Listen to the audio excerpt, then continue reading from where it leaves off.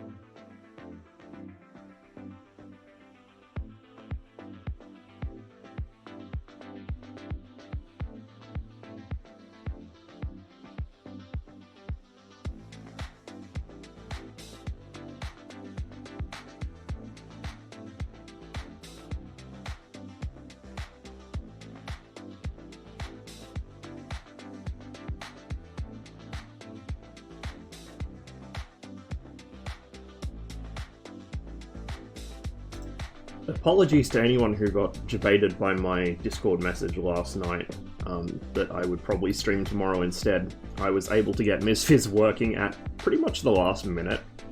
I haven't really had a lot of sleep, but I've had enough, so we're going to stream today. I'm going to start out with a bit of flying on Alpines. Once the population there tapers off, maybe we'll fly on Enigmas for a bit. Maybe we'll head straight to MSFS. I'm not sure yet. We will be flying some MSFS though. The load times still take forever, just as a heads up. But I basically last night went through and disabled all of my mods and kind of re-enabled them in blocks.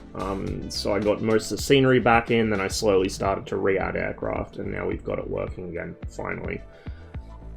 So the MSFS part of the stream will be starting with the Cessna 337 Skymaster flight. We'll be heading down over Santiago in Chile, and then we will be probably landing, if not in Santiago, then a little past it, and we'll hop in a Cessna 310, which I picked up just the other day.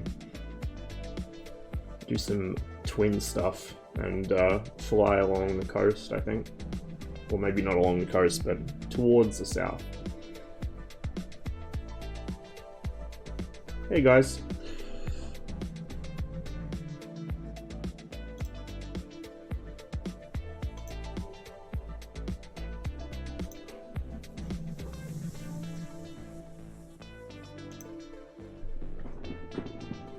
Now, my flying today is probably going to be all over the place. I'm working with a brand new stick, which I have not had a lot of time to adjust to yet. And it is very, very different. Oh, whoopsies. Hang on. It is very, very different to my old Warthog. I've also got to fix my webcam because I restarted my PC. The low light compensation filter on this thing kills the frames on the camera, so we'll get rid of that and we'll get some actual lighting going, or something that passes for lighting. There we go. So for the stream schedule going forwards, I will most likely do the normal sort of stream time on Saturdays, maybe Sundays depending on the weekend, and then through the week, once I get an actual day off, like a scheduled day off through the week, I'll probably stream the night before that. At the moment I'm working Mondays through Fridays, so not really conducive to streaming. I'll still be doing the armor streams, but it will just be armor, because I've got to go to work pretty much as soon as the mission's finished.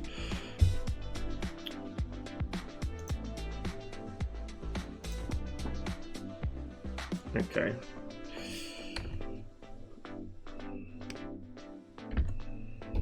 Let's get this thing up and running. Marduk, I know you wanted my initial impressions on the Constellation, so I can give them to you while we start the aircraft up. I actually think the biggest change comes from the base itself, not the stick. That really fucks with my muscle memory because it's very different than the Warthog. The Warthog has like constant resistance along its entire length, so you have to give the Warthog a pretty firm push to get it moving, but once it does, it's like linear resistance, right? The Warbird base is very different. It has almost no resistance around the middle of movement, and then the further you push it from center, the more effort it takes. It's a progressive cam. So it's going to take some adjusting to, but generally it's pretty decent. It's very precise. Now, the Constellation itself, I kind of wish that, like, the way it's curved over at the top, I kind of wish it wasn't. I'll probably figure out some system for it, but I have quite large hands, like long fingers. And so the way I hold the stick, my middle finger knuckle is bumped against the bottom of the trigger. It does have a two-stage trigger. Both triggers have two stages. The flip trigger kind of sits forwards when it's not in use, then it pulls back, and then pulls back to actually activate. The normal trigger sits behind the flip trigger, and it has like one click, and then it actually activates. So it's kind of like the Warthog in having a two-stage click trigger.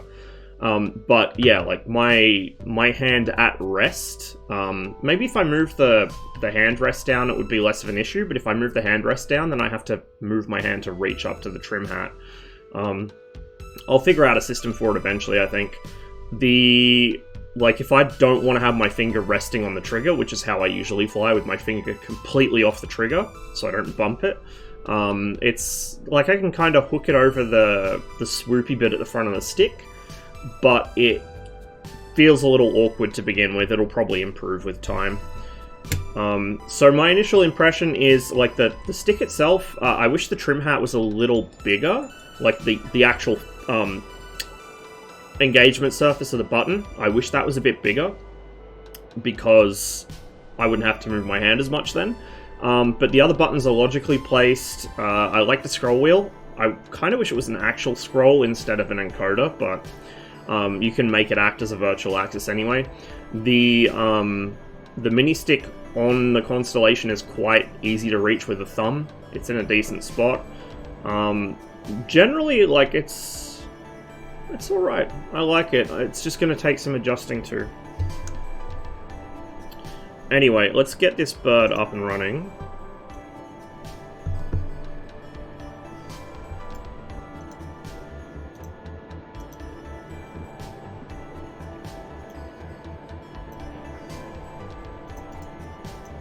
So I've only rebound a couple things in DCS so far.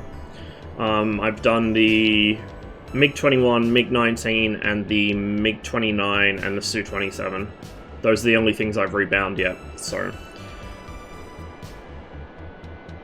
I will have to I'll have to rebind everything else over the weekend, I think. I also have to try and figure out which buttons are which for purposes of flying the F-104 and MSFS, so I can try and use the radar. Best part might be the functional trim button. Yeah, fucking really. The fact the trim button actually fucking works, doesn't try to kill me, that's definitely a big plus. Hey, Lush.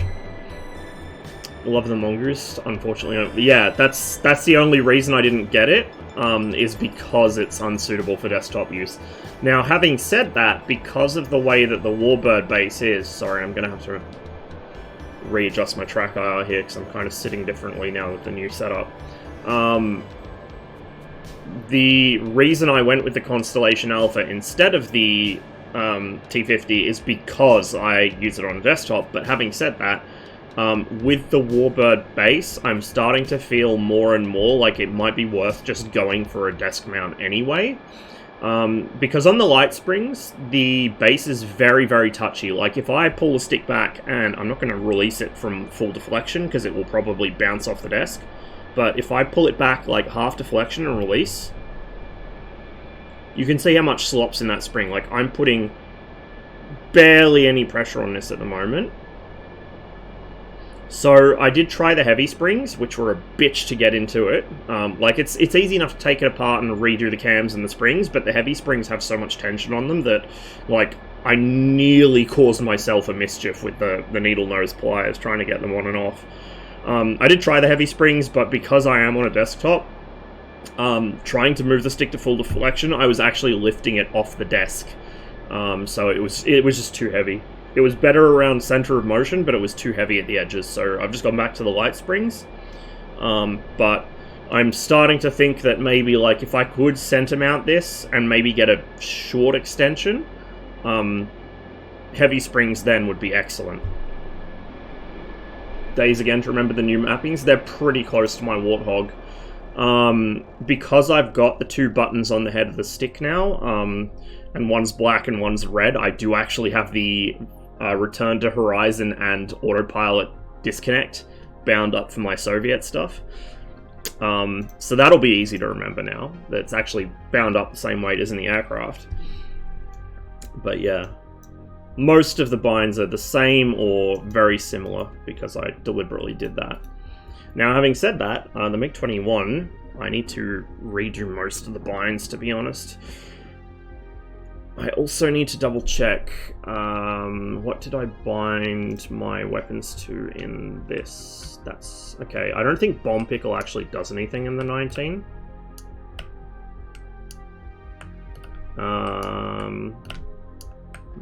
That'll work for now. So what I've done in the MiG-29 and the Su-33 is I've made it so that the trigger, like the flip trigger, is acting as a modifier, so I have to pull the flip trigger in until it engages the first stage of the actual gun trigger. and then it'll fire only if I do that. So if I bump the gun trigger, it will not do anything. Do you still think, or do you think there's still something better? I'm curious as to how the VKB stick would have gone, because that was, like, just because of the fact it had an actual strain gauge slew sensor, like what the real stick has. I'm curious how that would have gone, because that was kind of my next big choice, behind the T50, in fact, almost in front of the T50. The only downside, really, about the VKB stick is it needs its own base. The Virpil bases will work with anything, and Virpil sticks will work with Warthog bases, but the VKB ones are proprietary, which was kind of a big put-off. But the stick had a bunch of features I liked. It was a similar size to the Connie, while still being the actual stick layout of a, like a Russian fighter stick. But I didn't end up getting it because the options in the Australian storefront for VKB were shit. I don't know why they have separate storefronts for separate areas, instead of just mailing from one central location, or at least having the same products in all their storefronts. So the Australian one had shit choices. I couldn't get the labels on the stick in Russian like I wanted. I couldn't get the specific style of stick I wanted, so I just didn't bother. So, don't know if there's something better, maybe, but this is pretty good, I think. And as I adjust to it over time, it will get better for sure. That's going to be the main thing, is just adjusting to it, I think. And also, I finally have an analog brake. Finally. I'm still not going to be able to taxi worth a shit with it anyway, but it's nice to actually finally be able to just gently pull the brake in instead of tapping it constantly. Cheers for the resub, Chocolate. Appreciate it. Good to see you.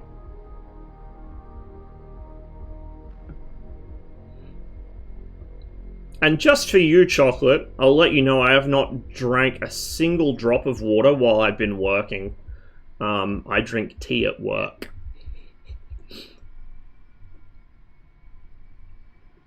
Hydration is a fuck. Although, this did come up on Rhino's stream a while ago.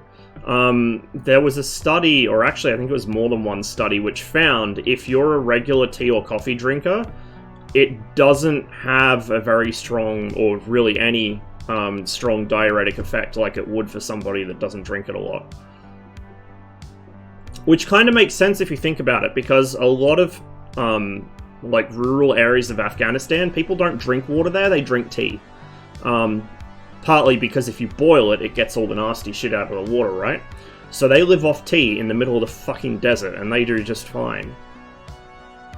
If you drink enough of it, you're getting water out of it anyway, so while while it itself may have a slight diuretic effect, once your body adjusts to the caffeine, it shouldn't be a big issue. So really the only time I will go out of my way to drink water is if I'm really thirsty, or if it's really hot and I'm doing like enough work to get all sweaty and gross.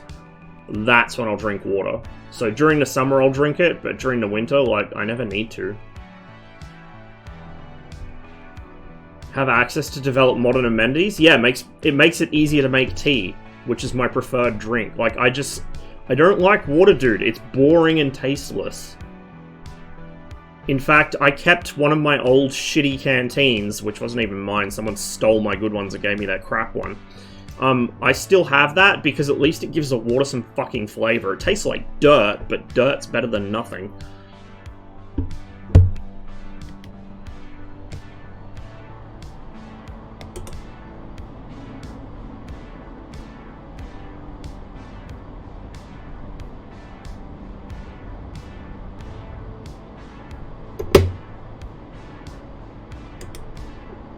Don't you bruh me. If God wanted me to drink water, he would have given it some flavor.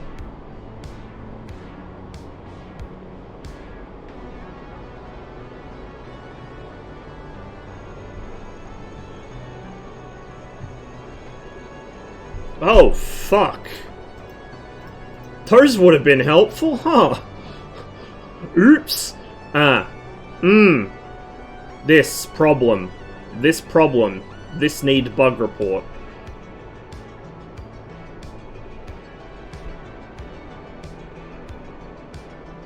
The electrical system on this still needs work. The gauges just snap to their correct positions. They shouldn't do that. People sometimes ask me why is the MiG-19 still listed as early access, things like that. Also, Overstratus has said he wants to redo a bunch of the art for it at some point after the MiG-23, but yeah, things like that are the part of the reason it's listed as early access. Oh, hello, I got a buddy back there. Oop. I was going to radio check, but it looks like SRS hasn't connected to the server. No wonder I can't hear anyone.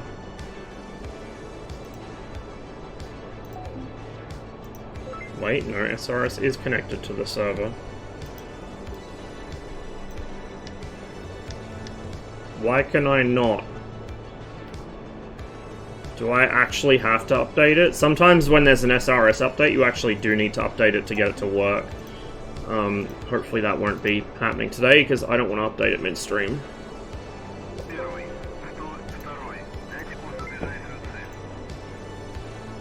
Radio check? Yeah. Yeah, loud and clear. Hey, Tats. Long time no see. Yeah, it's good to be back on this one. Been flying on roads ahead a bit because the Apache and so on. Ah. I thought that might have been the case.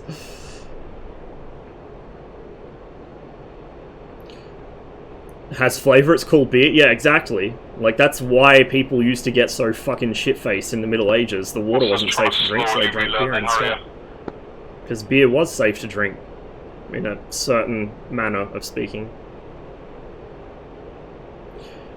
Just looking at it now, I might need to move the bottom of my chat window a little, because the Constellation is very slightly taller than the Warthog. Not by much, but... oh, no, that's going to be a problem. I'll leave it kind of where it is, but I'm going to have to look around the stick, I think, to...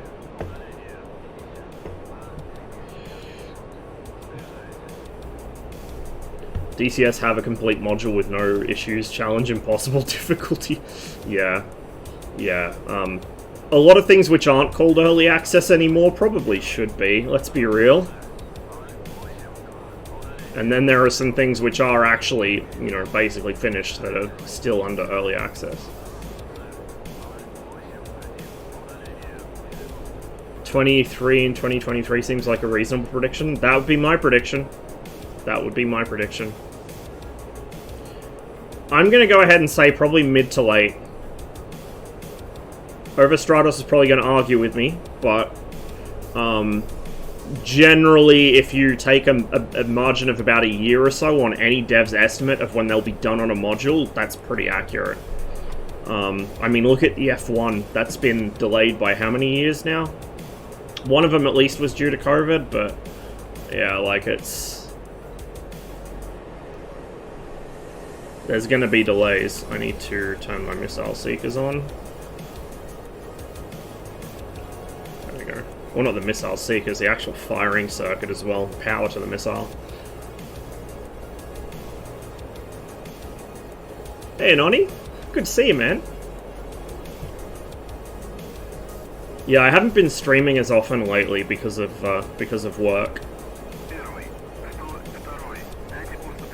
Hey, Dark Soul.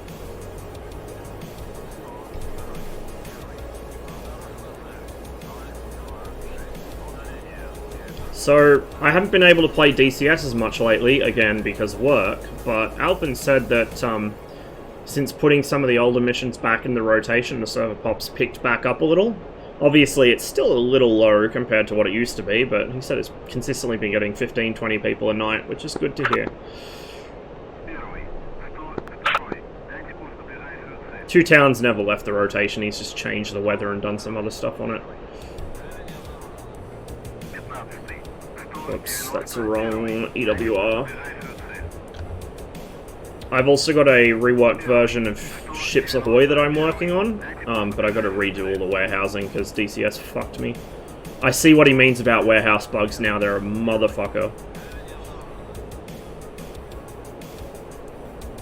What it does is it shifts the entire warehousing list down, and a bunch of weapons and shit disappear from it, and then a bunch of unlabeled things appear at the top of the list. So you have to guess which is which, or just redo the warehousing from scratch. It is a pain in the backside. Ooh. 060 for 25. Oh, it takes so little pressure on this stick to make small corrections like that. It's so precise. Like, it's so precise and the springs are so light, at least with the light springs in, that just the natural kind of... I have very slightly shaky hands normally.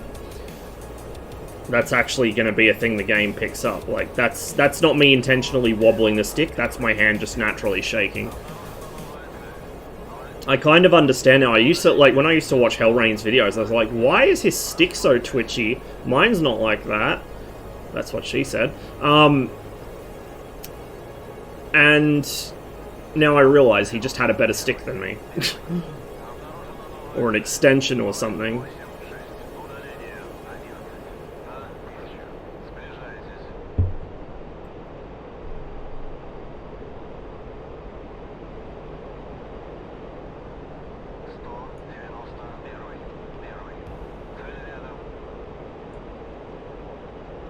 Merge with somebody. I don't see them though.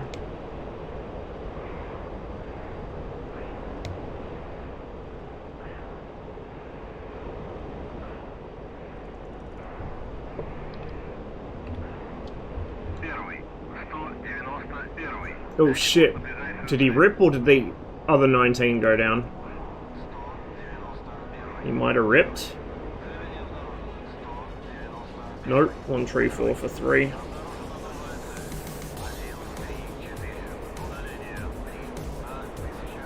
Of course, they have a GCI, we don't, so it's going to make it a little more challenging.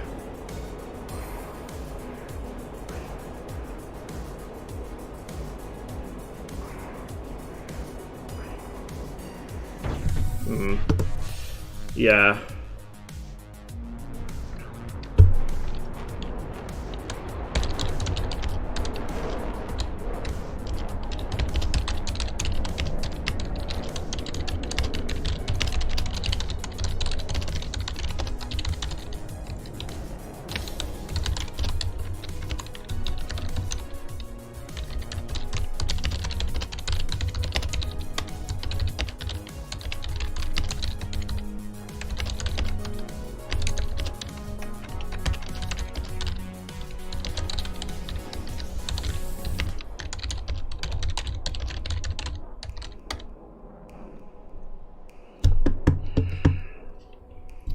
The red experience. Get merged out of nowhere, have no GCI guidance, get deleted by someone you never saw.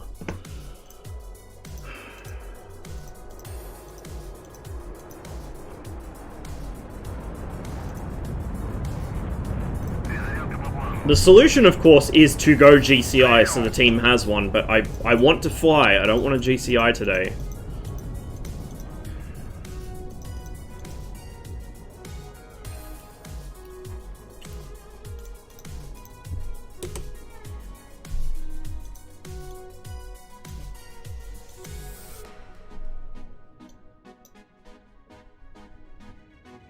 Why is the chat bot? Oh, for fuck's sake. Chatbot's frozen, guys. Hang on, I've got to restart it.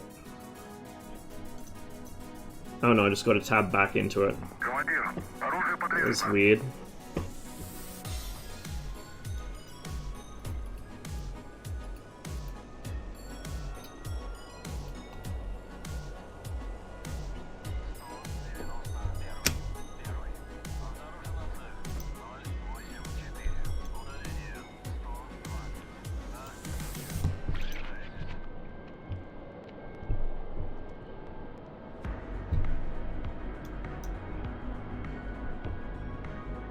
Got a new HOTAS, just a stick. So I've got the full Verpal setup now.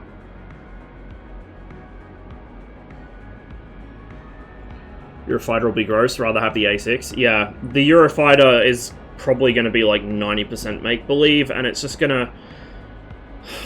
I don't know, dudes. I don't really see the point in the Eurofighter in DCS besides fanboys getting to fly their favorite jet. It's not going to be good in well, it's going to be too good in multiplayer, so it's going to be bad for the multiplayer ecosystem, because it's just going to shit on everything else effortlessly.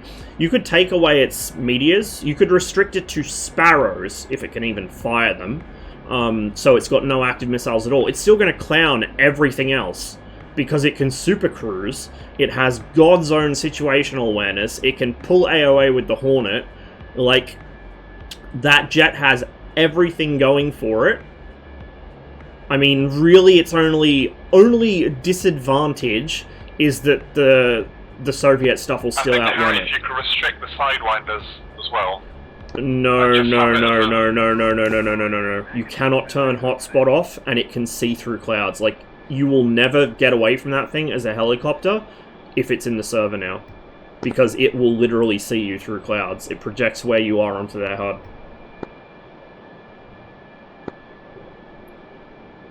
Besides which, you've got to ask yourself, do we really want to give Blue another Maverick carrier that can spot targets from 30 miles away while we don't have any fire and forget?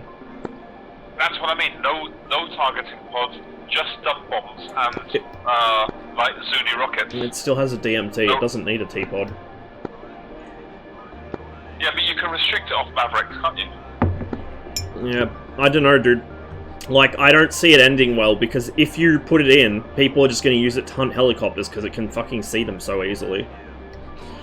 And even with dumb bombs and rockets, you've got great, like, scouting ability, because of the optics built into the aircraft, and then it's got really accurate CCIP and CCRP, so, like, it would be fun to have it to fight against, but I kind of am wary of making red combined arms even harder, because that's already kind of miserable, to be honest.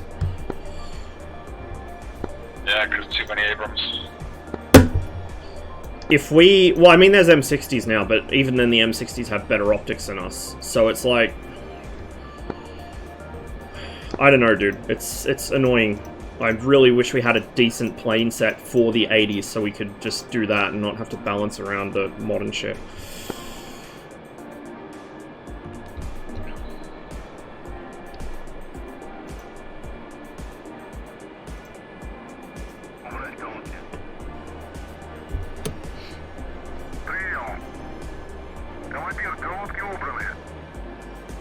There's a new mission tomorrow. Ooh, I probably won't be streaming it, but I might be here for it.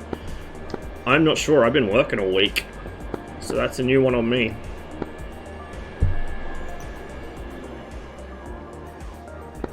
Panzer and Sherman tanks, God.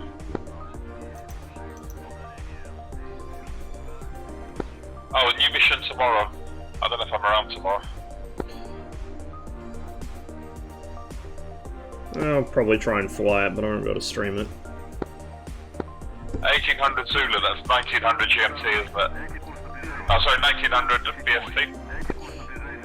I think so.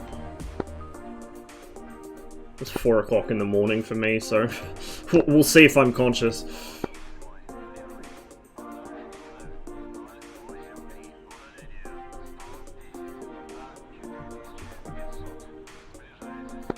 So we can use helicopters to deploy Sherman tanks. Alright, that's odd.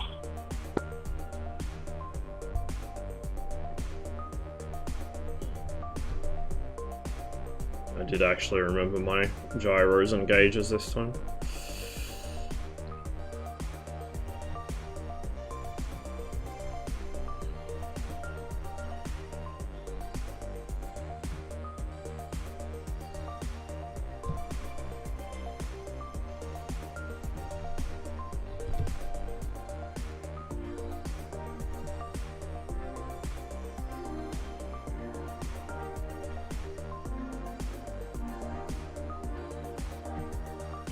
I wish there was a way My helo's getting iced up.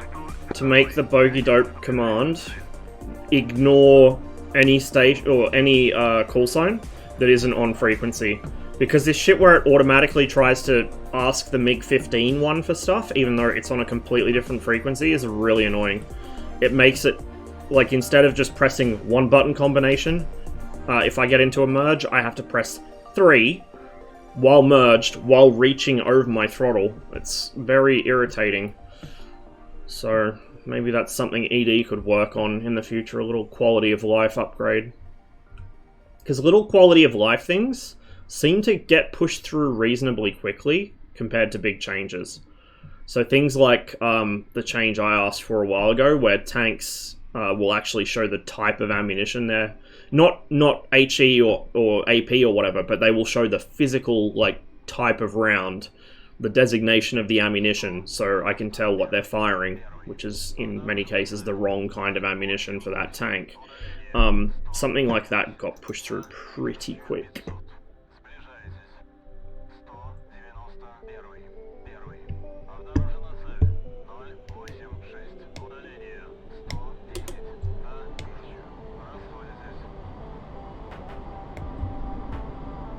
You know what I forgot? I forgot to arm my guns before that merge, so I would have had a very interesting realization, even if I hadn't been deleted by a missile.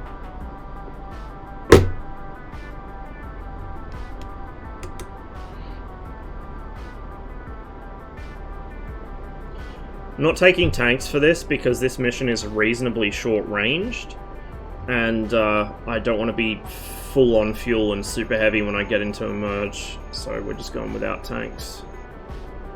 Reduces my playtime a bit, but it's a fair trade, I think, for not being heavy over the combat area.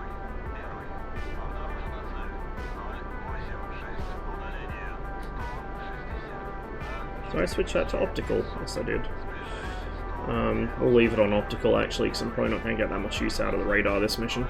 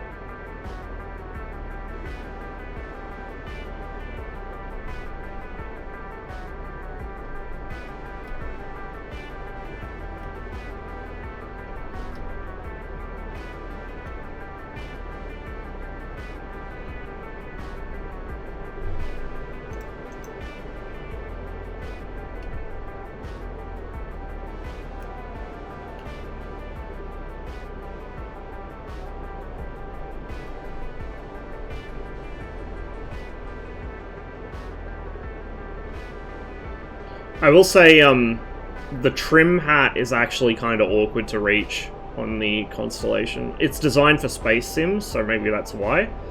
Because you'd be using it as like a function hat for some system in your ship, most likely. Proof, are you on comms? So it's a little awkward to reach. If the actual hat was a little longer, like stuck out from the stick more, it would be a little easier.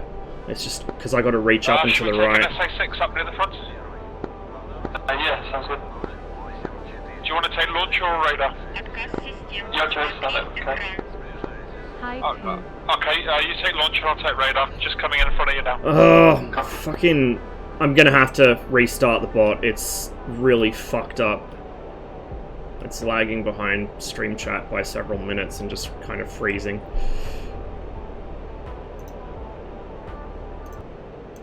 Sorry guys, the music's going to stop as well, because that's what the music's running through, is my chatbot.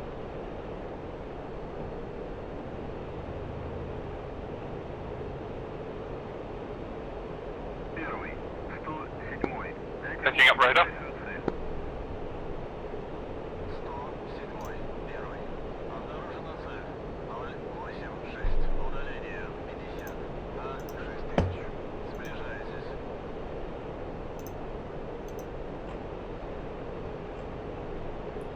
Radar on board.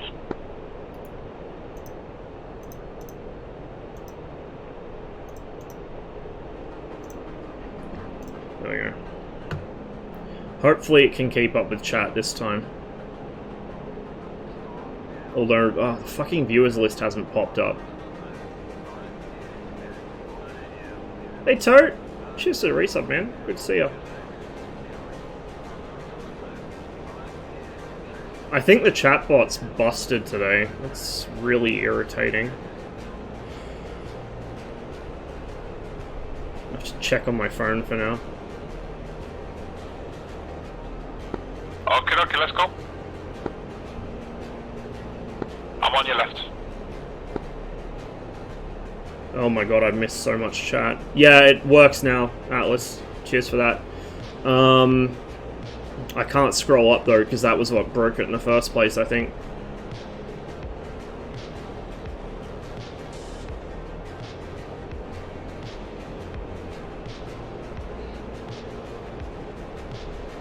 The thing is, the Eurofighter's not going to have, like, it will not be a thing in PvP that anyone will want to fight against.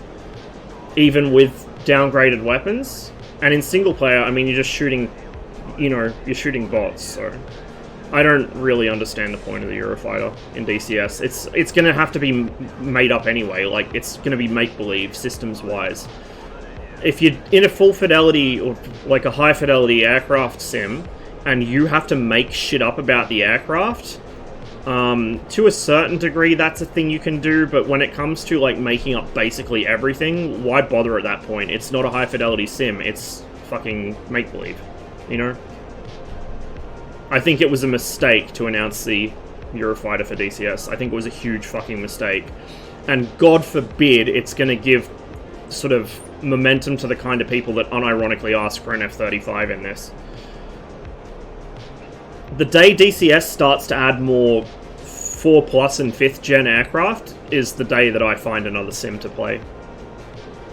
Because I have no interest, none at all, in being forced to fly 1960s aircraft against a fucking 2010 aircraft that can delete me from 100 miles away with no warning. Like, it's just not fun. Why would I do that to myself? Why would I bother playing that? You know? Which you get the Verpal Constellation Alpha on a Warbird base.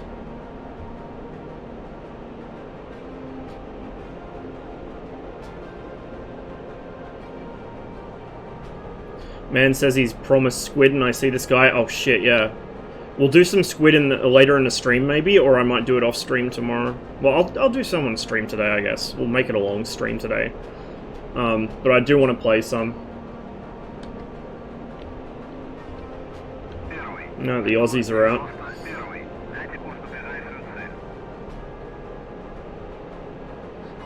Clouds are rendered over the smoke. Yeah, other way around, I think.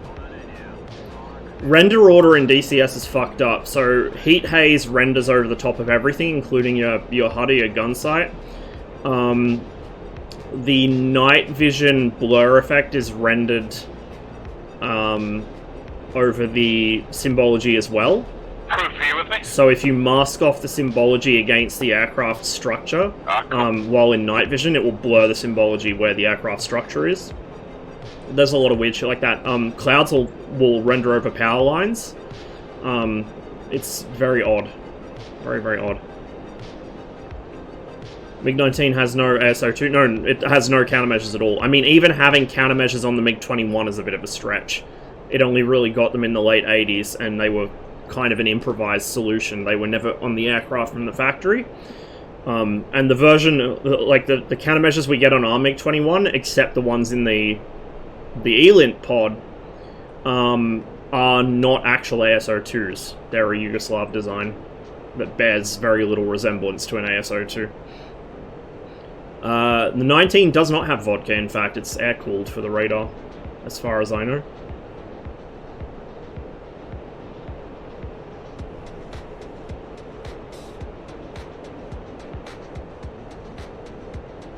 Growling Sidewinder, it won't even be good for that. +1 do you read?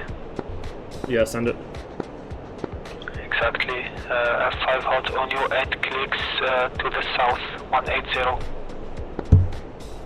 Turn right, south, 180. 7 clicks on the deck. One time F5. Tally. It is engage.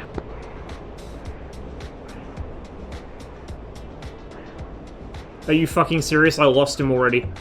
Oh, shit. I lost sight. He turned. Okay, at your 12 right now, 3 clicks on the deck. It's probably Billy if he's disengaging. Okay, he tried to catch your 6 right now, but he lost you. He toward your wingman. Keep turning right, to 270. He lost visual on you. He's searching for you. Okay, at your 12 right now, F5. Keep your 12 right now, F5 on the deck. Tally.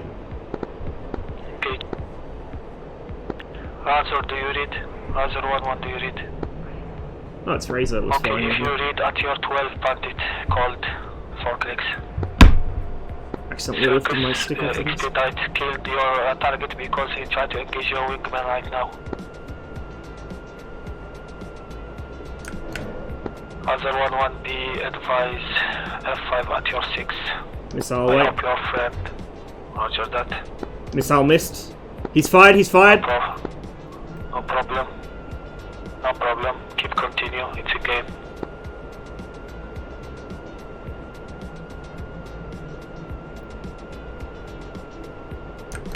That's probably a bit optimistic. It's very optimistic. Oh, maybe? No, he's trashed it already.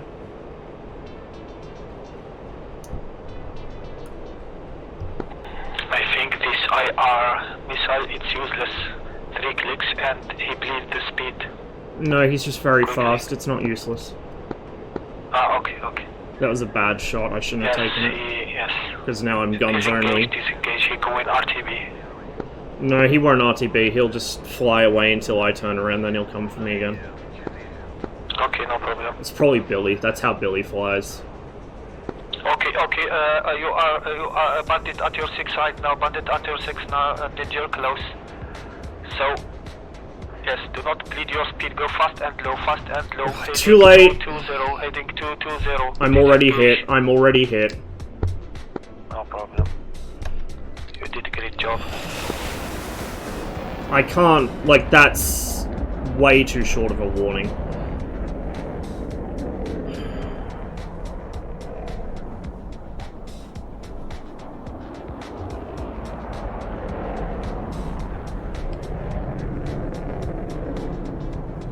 You fly the Vigan? Sometimes. Never understood why the aircraft has a toilet seat on the cockpit front. What, the cockpit framing? Most aircraft of that era do. It's to support an armoured windscreen. Even when they got rid of the armoured windscreen, they kept that framing because they needed it for strengthening the cockpit against high heat levels at high Mach speeds, and also just because the glass or perspex at the time wasn't that strong. I don't know, dude. This is not going well already. This is... like, it's really not fun just repeatedly being killed by people you never see, you know? Like I've been saying the whole time, but who would listen to Ross? It's not like he's played this server for fucking 4 years.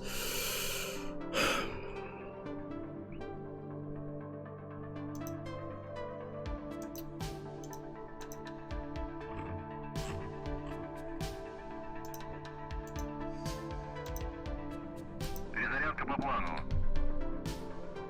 Принял.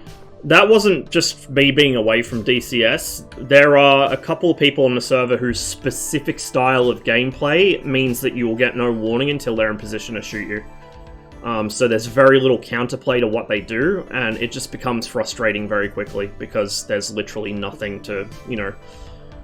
you can't shoot them because they'll just disengage whenever they're under threat, which is, I mean, it's a smart gameplay style, but it's also a great way to kill a server. Because it's not fun to be on the receiving end of. And this is why, I think it was last stream or the stream before, I said that ED should make it so that GCI cannot see their own team unless they're in friendly radar coverage. Because GCI can see their own players at all times, no matter if they're obscured by terrain. They could be literally sitting on the ground, and GCI will still see them. So you end up with players who are invisible to your radar because they're flying so low and behind terrain, but they're completely visible to their own GCI who can also see you. So this forms the metagame where everyone is in the weeds trying to terrain mask, and it's just not very fun. You know, the server's kind of always been known for people flying very low to avoid detection, but it's getting worse because of that.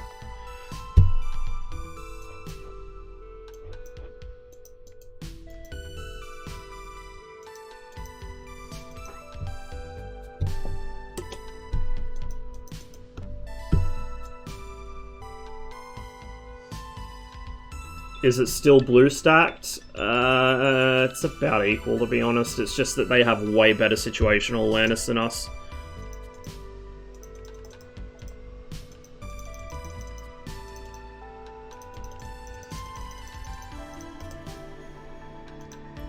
We need to figure out a way to stop this min-maxing. I mean, my go-to option would be, first of all, pester ED to add that feature, because that needs to happen, regardless. That needs to happen. GCI should not see an aircraft, friendly or enemy, unless it's within their radar coverage. I don't care if it's their own team or what, they should not see it. The other thing is, I honestly think we should just start throwing SAMs everywhere, like short-range SAMs, fucking everywhere. Man pads in the trees. People are going to bitch and moan because people don't like being killed by anything that isn't a player aircraft, but you know what? I don't fucking care, honestly. Just don't fly into SAMs. And that way it gets the fight off the deck, so people actually get to fight, instead of just, you know, whoever can fly the lowest wins by default. Which is, you know, what the server's turned back into.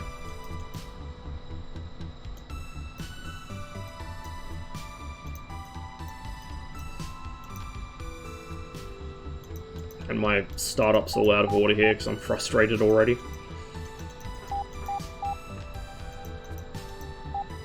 Like, again, it's a smart tactic and it works. The problem is that if you make life really unfun for the other team, they're just going to give up eventually. Which is precisely what happened on here. And then people came and sort of threw it in our faces and said, oh, it's because red players, you know, they don't like a challenge. Like, no, it's because people don't enjoy being farmed for kills with no way of fighting back. Give me an actual challenge, which is an F-14 that knows where I am, and I know where he is. I'll fucking take that challenge any day. I'll kill a Tomcat with this plane. I have done many times. I have more Tomcat kills in this fucking aircraft than most people have in any aircraft. Likewise for Davey, likewise for Zach. We're not scared of a challenge, we just get very easily frustrated when we can't fight back against shit we can't fucking see.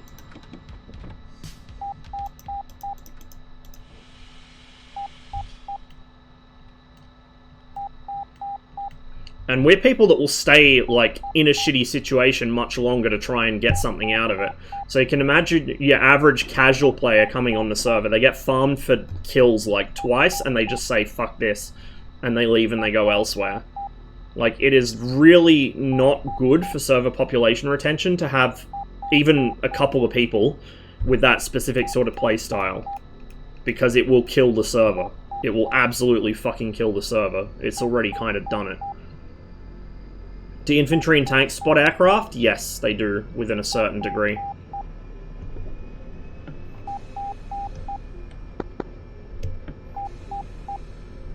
Anyway, I'll try and catch back up to all the chat I missed because the bot broke. I think the EF is AOA limited to a degree, but it still pulls really good high AOA by comparison to most aircraft. I mean, the Hornet might still out-alpha it, but the Hornet can't supercruise, the Hornet can't carry meteors, the Hornet doesn't have a fucking electro-optical system, etc, etc, etc. The Hornet can't do Mark II, you know.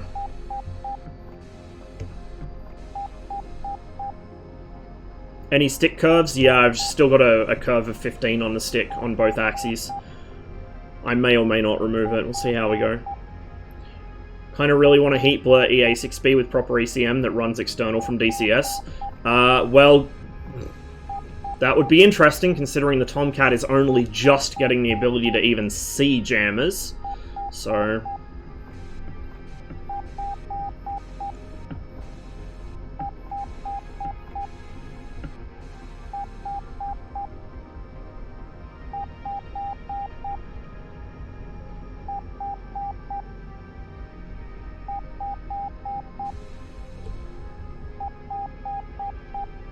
Want to buy a Cold War pack for DCS? Yeah, except there isn't one, unfortunately.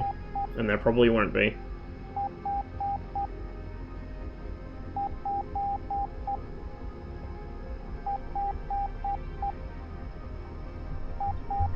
Says it runs for 5 hours. Yeah, we'll see how we go.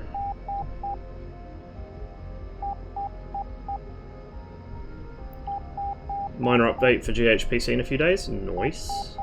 Russia? What about Russia? This is Cold War, boy. Ain't no Russia here. This is the Soviet Union.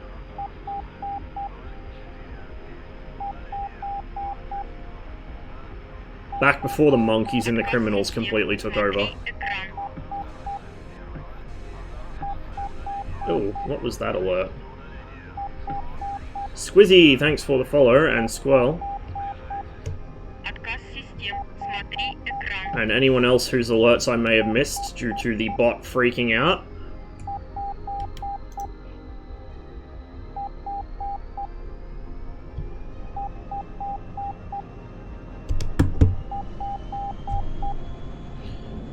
Everything was GCI reliant. Everything was. American jets were GCI reliant. Like, people say, oh, the Soviet jets are bound to GCI. So were the Phantoms, so were the F-104, so was literally every American jet of the era. It wasn't unique to the Soviets. Everyone was GCI reliant on the Cold War. They still are. It's just the Americans don't use GCI as much anymore. They use an AWACS. But it's literally the same thing. There is basically no difference between GCI control and AWACS control. Except AWACS control is usually done through voice these days instead of data link. They can give you information through data link, but the actual commands are issued by voice. Like, the whole thing about, oh, Soviet planes need GCI is it's people misconstruing the Air Force and the Air Defense as being the exact same thing. The Air Defense was completely run through GCI, through data link. And they were very strictly commanded. The Air Force, which is what this is, was flying tactically over the front line and had a bit more initiative in what they could do. They were still given pretty direct orders, just like the Americans, but they had more freedom in how to exercise them, and they were voice orders. They weren't data link orders fed through to the autopilot. And I appear to have caught up to chat, finally.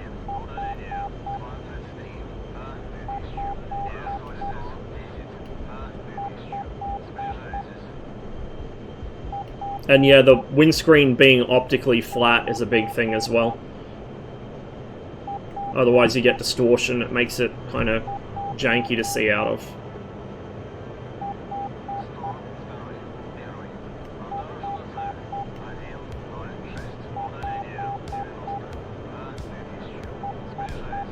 Isn't the same happening on both sides, the deck flying?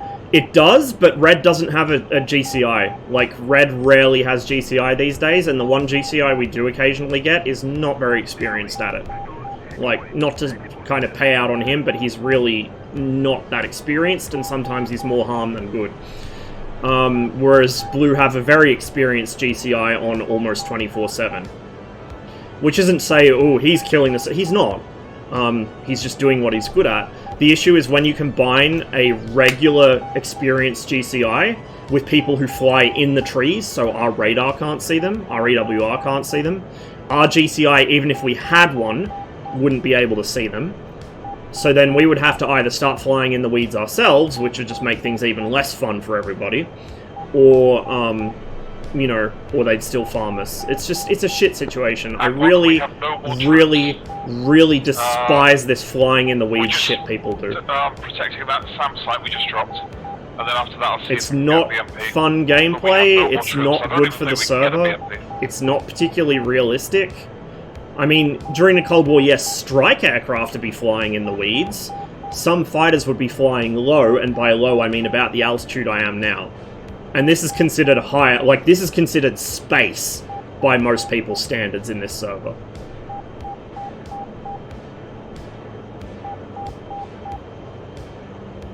Oh, my other account, I gotcha.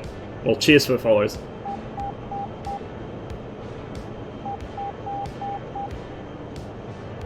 Su-27 not Cold War? No, it is Cold War. It's just very late Cold War, and it has some capabilities that are hard to balance out in a fun way. Unless you start giving blue shit like the Viper or the Hornet. And the Viper and Hornet we have are very much not Cold War. They're 2005 era aircraft. And you cannot... People say, oh, just take away its AIM-120s and it's Cold War. No, you cannot disable the avionics, like the upgraded avionics those aircraft got over the original Cold War models. In the case of the F-16, it's a whole new cockpit. If you look at an F-16A cockpit and compare it to an F-16C cockpit, the ergonomics are completely different. Like, the C is so much easier to work with. And this is the point that I keep making to people when they say, oh, just get rid of the AIM-120s, it's Cold War. No, it is not. It is a fundamentally different aircraft. Having MFDs, even something as simple as having MFDs over steam gauges, fundamentally changes the way you operate that aircraft. It makes everything much more efficient. You can drop mark points. In the Hornet, you can drop mark points by looking at something and just hitting a button, and it drops a mark point there, which you can... So if you spot ground forces, you can drop a mark point on it, re-attack it, read off the coordinates to your buddies, without ever putting yourself near it. Like, that kind of capability in a server like this would just be flat out broken. But people, you know, kind of hang on to this idea, oh, well, the Hornet entered service during the Cold War, so it's a Cold War plane. Not in the guise we have it in DCS. Not even close.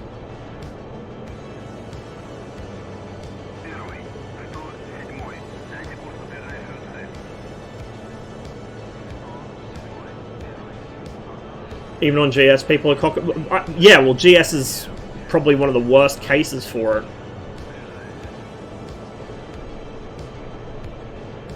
Originally, it was just Red doing that shit, you know, because of the no radar, EO bullshit. But then the Blues figured out they could do it with Link 16, so now everyone's on the deck.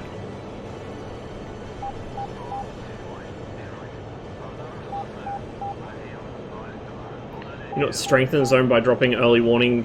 Yeah, but they can only see so much. There's a certain okay, now I have a, altitude floor they can't see below. Truck. Where should I put that?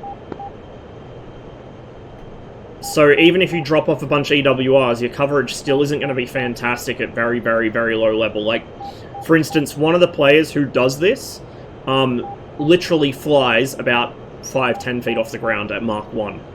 So even if you see them, they're already supersonic. So by the time you turn to engage, they're already gone. You'll never catch them. That's what I mean by min-maxing. Like, it's just minimizing any risk to themselves and maximizing the chance of getting a kill. Now, is it a great way to get lots of kills? No, because you can, like, if you're not going to turn to engage, and you're going Mark 1, you have one chance to take a passing shot at someone, and if you miss, you miss. You can't re-attack. Not safely, anyway. So, it's, like... It's not super efficient for kills, but it's also not any fun to play against. So, in my opinion, it's kind of a shit sandwich all round. There you go, there's the ammo truck. I need to be careful here, because there's probably going to be some stingers. We actually had somebody at altitude for a moment there, but... Oh, I should not be able to see them while I'm rolled over like that. Okay, that Humvee's coming in.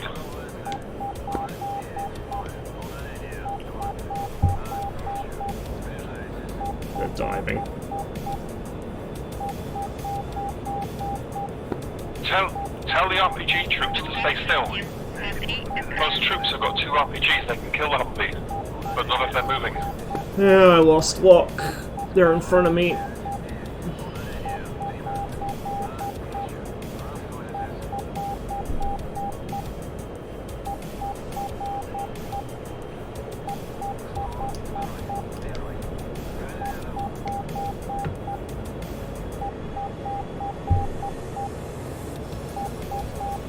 That merge call was for them, I think, but there might be something else here.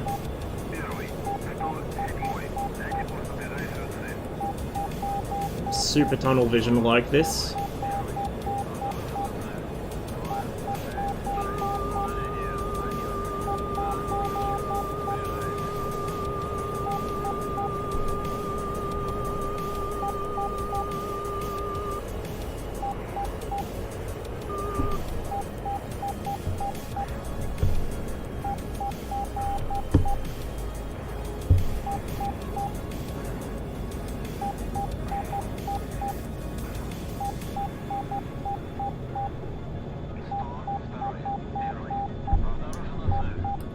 stick keeps slipping off my desk.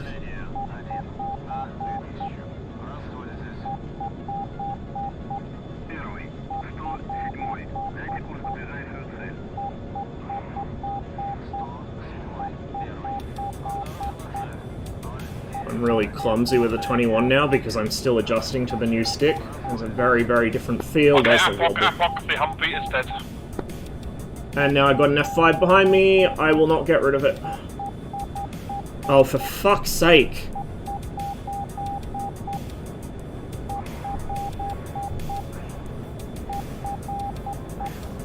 Yeah, once you get an F5 back there, there's not a lot you can do about it. What kind of targets? Oh, he pulled his nose super hard for that, though. Might be able to bleed his speed off. Oh, do not wobble! Fuck! I'm so bad at this plane now. I really need to spend like a week just practicing offline to get used to this new stick.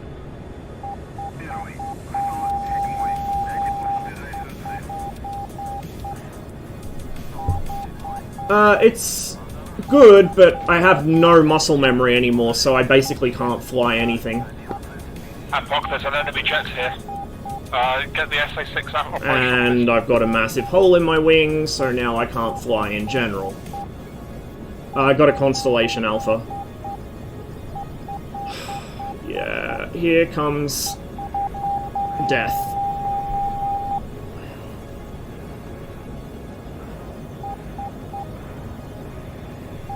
So I really had every chance to win that, but because I'm not used to flying with this, he got behind me and now I'm never going to get rid of him.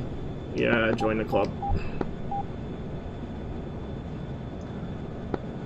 Oh, it's some bloody Huey, I think. The aircraft's trying to auger into the right side. It's barely flying.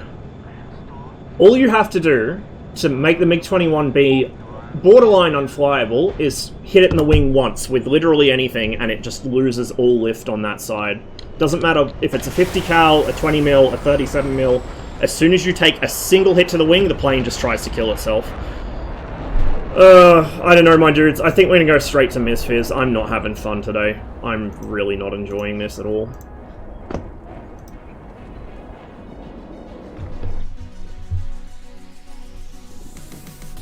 We need to do something about the gameplay on the server, I think. I just don't know how to do it.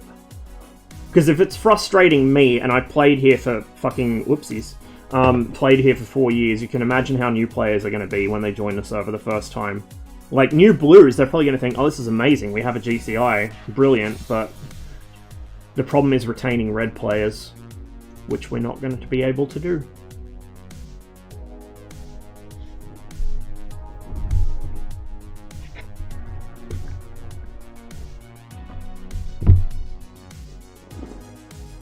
I'll catch up on chat a little more.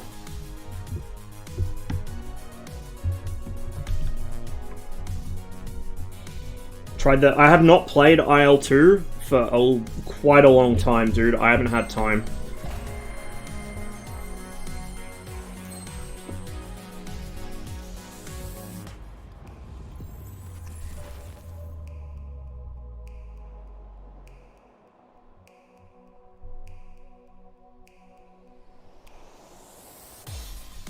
Razor, I don't think you can actually add failures to the kind of avionics we need to add failures to. And even then, with the F-16, for example, you still have the MFDs, which you have to manage the aircraft through, which just quickens your work, like, it lessens your workload, it quickens your ability to do things. The radar's visible when you're looking ahead out of the cockpit, instead of having to look down at your own crotch. It completely changes the aircraft, it's not the same plane. It'd be like, you know... it'd be like somebody wanting to fight in, I don't know, it's an example. Something like an F-100. It'd be like somebody being in an F-100 and then me saying, oh, the MiG-21's a good opponent for the F-100, and then getting in a fucking MiG-21 bis. Like, it'd just be unpleasant. Except it's 10 times worse because of the amount of development in avionics that happened between the 80s and the 2000s. What about the FC-3 F-15? That has other problems. So the FC-3 aircraft have perfect radars that always work at their maximum possible range. They can discriminate individual targets even if they're flying in very close formation. Like in the MiG-29, I can pick out an F-5 flying inside a close formation of B-52s at more than 50 kilometers, which is just ridiculous. They have magical IFF that's instantaneous return and always on. Whereas in the actual aircraft you would have to press interrogate and it would take a while to come back, and it would not be 100% certain because the IFF antenna and the radar antenna are usually two separate things. So the IFF and the radar return will be slightly out of alignment with each other sometimes. That's why you, like on the Mirage for instance, you if you use TAF, you'll get a hold fire or a visual ident ROE setting if there's any friendlies within about 5 miles of your target. This isn't Enigma's server, Sekage, this is Alpen's server. I mean, people hug the deck on Enigma's server anyway, but there's actually SAMs there to punish them for it, if they're over the front line. Alpen's has much bigger SAMs than Enigma's. The problem is they're only around specific objectives or air bases. Occasionally, like there's missions where you can drop off Stinger troops and stuff with CTLD, but that's still not entirely a solution to the problem. But yeah, so the FC-3 F-15 sensors are too good. The other thing is the F-15 itself is absolutely fucking dominant in DCS. The F-15 is the default, like, Babby's first fighter in DCS because it's so easy. It's fast, it accelerates well, it carries a fuckload of missiles. It's extremely maneuverable at any speed. Like, the F-15 can keep up with a Mirage in a stall fight, but it can also outrun most things in the game. Like, that's the issue. The F-15 is just such a good aircraft, it's really not difficult to win in. And you've got 980 something rounds of 20mm and a laser accurate gun sight. The reason I stopped playing on dogfight servers like Mo Better Meta's server or Just Dogfight is because people would just get in the F-15 and make it unfun for everyone else. So you've got to, like, this is the thing with DCS multiplayer and PvP. You have balance on the one hand, but you have fun on the other hand. And often the two will conflict with each other. You don't want it to only be fun for one team. And, you know, people can say, oh, well, it's just a challenge, bro, as much as they like. There's a challenge, and then there's, like, you know, basically dooming one team to be live targets for the other. And as I said a couple streams ago, red players are so used to being treated as fucking, you know, line them up and shoot them kind of targets for blue players that they're kind of hypersensitive to that. If they feel like they're being fucked, they'll just stop playing on your server because there's other places they can go. And I think that's what happened, is I think we lost a lot of players that either started flying modern blue shit themselves because they wanted to be the guy doing the fucking for once, or they just stopped playing DCS altogether because it's fatiguing. It really is fucking fatiguing. I mean, it took me, what, 3 flights in DCS, and I already don't want to play DCS for the next week. Because it's just not fun. You know, it's not fun.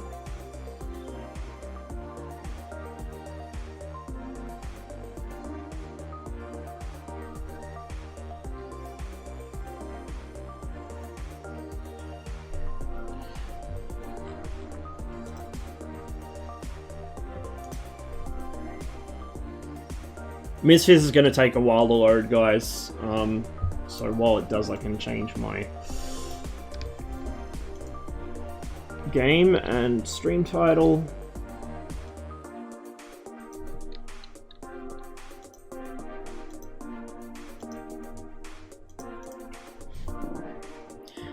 I feel like the new stick makes it easier to fly the MiG-19.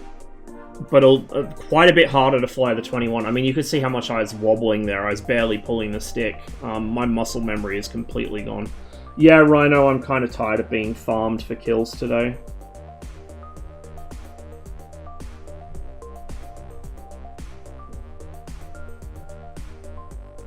It's just, this is how DCS goes for me these days. I get on, I get farmed for kills by people I don't see. The one guy I do see, I end up putting on my 6 because I'm working with a new stick and I'm incompetent with it.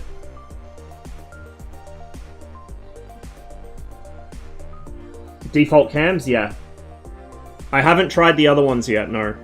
I think the other ones don't have a center zone in them. They're more designed for space sims, so I'm just using the defaults. I did try the heavy springs, but on a desktop the heavy springs are not a good idea. At least for me. So I'm back to the light ones. Is the Verpal nearly as stiff as the Warthog is? No, not even close. So the Verpal stick has very, very little stiffness around the middle. Very little. Like, I can move it barely applying pressure with one finger. So it's much better for precision flying. The resistance builds towards the edges of travel, so it's a progressive cam. I would say towards the edge of travel, it has more resistance than the Warthog does, but around the center, there's very little, almost none.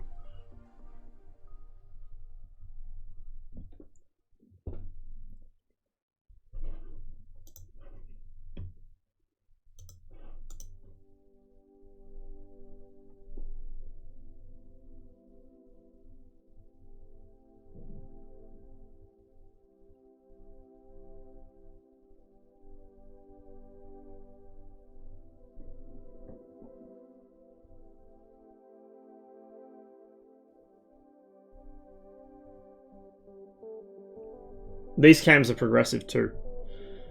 I don't really like the idea of having no center detent. A lot of the aircraft I fly only trim in one axis, maybe two.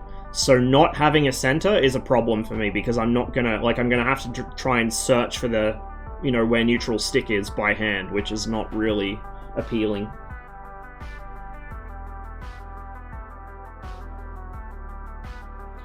Like, compared to the Warthog I was on before, this already is ridiculously precise for small movements.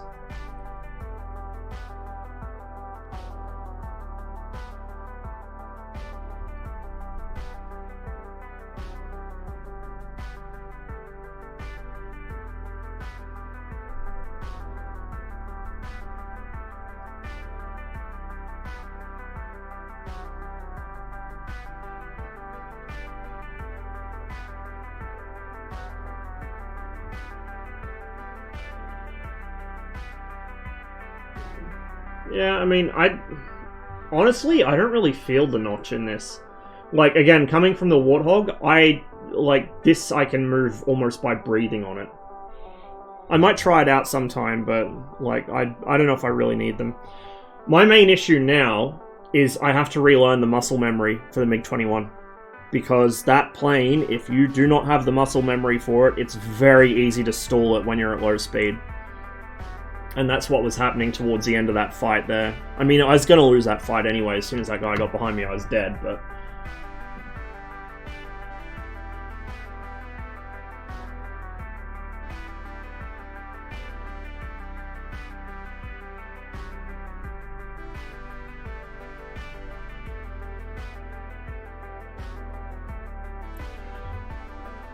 So, hopefully MSFS behaves itself. I did have it running before the stream. I quickly loaded into a flight in a very heavily built up area. It didn't crash. So that's a good sign, I guess. And then later on today or tomorrow I'll have to sort through some more of my add-ons to figure out which exact one was causing the crashes. And then I can just put all the others back in. At the moment, I'm running most of my mods. The only things I don't have installed are mostly freeware planes and a couple freeware helicopters. No, Milo. So I got add-on linker because people kept suggesting it, but then I realized that add-on linker is kinda not a big use for me. I don't know where I want to fly or what I want to fly in until I'm loaded into the world map. So, for me to use add-on linker, I would be constantly restarting the game every 30 seconds when I change my mind where I want to fly and what I want to do. So, I mean, I don't mind the long load times once I'm into the sim, because then I can just go anywhere and do anything. Oh no, it's optimized reasonably well. The issue is I have so many mods installed. Like a lot of scenery, a lot of different aircraft, and because I have so much stuff installed and it's trying to load it all every time the game launches, it takes a while. So Add-on Linker, which is what Milo is talking about, is an external app that allows you to enable or disable add-ons by groups. So say you want to fly in a certain part of the world, like North America, you can disable everything outside North America, and it cuts loading times down a lot. But because I don't do that, it doesn't really do much for me. All my stuff's on the same drive, so I have a M2 which does nothing except MSFS. I've got one that does nothing. Well, I've got one that's partitioned. The one partition's for my operating system, the other is nothing but DCS, and then the second M2 is nothing but MSFS. Just because that's, like, it's already on the fastest drive in my computer, I would gain no benefit from putting it anywhere else.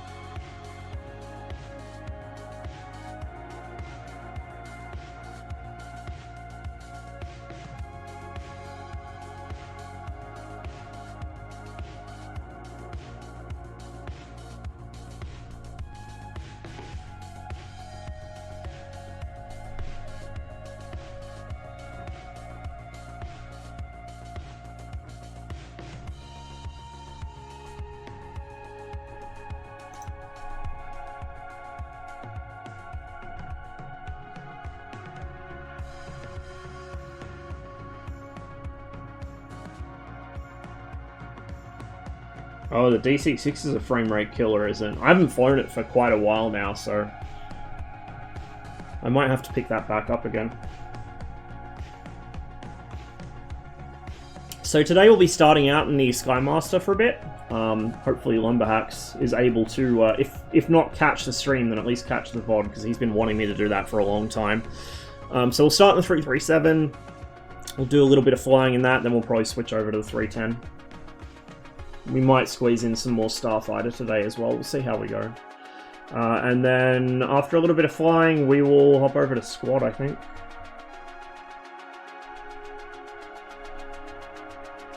Hey, Kim.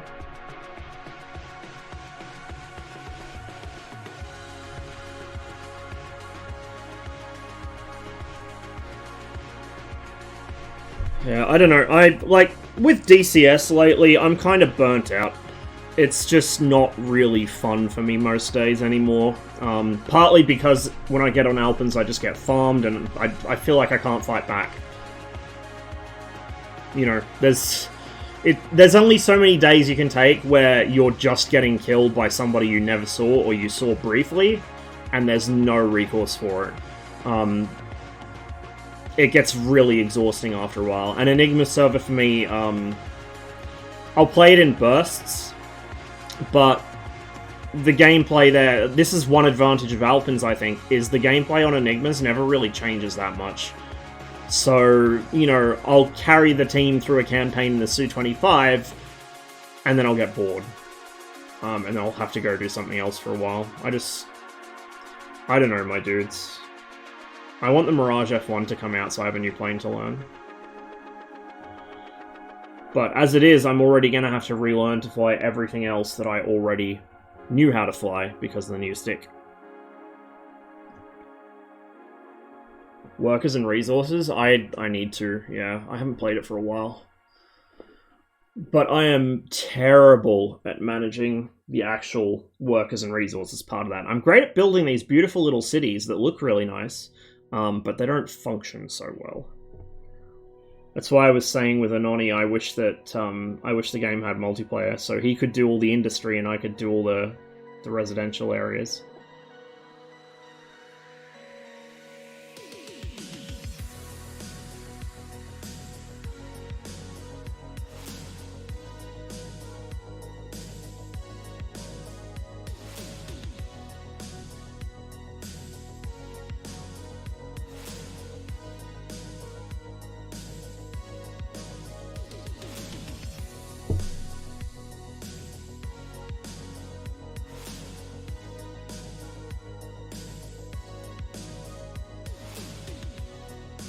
Build an oil refinery and a gas power plant, you set? Yeah, I have one of those.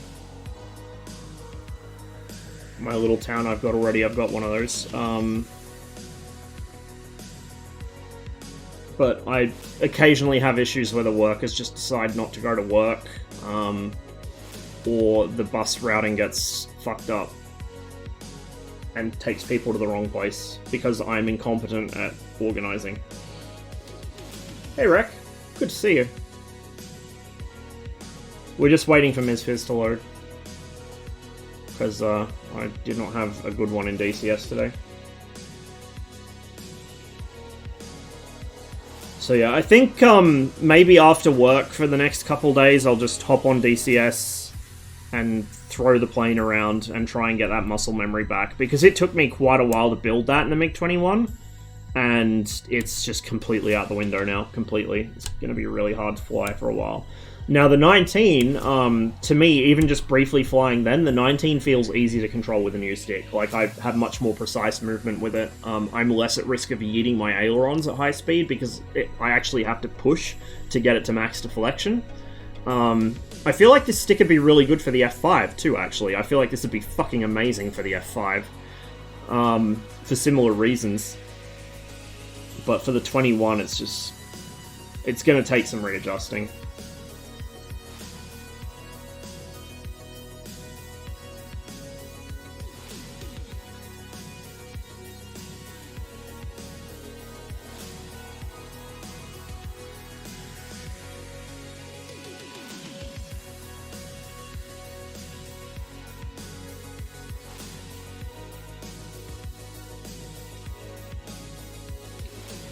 That would require me to have some skills to help you with, which I don't. You should probably ask Davey if you want to learn how to actually dogfight well. Davey's much better than me. Like, I'm not gonna lie, my dogfighting ability is middling at best. It always has been. The only reason I was able to win so much, at least back when I did, is because most people were either unaware of my presence or, like, panicked.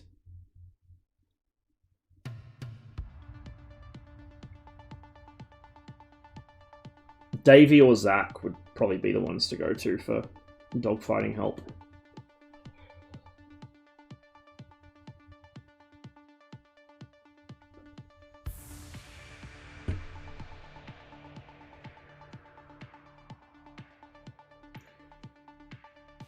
So, those of you who were here, I don't even remember how long ago it was, would have been probably a month or two ago now, when we took a P-38 over the Andes Mountains.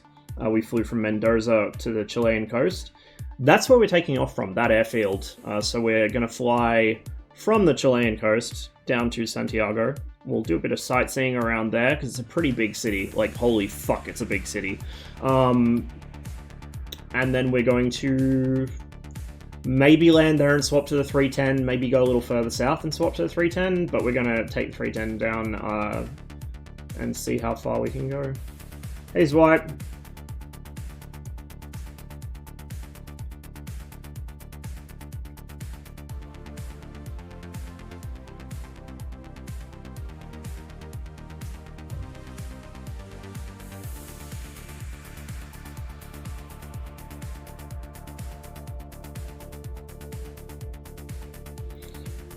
I will say as well, back, like, when I was still relatively new to DCS, Alpenserve was the first server I ever played on, and it's always been my main server, but I would go for a couple weeks or maybe even months at a time and play on other servers just to kind of, like, refresh myself. I have not done that. I have not done that for a very long time, unless you count Enigma's server, which is kind of not really much of a break, so to speak. But I used to like fly the Su-27 or the MiG-29 or whatever on Growling, which is not worth doing anymore because Growling is a fucking train wreck now. Has been for a long time. Fucking F-16 simulator. But yeah, like, I haven't had a good break for a while. I'm not saying I want to take a break from Alpenserver now, because that will probably kill the server even faster. Fuck no. I want to be around to help repopulate it. It's just that, like, I'm gonna have to find something that stresses me out less. Maybe You know what, maybe I'll bite the bullet and I'll do GCI for a bit, but even that's stressful. I really don't know what to do about it. I just don't want to be sitting here playing on there and bitching, because that will turn people off the server as well, which we don't want. We want to get more people on there. And the more people play on the server, here's some big brain logic here. The more people are playing on the server, the less a single person, like, min-maxing hard can make it unfun for other people. Because one person kind of lawn mowing and just drive-buying people at Mark 1 so you can't really fight back against them, that's a lot more noticeable when there's only 5 people per team. When there's 20 people per team, you can fight somebody else, you know?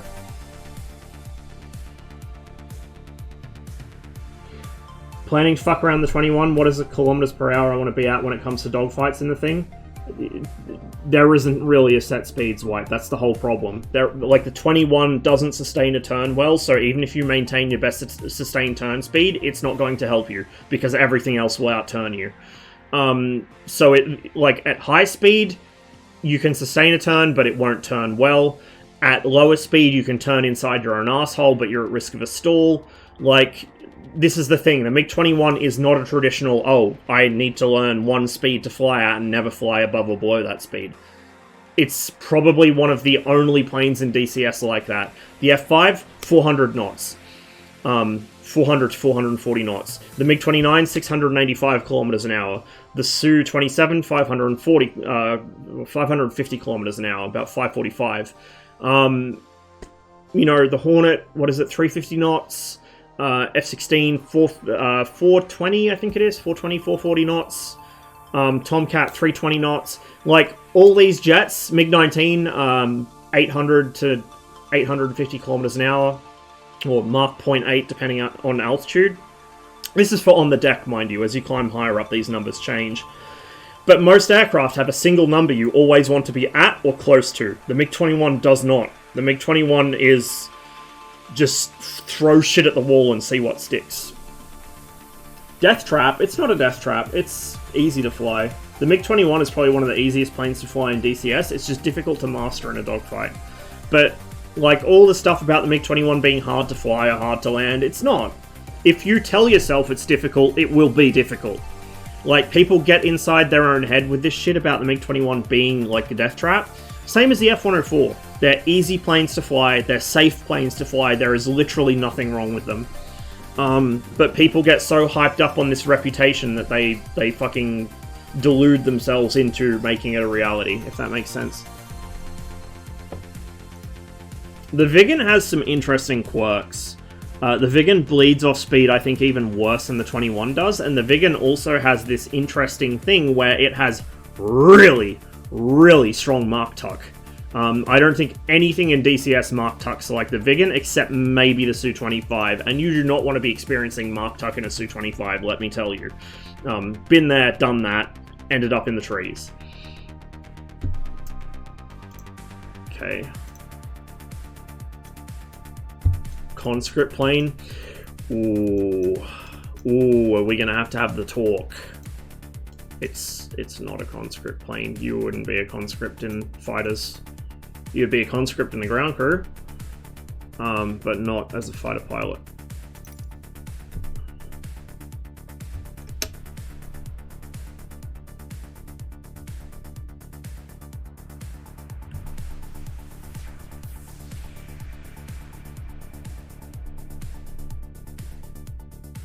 The 15's issue is less Mark Tuck and more the controls locking up.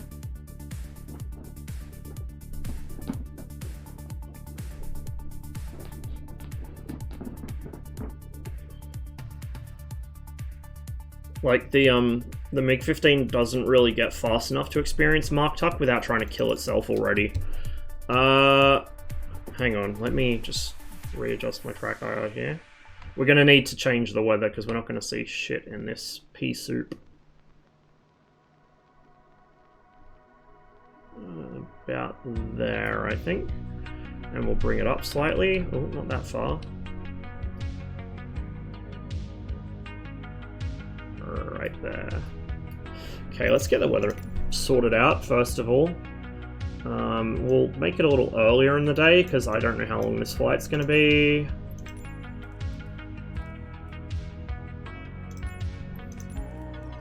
Broken.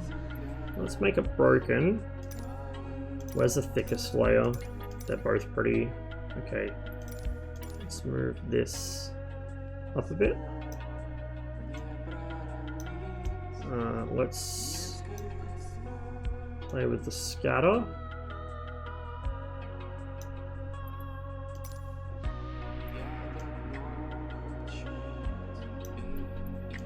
Bring these up.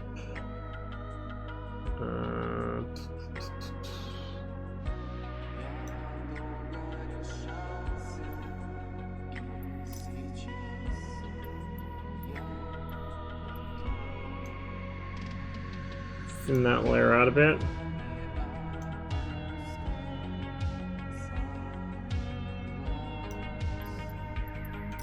I love this song so much.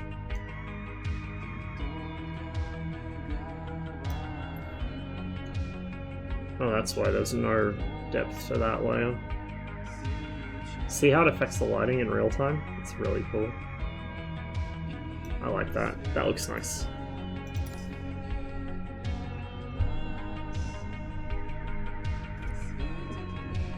What is Mark Tuck? It's when the center of pressure shifts due to going through the sound barrier, and it actually changes the way the aircraft handles. Like, because you're shifting the center of pressure backwards from memory, the aircraft will start to get nose heavy and it'll start to like dig in, so you'll need to back trim. Some aircraft experience it more than others. And then there's almost like a... Once you get up close to Mark II, you get almost like a... I'm not going to say inverse Mark Tuck, because you don't, but you get another effect where, depending where the controls in the aircraft and the tail surfaces are positioned, like the MiG-21 for instance, around Mark II, the MiG-21 loses tail authority. You can still turn, but not very well, because the center of pressure has shifted so much that the airflow over the tail isn't really doing much. Gonna blow up something? I blew up today, so I've stopped with DCS. I'm not in the mood for that shit. So if you want DCS, it ain't happening today.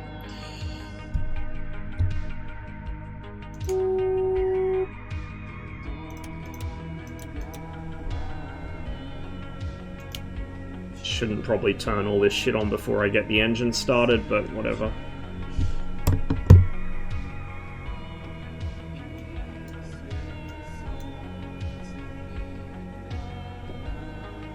Parking brake should already be on.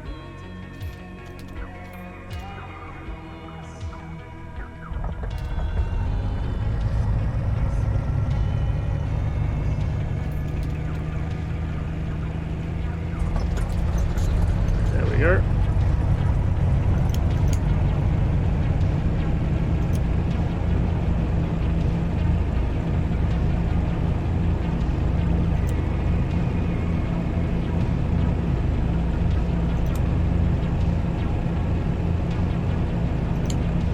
Avionics on. Get the weather radar to standby. I'm not sure how well this is going to work. The weather radar on this thing's really spotty, to say the least, but we'll see how we go today. Yeah, I love the Skymaster. Wonderful little plane. Okay, let's get rid of the parking brake. Said let's get rid of the parking brake, not let's start rolling.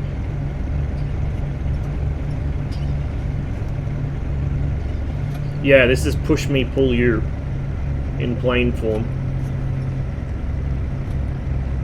I'll show you the... Oh, I should have changed to one of the new liveries I've got.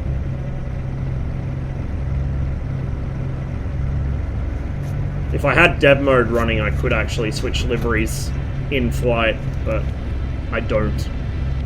Because dev mode fucks with a couple other things in the sim.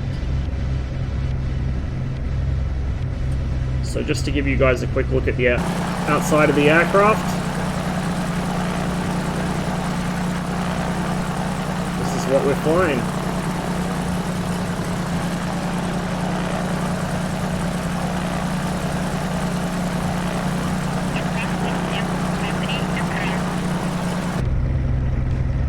Werner, thanks for the resub. Appreciate it, man. Good to see you. Now, before we do take off, I'm going to, if I can remember where they are on Cessnas, I'm going to turn my cockpit lighting on, just because I like the look of it. We don't really need it, it's broad daylight, but oopsies. Really need to unbind zoom from the scroll wheel. I do actually have zoom set to an axis now. Turns out there is an axis keybind for it, I just never saw it before, so I've got zoom bound to an axis on the thumb hat actually on my stick. I might swap that around though, put it on the throttle on one of the center detent sliders.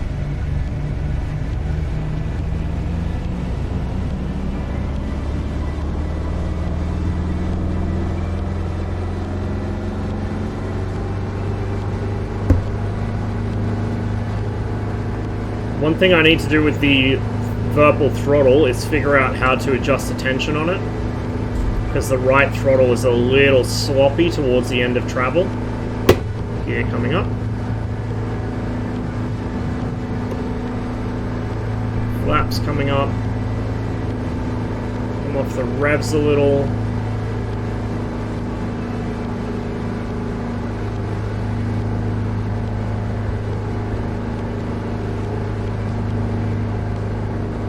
Drop back to 25, because that's right where my detent sits, so I can just let it sit there. We're going to need a little bit of rudder trim, it looks like. Which direction does she want me to... She wants to go left.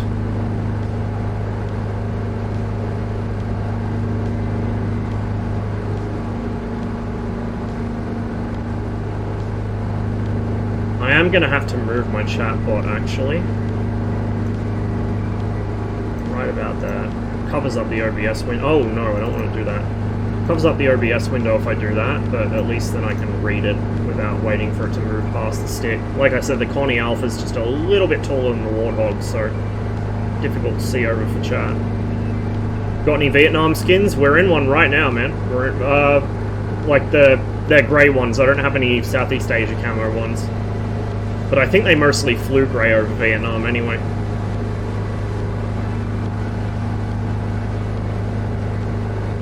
Oh man, look at the sand dunes!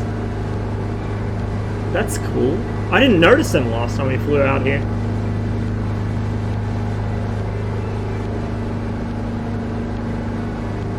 I found dev mode was fucking with the logbook, and although the logbook's annoying and doesn't record shit properly, I like having at least a kind of loose running tally of how long I've been flying and what. So, maybe that was just me doing something wrong, but it seemed to not like it. What throttle do you use? It's the 3.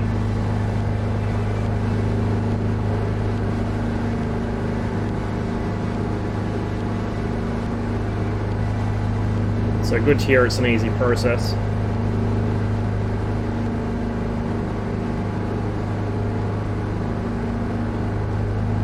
Car casually crossing runway. Yeah, the airport traffic is a little goofy at times. They like to cross active runways. Nose down trim here. Kind of half pulling the stick back without thinking about it. And I need to scale this out a bit, which is the other direction. So Santiago should be like down here somewhere. It would have been a good idea for me to actually look up what the airport identifier for Santiago is and plug it in while I was on the ground, but I'm not a smart man.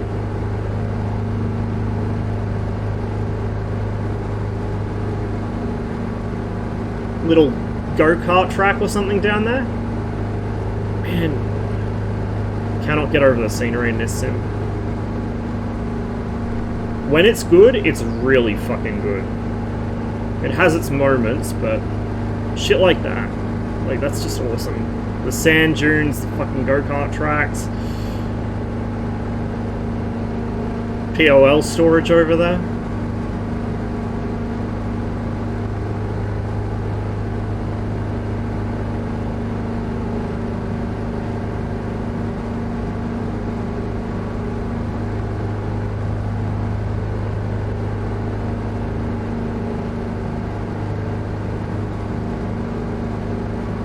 Bottom plate and adjust with a wrench. 11 mil. Okay. Yeah, sweet. I'll do that later on then. I feel like I'm still out of trim. Well, of course I'm out of trim. It's me. I'm never in trim. But we'll fiddle more with it as we go.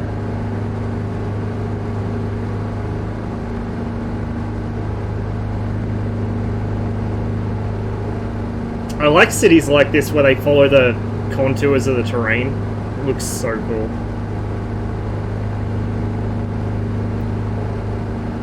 Once we actually get to Santiago, because I've done a quick flyover just to check the scenery worked. The scenery has some issues with the photogrammetry. It's slightly different in color to the default scenery, and there are areas where it doesn't line up, so you'll see gaps in the terrain. Similar issues to a lot of photogrammetry scenery I have, but from the air it shouldn't be so noticeable. The color difference will be, but the gaps shouldn't be, hopefully. And fingers crossed that'll get fixed in a future patch. It's just that for such a large city, having photogrammetry like that is nice. Even if it's not without issues. Hey, Super. Got a question? Shoot. Found one use for the analog stick on the Constellation. Vegan? Yeah, the RB05. Yep, that's exactly what I was going to use it for. The MiG-23 will have a use for it too. For the fucking Miotka and Kar-23. Yeah, we just took off, Super. So, remember where I landed last time in the P-38? We just took off from that airfield. We're going to follow the coast south a bit, then we're going to turn inland and see if we can hit Santiago. How long do eggs last? I don't know, but if you're not sure if eggs are good or not, take them out of the fridge, fill a glass or a cup or something with water, put the egg in it. If the egg floats, it's bad, chuck it. If it doesn't float, and it sinks to the bottom, it's still good. Or you can test the way my sister does and put it in the fucking microwave.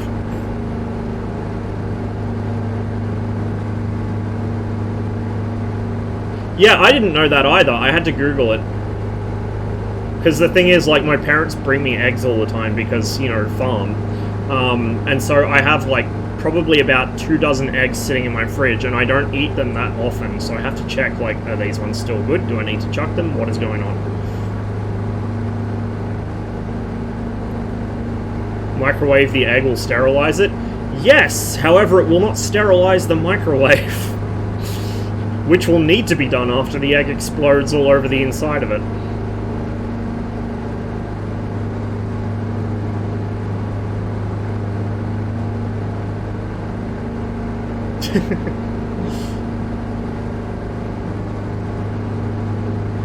Yeah, the reason that is because the, as the egg goes bad, it breaks down and forms a gas bubble in one end. Eggs will normally have a small gas bubble towards one end when they're still good to eat, but the worse that gets, the less good the eggs are to eat. So if it sits on the bottom, on its side, it's good. If it kind of sits halfway pointed up, it's okay. If it sits on the bottom vertically or it physically floats, chuck it.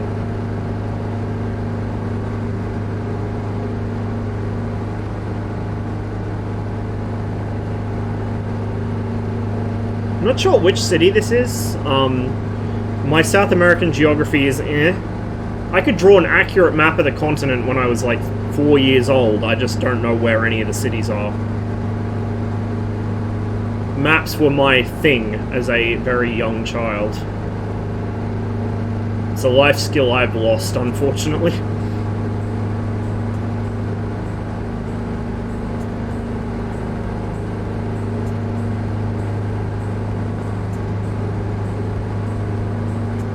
Make a frittata or something? Dude, I can't cook. I cannot cook.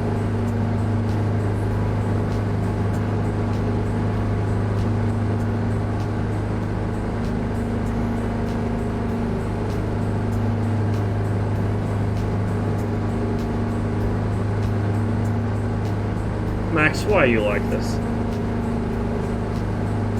Yeah, it really is conkers. It really, really is. You know what I'm gonna do is I'm bleed out my mixtures just a little.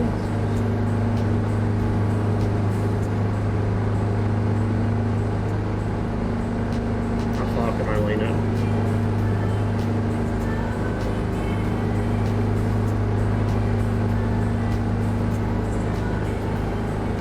That appears to be having no effect on my engines.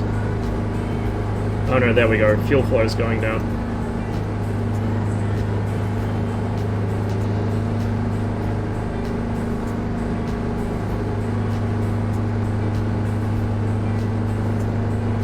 Yeah, exactly. Like, if DCS had scenery even close to this, imagine it. Like, you would actually be able to VFR properly in DCS for once.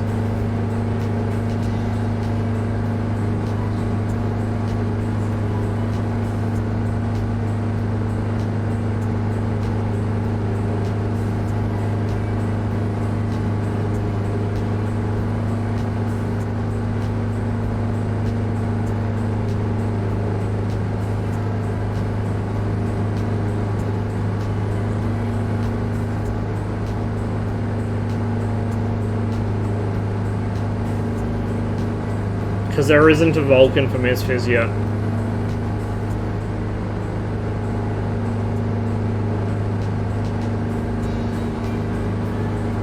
There's a dam over there.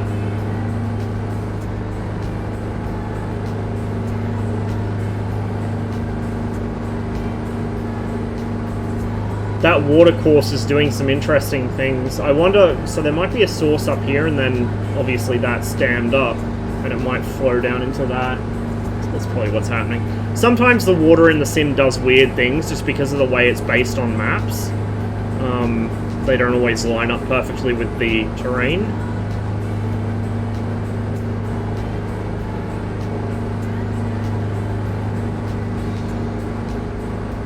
How are the flight models? It depends heavily. It varies from module to module. Oh, we forgot to turn our weather radar on. I don't think it's going to do anything though. There's not really much weather to radar down here. Some modules are really, really good. Some are really, really bad. Most of them are in the middle. So, if one of the mods could drop a shout out to CCM, CCM is like my barometer for whether something has a good flight model or not, whether I buy something or not. And if he mods it, I will usually buy it after he's done that. So for those who aren't familiar with him already, CCM, Canadian Captain Mustache, is a real-world pilot, as many people like to say they are. He actually is, with a lot of hours on twin-engine aircraft in conditions that coincidentally involve really bad visibility with a lot of IFR work, low level, low speed in mountainous terrain over trees, just coincidentally. And so he goes through, yep, that would be him. He goes through and he does a lot of actual flight testing on MSFS aircraft, because a lot of the devs clearly do not flight test their own aircraft beyond flying around on autopilot at flight level 30 something. And a lot of the community is the same, like especially with the tube liner guys, they will just take off, engage autopilot, watch YouTube for 5 hours, come back, land the aircraft, and they'll complain if the autopilot doesn't work right, but they won't complain about the flight model. Because they don't know what the flight model is supposed to feel like. And even with general aviation stuff, which you would expect to be better, a lot of stall and spin behavior just isn't modeled at all. Single engine out on twins, not modeled well. So something CCM generally does in his mods is he will have to redo all the stall behavior because the aircraft doesn't do it properly. I have not done really any stall and spin tests in this thing, so that might be something we can do today. After we hit up Santiago, we'll climb up to altitude and we'll do some stalls.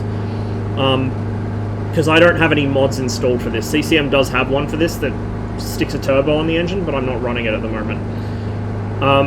But for instance, the 310, which we'll be flying later, he has already got a mod out for that, because while its single engine behavior is really good, its sort of power off and gentle power on stalls were not. It just kind of mushes forwards. which is what most things in the sim do. If they stall at all, they'll just mush forwards. Wing drops are very uncommon. He just went live. Ah, fuck! I was hoping I could catch his next stream. Motherfucker. I'll have to catch the VOD for it.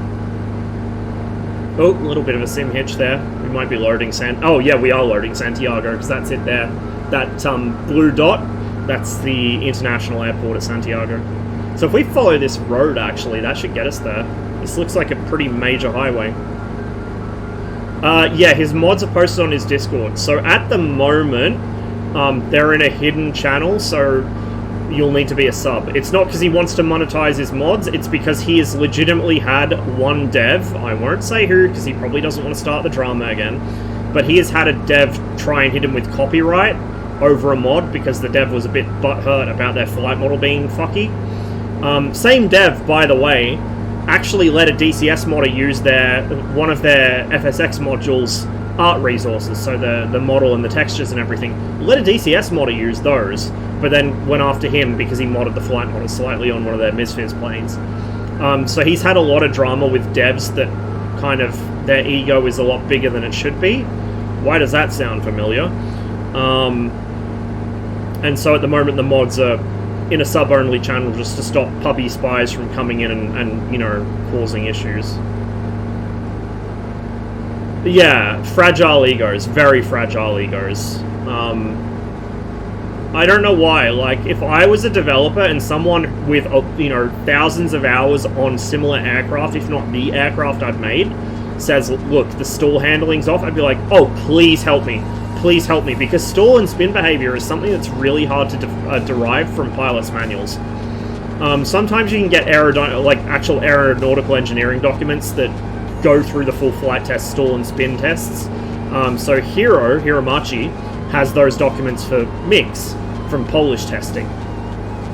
But those are really hard to get for a lot of aircraft, and for commercial aircraft you probably won't get them more often than not. You'll just get restrictions like don't fly at this speed in this configuration, or you'll, you know, good luck, basically.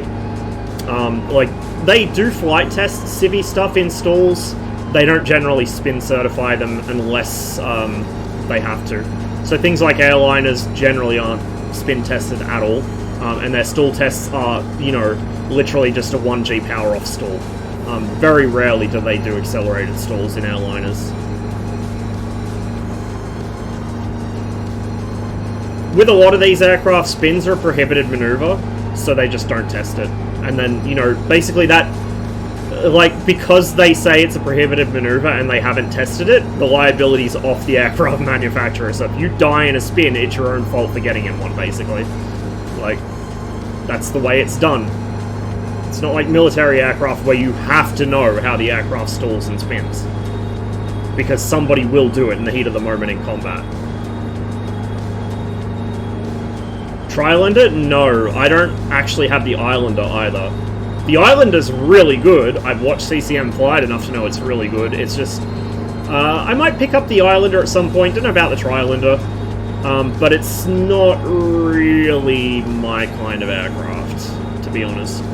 I'm slowly edging into civvy stuff. Like, I never really had much interest in GA until quite recently. You know, I still can't really tell a Cessna from a Piper or a Mooney from a Beach. Like, they all look the same to me. I'm a GA racist, apparently. But yeah, like, I'm slowly easing into the civvy stuff, and there are certain civvy planes with military connections, like this, for instance. This was used as an AFAC, as well as counterinsurgency. AFAC over Vietnam and counterinsurgency in the Bush War. So this has an interesting historical background to it, and it's a cool little plane. And some of the Pipers I'm starting to develop a bit of an appreciation for as well, so I'm easing myself into the civvy world.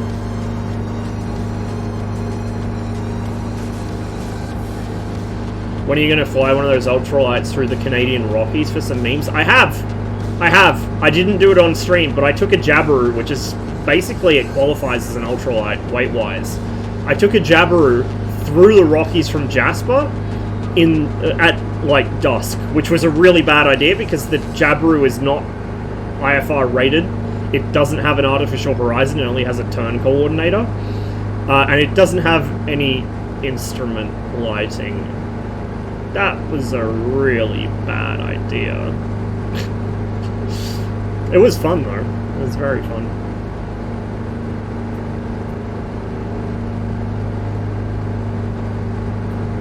The end of the day we're doing 55 knots though. The end of the day we are doing 155 knots. There is a 1 in front of that number.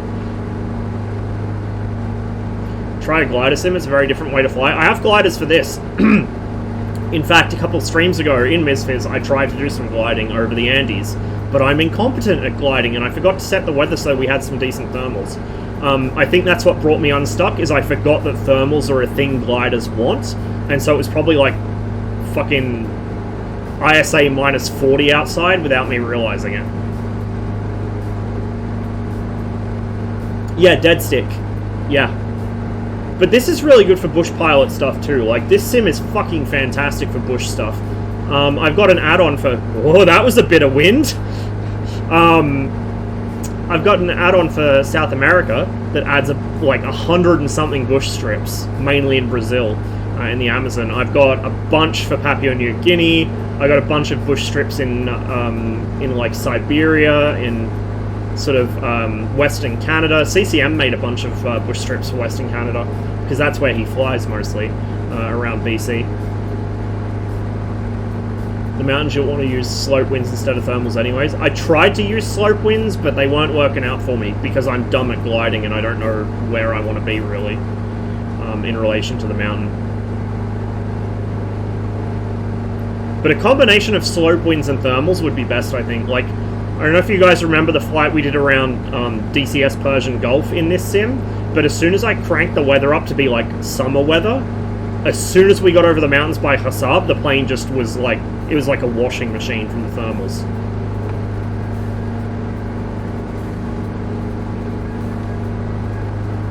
I would say this stick definitely is going to make it a lot easier to fly things like the Spitfire in this sim, because I don't need to put as much pressure on the stick to hold against the torque. Now this thing I don't need to worry about the torque. I think the engines in this counter-rotate, but it doesn't have much power anyway, relatively speaking. The Spit you need to hold left stick because of the torque from the engine. Which is why in real life the Spitfire had a spade grip. You know, spade grips seem like a really bad idea to people that fly with fighter sticks in modern planes. When you have had to fly a Spitfire for 3 hours with a fighter stick, you get a really sore hand from holding it left.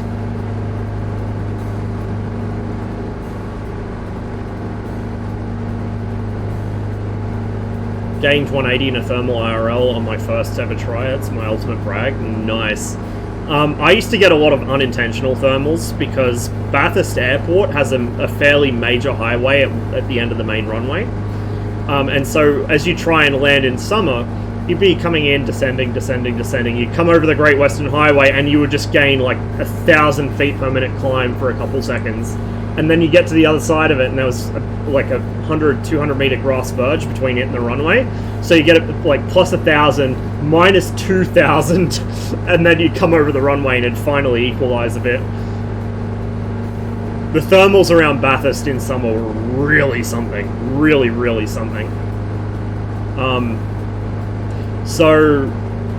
This is something that came up in CCM's Discord recently, is there's a lot of people that play MSFS and complain about, oh, my turbulence. There's too much turbulence, especially if they fly airliners. They're like, oh, the turbulence is too high. No, motherfucker, turbulence will bounce your head off the fucking top of the cockpit. Like, these people who say turbulence is too much either aren't pilots or fly in fucking minus 20 weather year round. The only 3 flights in my life as a pilot that I ever had without turbulence were because I was flying before 9 AM at winter, you know, in winter weather at Bathurst. So it was like minus 3 outside, and it was early in the morning. No turbulence. It was so smooth, I took my hands and feet off the controls and just fucking chilled. That's the only time I've been able to take my hands off the controls for more than 2 seconds. Because in Bathurst, not even in summer, just normally, but especially during summer, if you take your hands off the controls for more than about 2 seconds, the plane will end up in a steep bank, or doing something else you don't want it to do. because the thermals are that intense, and the turbulence they cause is just like off the fucking chain. The end of runway 26 at Bathurst. So 26 is the cross strip. There's the main runway's 35, 17. 35 is usually the active end, and then there's 08 and 26. 26, because this is a shorter dirt cross strip, mainly used for crosswind operations. 26 has a lumberyard off the threshold, and the lumberyard has a pine tree windbreak. In summer, with the prevailing wind coming from the south like it usually does, like if for whatever reason you have to use a cross strip instead of 35 or 17, so you're coming in runway 26, winds from the south, and it's a bit warm. As soon as you're on short final, you enter the turbulence coming off the lumberyard buildings and the tree line, and you are doing these ones all the way down to about probably 100 foot off the runway.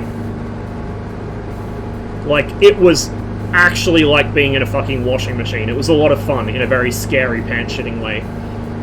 There's good experience though. Like, that was part of the reason I would use that runway, is to get the crosswind experience in turbulence. But people that say turbulence in this sim is too much, no, it's too little. There is not enough turbulence in this sim compared to real life.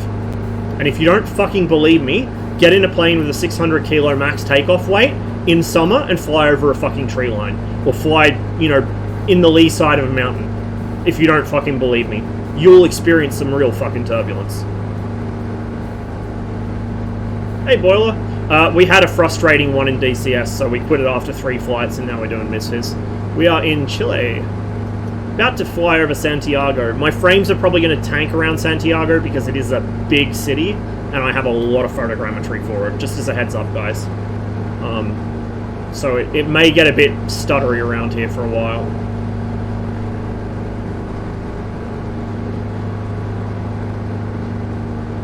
But yeah, like, MSFS turbulence is actually too subtle. Way too subtle.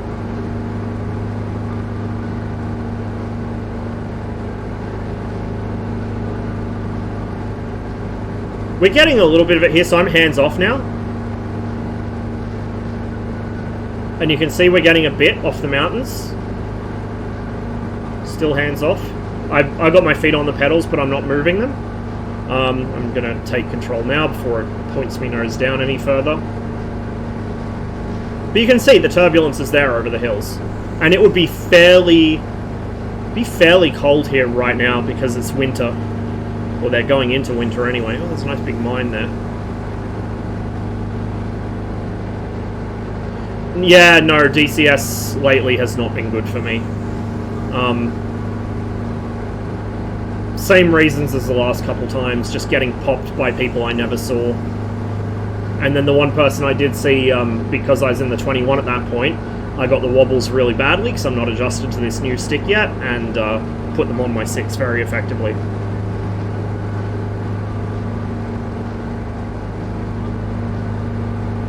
I wonder if MSFS simulates all the smog around Santiago. That's a good question, actually. I can't turn it on live weather now to check because this whole area is fogged in.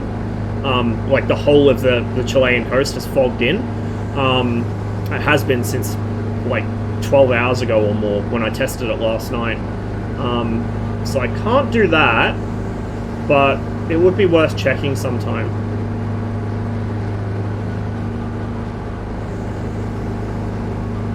How's a new stick treating me? It's taking some getting used to. It's actually really good in the MiG-19. Really, really good for the MiG-19. It's really good for this sim as well. It's just that the MiG-21 is going to take some learning, I think. I reckon this stick would be a fucking killer for the F5 in a good way, not a bad way. Like, this stick with the F5 gives you such fine control. I reckon it would be absolute fucking tits in the F5. Like I said, Santiago, bit of a chungus. It's a pretty big city. Now, bear in mind, I've lived in Australia for long enough that my expectations for big city are really warped. I am from a big city. I'm from Edmonton, which is pretty sizable. Not the biggest, but pretty fucking sizable, especially as far north as it is. But there aren't many Australian cities that compete with this in size.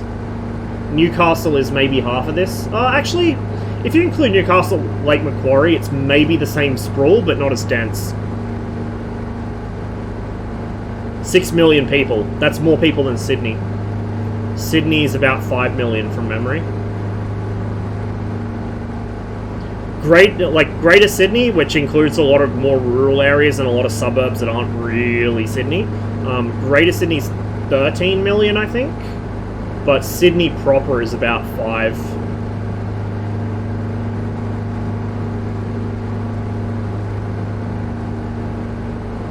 Yeah, Santiago looks like it's about Sydney-sized sprawl, kinda, maybe. Like, Sydney CBD out to the western suburbs, maybe, is about the size of Santiago. But Sydney is really sprawly, like, really phenomenally sprawly. So you can see what I mean, the colour difference between the default scenery with auto-gen, which is there, and the photogrammetry. Oops, if I can avoid sticking my head through the perspex. That's photogrammetry below me now. Yeah, Edmonton's more than 1 million, I think. Because Edmonton is the furthest north city in North America with more than 1 million people in it.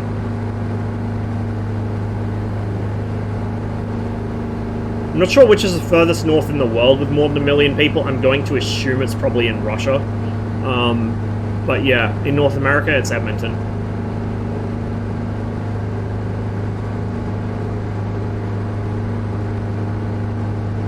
So we're going to kind of fly around the outskirts a bit, and then we'll double back to the center of the city. So it's in a big valley. It's a good place for a city.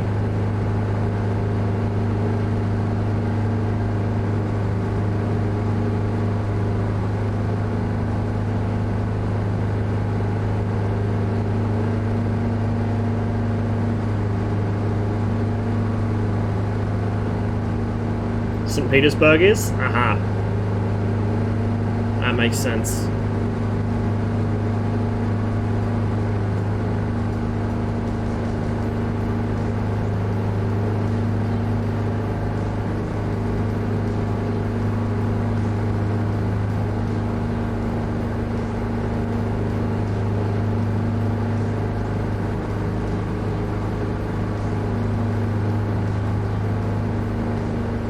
This thing is just such a joy to fly. I really like the 337. So this is made by Carenado. So it's interesting, Lumber plays a lot of X-Plane. So I would generally trust his judgment when it comes to X-Plane modules. He said that in X-Plane terms, Carenado stuff is considered shovelware, but in MSFS terms, it's actually really good. So I don't know if they just put more effort into their MSFS products, or if everyone else is that much worse in MSFS.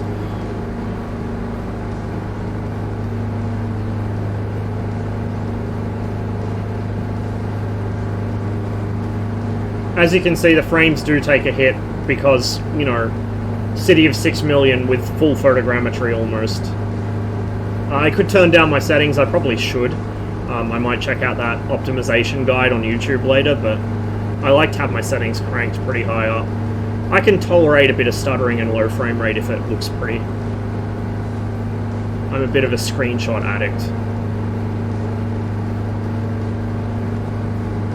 So this is auto-gen under the left wing. And then we hit the edge of photogrammetry there. That looks like a little bit of photogrammetry on that hillside. It is, actually, which is interesting. Very small area for it.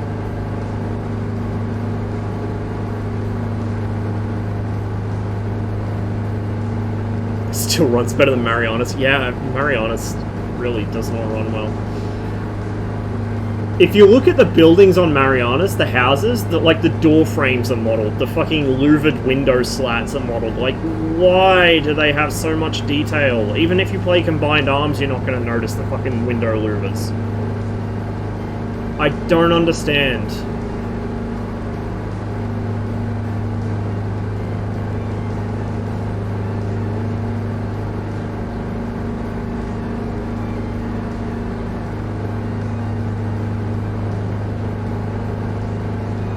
Fuel did I put in? Yeah, we're about half.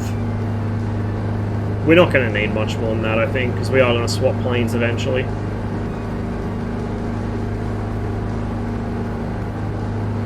That looks like it's meant to be some sort of palace, presidential palace maybe, instead of a bunch of apartment blocks.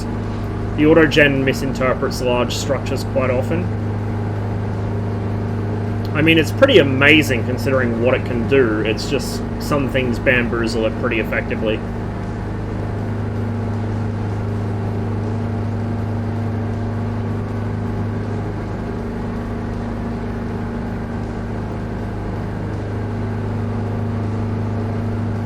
So the city is nestled right up to the hillsides. It's kind of like Sydney.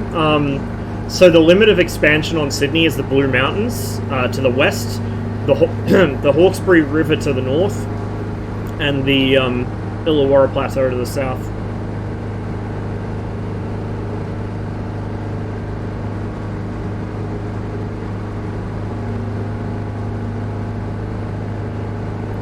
Made you pick the crosswinds over the Virpil pedals. Did the same boats just because I was able to get them quicker.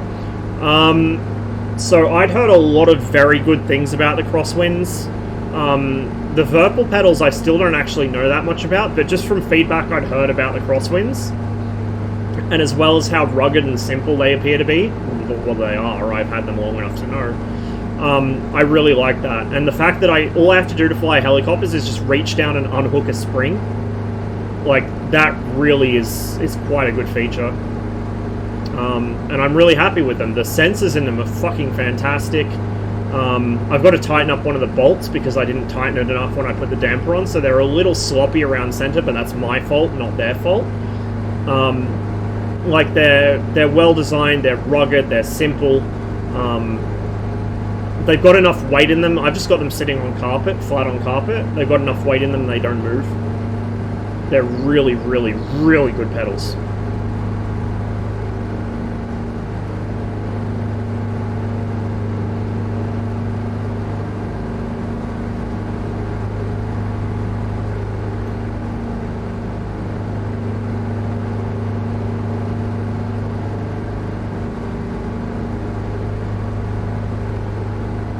Follow this river for a bit.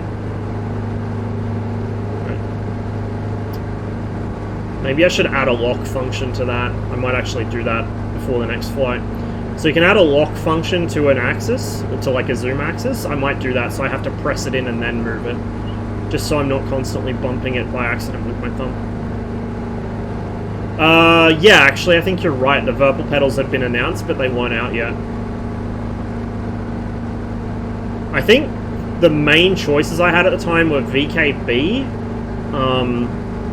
and the Thrustmaster TPRs, and like the whole point of buying the crosswinds was to get the fuck away from Thrustmaster. I wasn't about to give Thrustmaster more money for another product which would break in a year or two.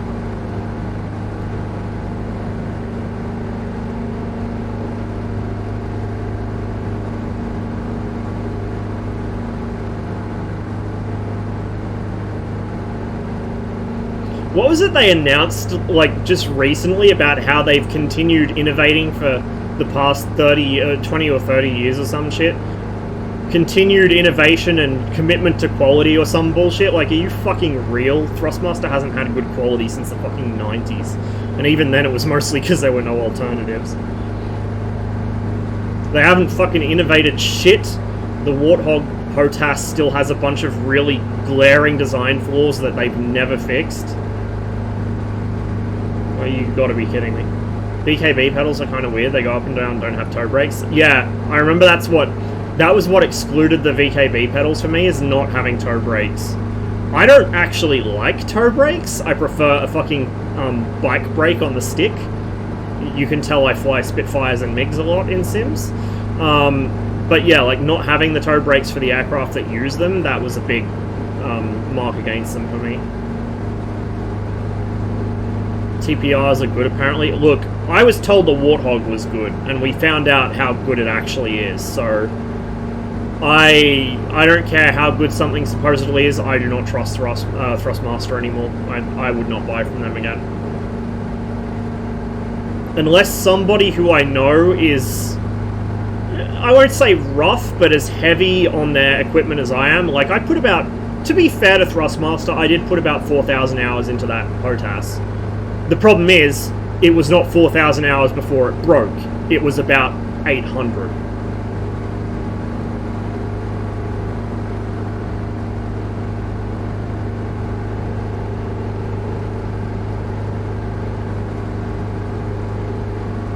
Hey man, I've yet to have a single problem with the crosswinds. Yet to have a single issue with the crosswinds. And I abuse them a lot more than I abuse the fucking TFRPs. Like, I boot these things hard and they tank it like it's nothing.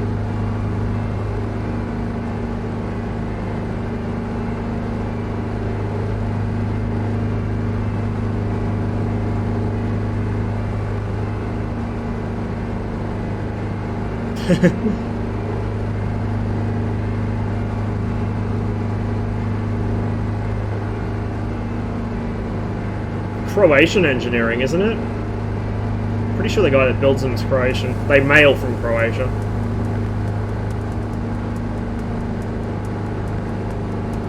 Just dial back the power a little here. Descend a bit.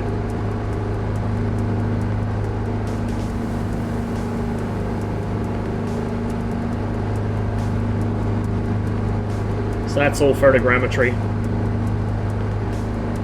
Down there.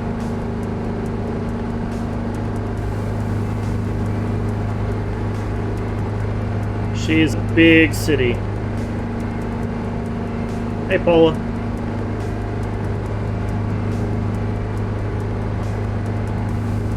I'd love to visit South America sometime. I have never been there.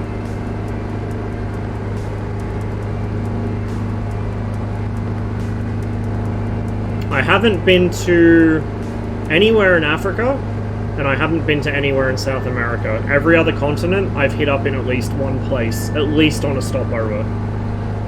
I've only visited Asia on a stopover flight 2 or 3 times.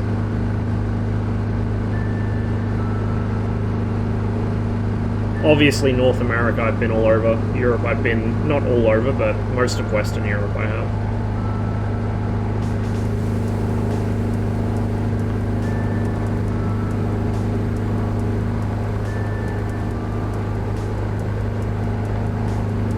Blame me for no reason and allow them to blame me? Rude. Very rude.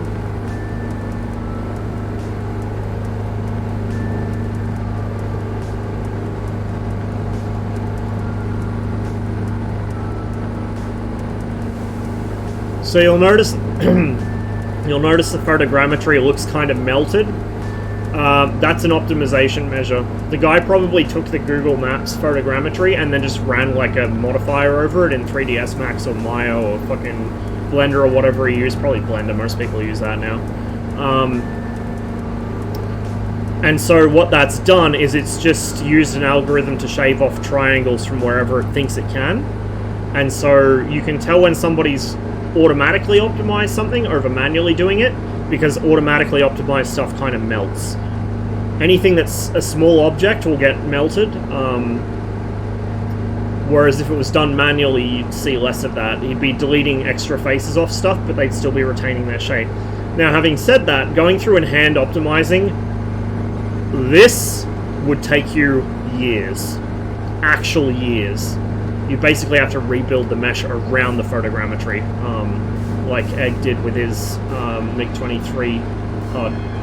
So that's why people use automatic optimization modifiers, but they do cause some pretty unpleasant visual issues on smaller buildings. The big buildings they're fine with, it's just the smaller ones. Like you can see the single houses just get turned into vague blobs.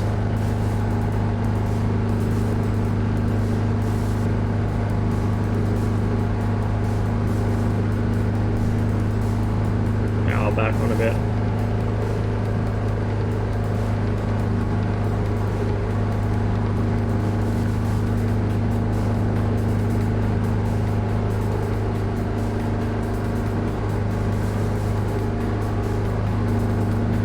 Panama Canal and found the building you fight in. Max Payne 3. Nice. I don't think I played 3 yet. I played 1 and 2 years and years and years and years ago, but I don't think I ever played 3. I should probably do that sometime.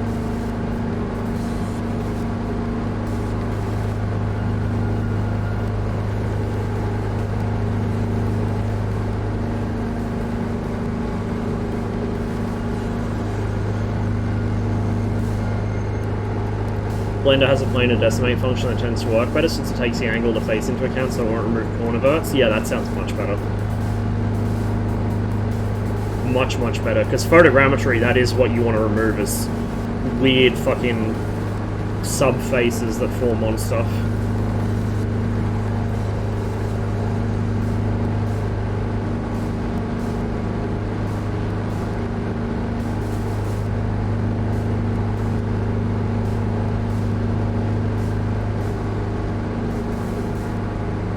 Blaming for having to deal with an Australian defence contractor who was a dick.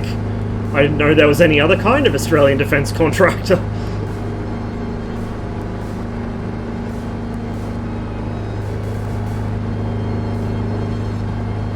Alright, so we've done a bit of a fly around of the town. We could get really into this and do like a fucking search pattern over the city to inspect every little detail. You can see, by the way, what I meant about the elevation data leaving gaps right there. We could do that, but I don't really want to do it today because I want to do some other stuff this stream too. So let's put on a little bit of power.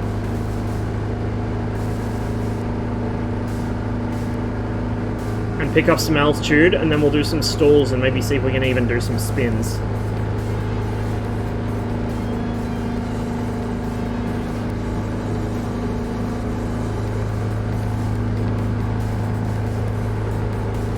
I'm not actually sure what your best climb speed is. Best rate of climb speed in the 337 is. It's usually a little bit below white arc, so we'll call it probably about 100. Blue line's at 90, so we want to stay above blue line as much as possible. I mean, with some altitude to recover, it doesn't really matter, but... Well, it does matter, but it's, like, not as big a concern.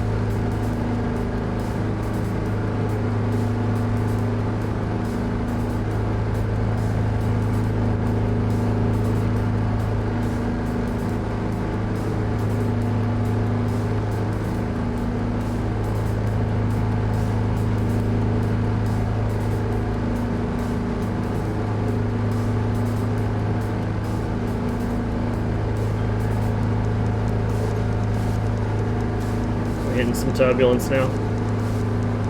Yeah, so turbulence in the sim is pretty gentle. Like, real life turbulence can and will put you in hospital. Like, there are news articles you can find about airline flights having to send passengers to fucking hospital in serious condition because of turbulence.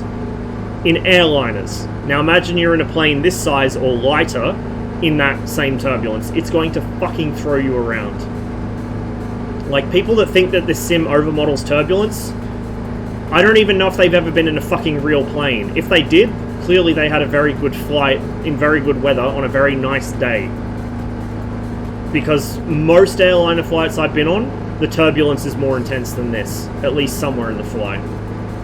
I've never had turbulence bad enough to throw me out of my seat or send carts up and down the aisle, but I've been in some pretty rough turbulence.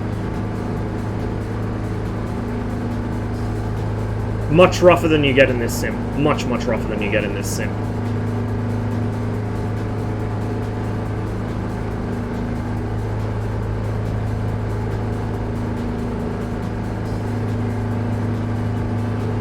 Another airfield down there. So we've got a landing site if we need to land. Fuel's still good. This thing kinda sips. Kinda sips.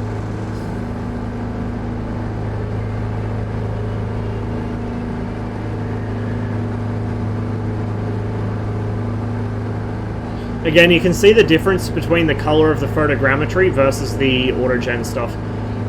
This is the biggest issue I have with a lot of, especially the custom photogrammetry scenery. The inbuilt stuff is not so bad because the AI blends the colors better, but a lot of the time you'll get distinct borders between photogrammetry and autogen. It's quite obvious. Why is there so little turbulence in DCS? Because DCS is not a flight sim, it is a procedure sim. DCS does not model weather to any useful fucking degree. It has the beginnings of a weather system, but it doesn't work properly. And we lost weather features when we got the new clouds. Just to drive that home, to get new clouds that look pretty in videos, we lost some weather functionality. People don't realize that, because most people don't understand weather is a thing that affects airplanes. Like, your average DCS player is not a pilot, your average DCS player is a software engineer. Or someone, you know, I know probably a lot of you guys are in IT because that's how you have time to sit and watch me stream during work hours. That's cool. I'm not going to hate on IT guys. But a lot of DCS players are, you know, not experienced pilots, and they're more systems oriented because they are IT guys. So they're more worried about all this page, that page, having every correct little detail, and less concerned about the aircraft flying properly, or the air behaving like air. What do we lose? Dynamic weather to a degree. So the new clouds are static. They do not move. You can set the wind to 1,000,000 miles an hour, the clouds will not move. Because the new clouds are populated on the map through a texture file. If you know how PBR rendering's done with roughness maps and stuff, it's similar to that. That's how it populates clouds. So you can edit that texture to change the cloud presets if you want. I don't know if it passes integrity check, I don't think it does. But the clouds will not react to the wind.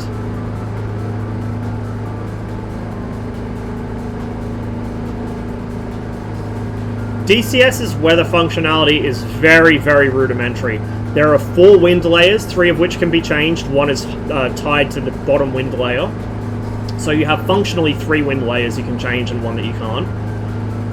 You have 3 layers of clouds. Even with the new clouds, you have 3 layers of clouds. What do we have here? 32 or something like that? In fact, probably more, because you can dynamically adjust them, fully dynamically. Like, once I land here and we're going to swap planes and do a few other things, I will show you guys.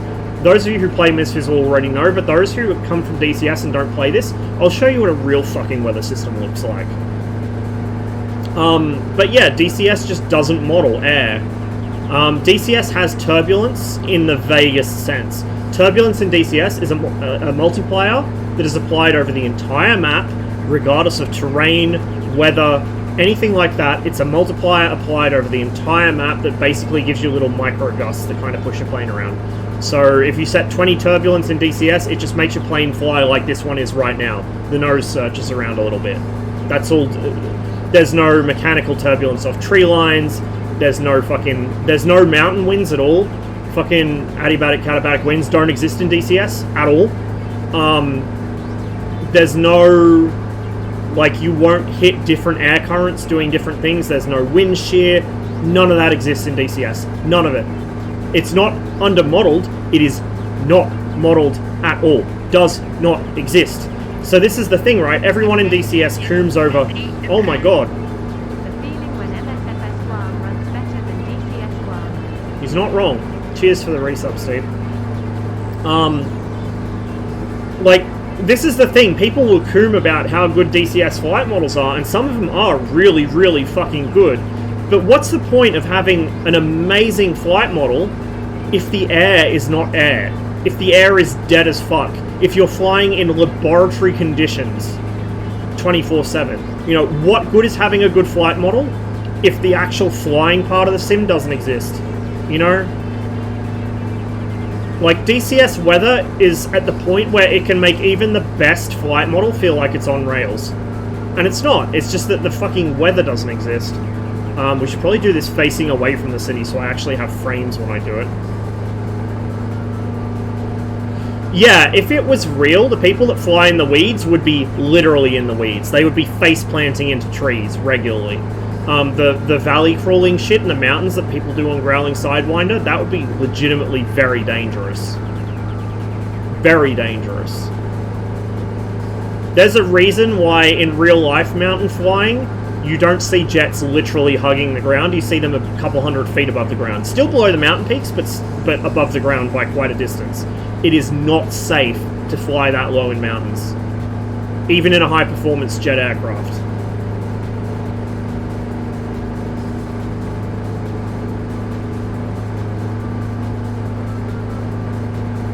Okay.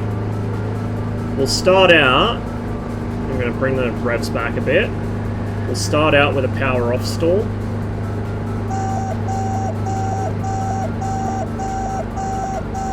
I haven't found the horn silencer yet, guys, so you'll just have to deal with it.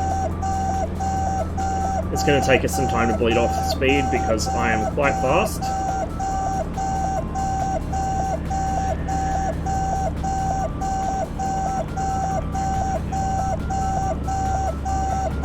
So I'm going into this not actually knowing the stall speed for this aircraft. I'm going to guess it's probably 50-something knots. Like, low to mid-50s, maybe.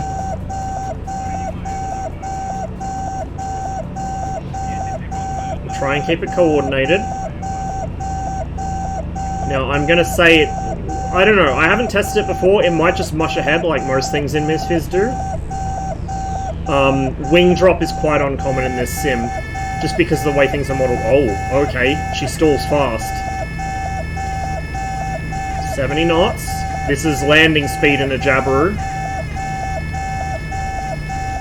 We got it! Oh! Oh, I like this plane even more now. Power on. Get her the right way up. And recover. I like this plane even more now. It actually stalls. Okay. Good flight model. Good flight model. Stamp of approval.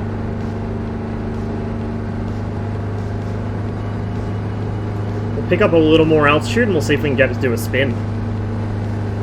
What plane? It's the Coronado 337 Skymaster.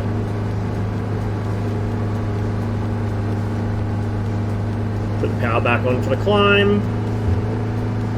You'll notice, look at the manifold pressure. Because we're so high up, we're losing a lot of engine performance. We're only getting about 19 inches instead of, what were we getting down low? About 30-ish? Full throttle? I'm full throttle. It's against the stops and I'm getting 19.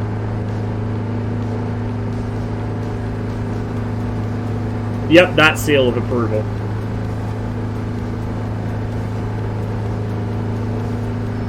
So we're up at 11,000 feet. Can we get her up to 15? We'll try it. It might take a while, but we'll get up to 15 if we can.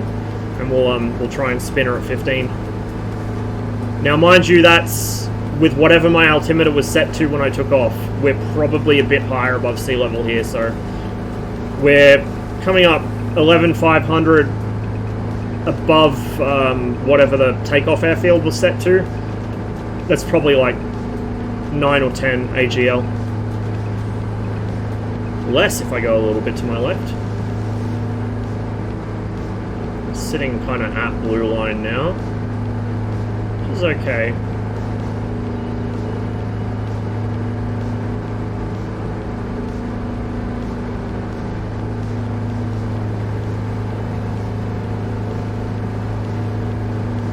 Well, let's go from 12. 15 is going to take too long. Let's go from 12. So we'll dial the power back a little so we don't blow the engine.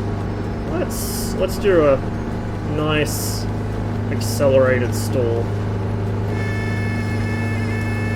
See how much higher our stall speed is because we're in this turn?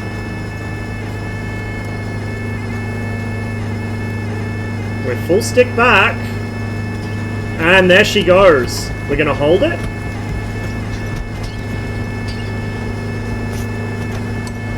Going to release the stick. She recovered. So she doesn't want to spin. I'm not sure if it's just a spin-resistant aircraft in real life, or if it's just I didn't give it very good conditions for one. Oh, we're past the red line. I noticed that too late. That was an overspeed. But no, the stalls are good. Stalls are good. I like that very much. That's how it should behave. A lot of aircraft in this sim will just march forwards.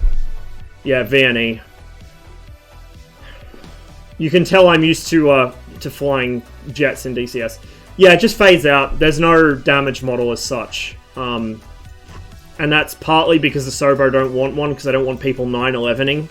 And partly just because a lot of CiviSim devs never make them anyway, because it's effort for something most people aren't going to use. Because most people are fucking cowards.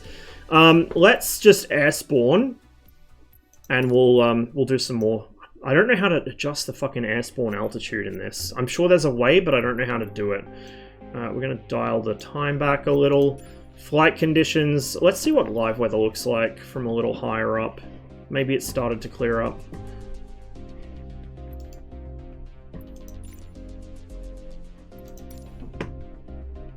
I need to watch my speeds more in these Civi planes. I'm not used to them.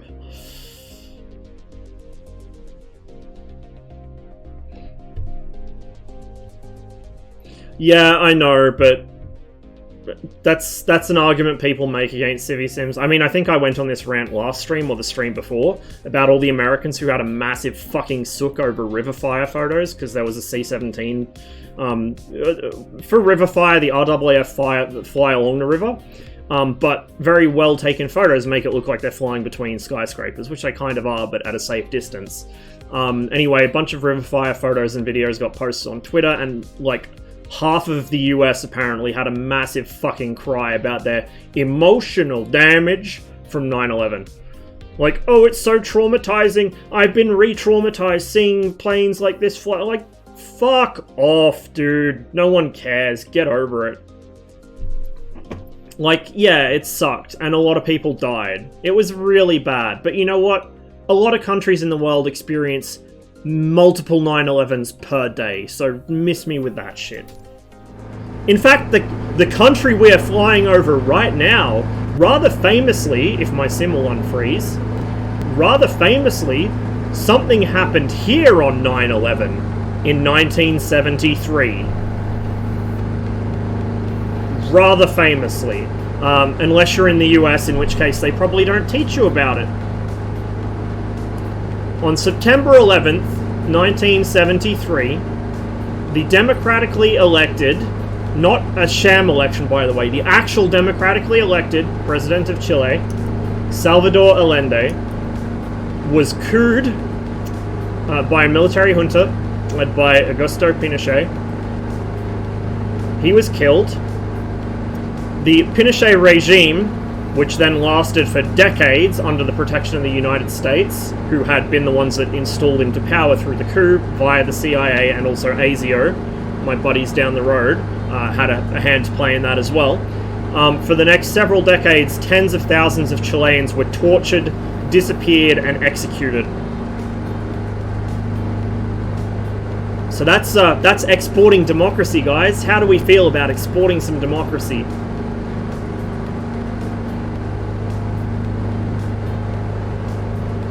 I'm going to have some really bad frames while the scenery loads in. I think that answers your smog question, Super. I think that answers your smog question. She's a bit smoggy.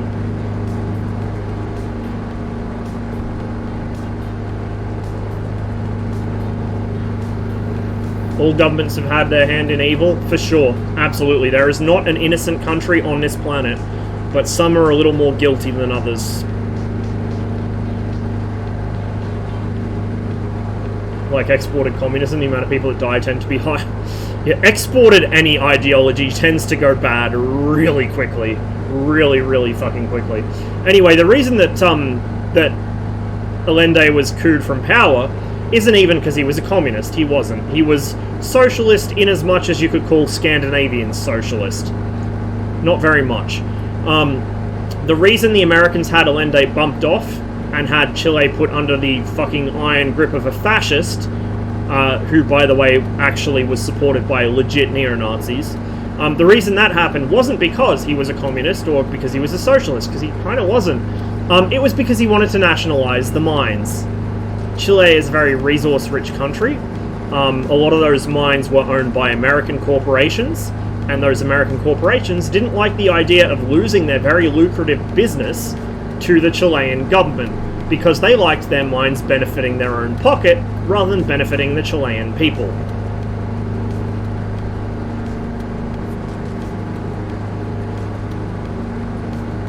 So yeah, like I said, some countries have multiple 9/11s happen all the time, and Chile literally had its own 9/11 with a much higher death toll over a much longer sort of span of time. Again though, that's not to detract from the fucking horror that happened in the US in 2001. Like, that was fucking awful. And it's been bad for all of us. Like, the after effects of that attack have been bad for the entire fucking world.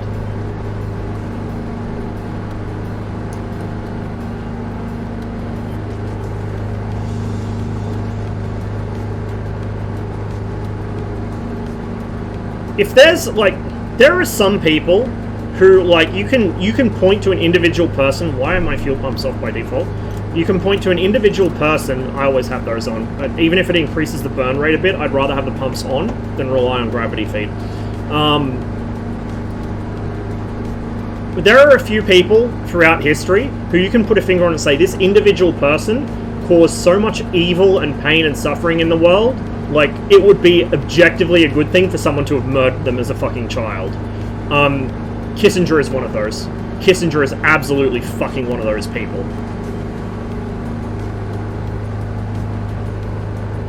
Not only was he behind things like that, but he is also the man who sabotaged the Israeli-Palestinian peace process back in the 70s, which obviously had implications we all know of for Israel and Palestine, but also had broader implications in the Arab world because it turned the Arab states against each other, which is exactly why he fucking did it.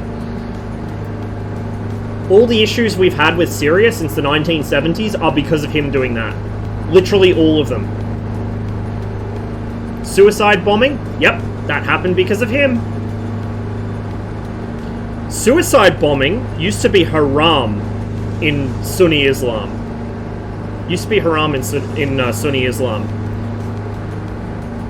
But the Shiites in Iran, when the revolution happened there, managed to successfully export the idea of martyrdom, kind of elevating you above that. So previously suicide had been haram in Sunni Islam, but Shia Islam involves a lot of sort of like self-flagellation ceremonies and stuff, kind of like some Christianity sects do.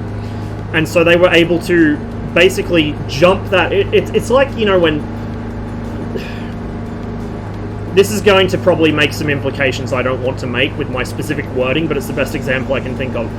When a pathogen jumps hosts, not this shit again, when a pathogen jumps hosts from one species to another, it was kind of like that. The idea that you could blow yourself up, you could martyr yourself for the cause, jumped from Shia Islam, I fucking hate this shit, jumped from Shia Islam during the Iran-Iraq War to Sunni Islam with Syria specifically. That's where suicide bombing as a form of terrorism by Sunni Islamists comes from. Happened because of Kissinger. Yeah, this shit drives me up the wall. It'll disconnect, it'll turn off photogrammetry, then it'll reconnect. And so I have to go here and turn this shit back on, and then hit this, and this will load for 5 minutes and sometimes crash.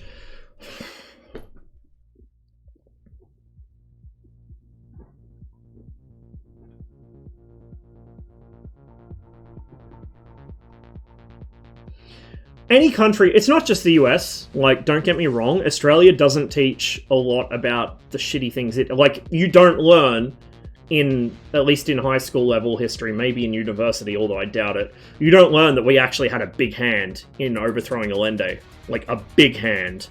You do learn about a lot of the atrocities committed against Aboriginal people because they kind of can't get away with not teaching that anymore. But it's not as in-depth as it could be, that's for sure. And you don't get a lot of, like, you get a very sanitized view of Australia's interactions with other countries. And a very glorified view of Australia's role in World War I. Like, there's a reason that the Anzac Legend is called the Anzac Legend. It's because it's been deified into a national founding myth. Now, is that to detract from what was done at Gallipoli and how well the Australian and New Zealand soldiers fought? Fuck no, of course not. Like, I'd be the last person to do that. But it's become a national founding myth, so to question it, question any of the popular narrative about it, is, like, absolutely haram here. You can't do it. People will just run with whatever narrative is the most heroic, and you cannot question it. It's like in Russia. If you question a lot of stuff in Russia about, like, for instance, Panfilov's 28. Panfilov's 28 is a myth. It was known to be a myth within less than a year of it being published in the newspapers. They knew it was a myth during World War II, but it had gained so much momentum and had become such an important propaganda win for the Soviet Union, which was at the time still fighting for survival, that it became unquestionable. You could not, and still cannot in modern Russia, especially now, cannot question the validity of Panfilov's 28. You get called a traitor or a foreign agent or something. So, yeah. Like, there's a lot of stuff like that, national founding myths, that you cannot question. And Anzac, like, the Anzac myth has become one of those. And it's actually interesting because the whole Anzac thing really heavily overshadows the involvement of Australian and New Zealand troops in Europe during World War I, which was a much larger part of the war, and a lot more of them died in Europe than they did at Gallipoli.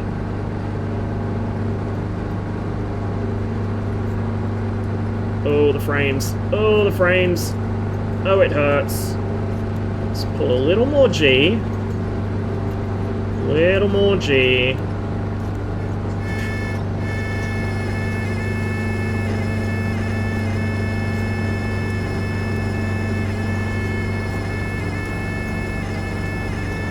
Don't you oh my fucking god, I fucking hate this shit.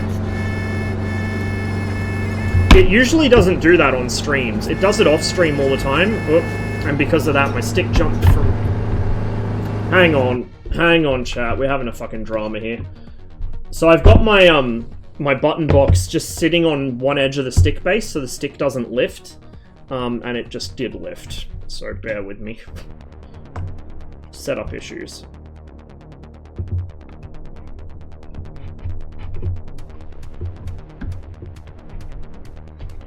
But yeah, like, a lot of countries will not teach the awkward parts of their own history, or if they have to teach it, they will gloss over it as quickly as possible.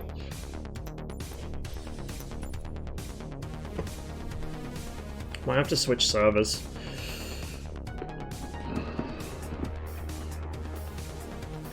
I don't know why it does this shit. My bandwidth is not too low. I have pretty fast internet with pretty good bandwidth. It should not be disconnecting me like this. I think it's a MSFS issue. It's probably on their end at the servers, or it's just the game, you know, freaking out, but it's not on my end. Did you go to high school in Australia? Yes. I started school in the UK, and I did most of my schooling, both primary and high school, in Australia. When I was in school in the US, I didn't even get to World War II. Oh my god. Whoa. Okay. Okay, that explains a few things I've heard from friends then about takes their classmates had in history. You would think if the US was going to teach anything about 20th century history, it would teach fucking World War II, because it was one of the times that they could say, we were definitely the good guys. And we won. In fact, a lot of Americans seem to have the idea they were the sole winners of World War II.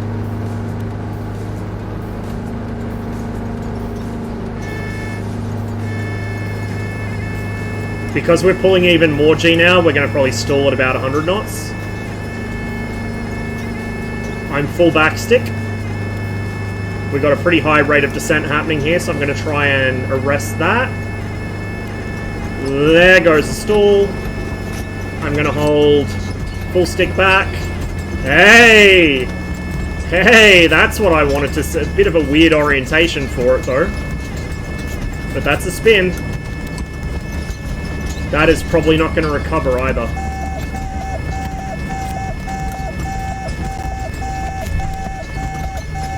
I'm full aileron into the spin and rudder out of it. Oh, oh, oh, oh, oh, oh, oh, oh. Hey, there we go. Whoa, that was fucking vicious. That was very vicious. I was not expecting it to do that. Your Harrison Ford. Help put the brakes on runway incursions by landing on the taxiway. Fucking hell. Alright, let's get some altitude back. We'll try that again. That was a weird orientation to go into a spin, though. She was like belly out spin. I have not seen a plane do that before. So, like, the flight model's probably not perfect, but the fact it spins at all is already a huge improvement over most things in the sim. Like, a lot of stuff in the sim just doesn't model stalls or spins. Or if it does, it's just a forward mush.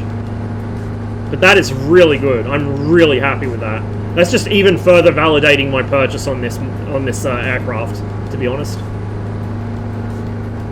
Feels like it's underdamped. A lot of things in the sim are. So that's one of the things that CCM changed on the 310 when it came out, is it was very pitchy, and I've noticed that with a lot of things. This included. This is very pitchy. The F104 is incredibly pitchy, more so than the DCS 21. And that's because a lot of the damper values on controls and like control authority are not really where they should be. They're set too high, or too low, I should say.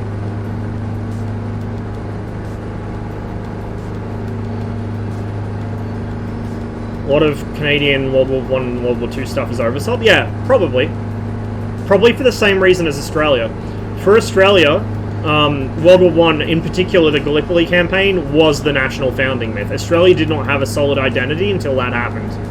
And that's why it's become so integrated in Australian culture. I'd say it's probably similar for Canada. You know, Canada became an actual real country much sooner than Australia did. But it still didn't really have a lot until then.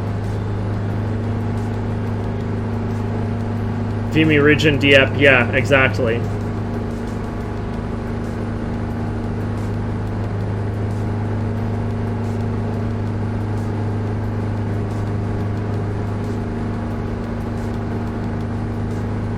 Chinese history class taught us one thing about World War II. We contributed by not surrendering, which is surprisingly correct compared to the other stuff they teach.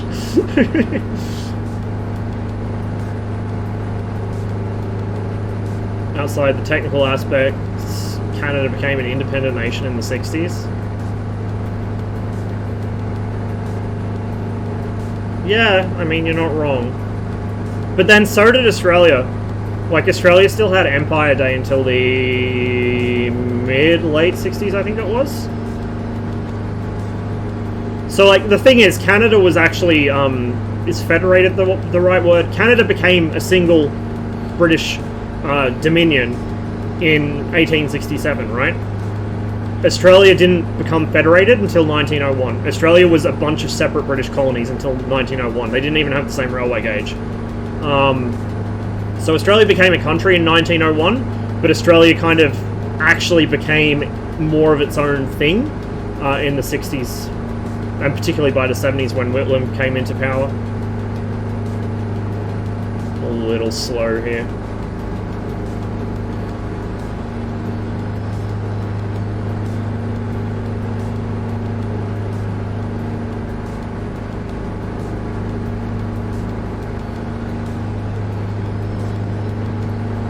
Yeah, maybe. I don't know. My Canadian history is not great because my education happened in Australia, and Australians don't give a fuck about Canadian history, as you might imagine. So I'm stuck trying to remember bits and pieces. Oh, please don't be a sim crash. Please don't be a sim crash. Please don't be... Oh my god, thank fuck.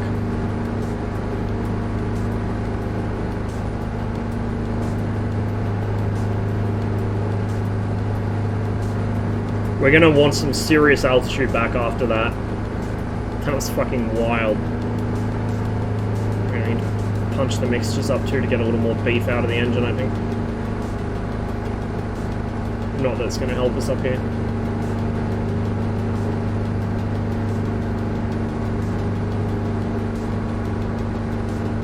So that was an accelerated stall in a turn. This time, instead of going into a turn, let's just feed it pro spin controls. So I'll cross rudder and stick and we'll see what happens.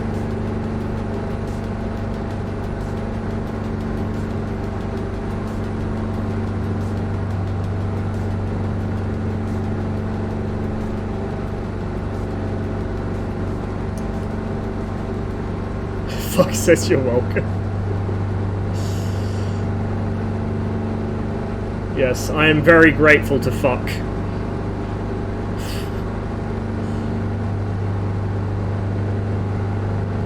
Oh man, that's smog. That is smog being modelled, I think. So the sim will occasionally model smoke from wildfires, but it treats them as clouds. Likewise, it treats smog as just haze, but still, like, that looks fucking awesome, dude. That is sick. Have you liked this? I love this plane. This is low-key, like, one of my favourite planes in the sim. I love this fucking plane. Like, I don't fly it on stream that much, but off-stream, I fly this all the fucking time. It's probably one of the main things I do fly. We are not getting much juice out of the engine right now. Why are we not getting much juice out of the engine right now? Too rich. We had to lean around. There we go. In which I forget how piston engines work. And give it full rich when I should be leaning out.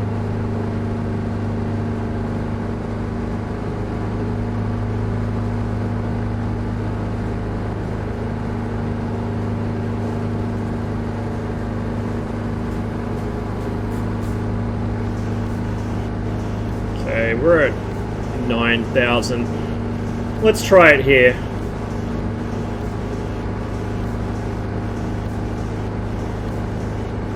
So we're going to go full left rudder and full right stick. With no back stick input, just full left rudder, full right stick. Looks like the aileron's overpowered the rudder a little.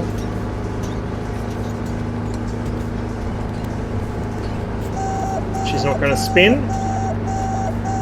Okay, interesting. We did pass red line, but only just. Alright. Let's go up and see if we can get her into another spin.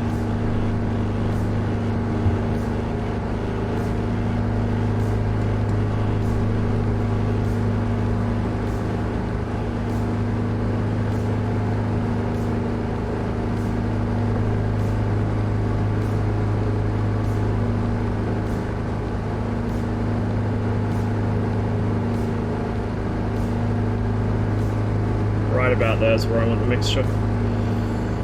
Watch my airspeed, I'm getting a bit slow.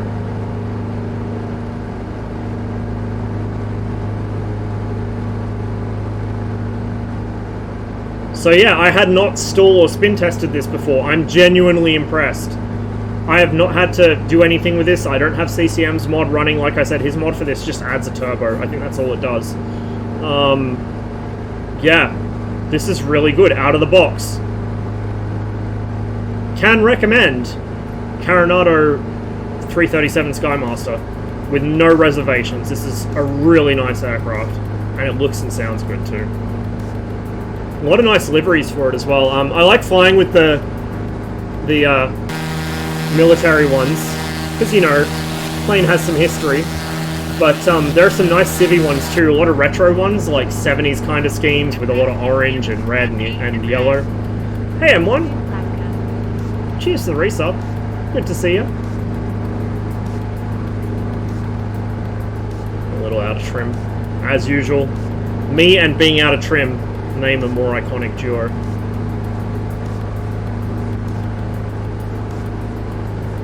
Yeah, all is well. I have picked up a new job. I finished my first week just yesterday. It's been going pretty well. So I'm doing housekeeping at a motel.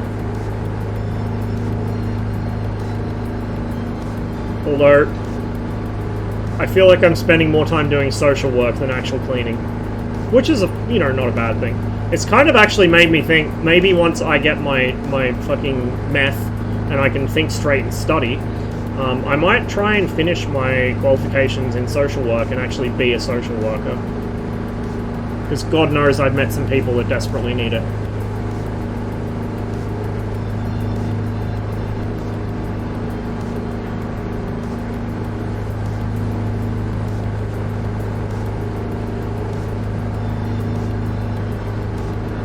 I'm not going to get into the full situation on stream because it will start me on a political rant that won't end for 3 hours.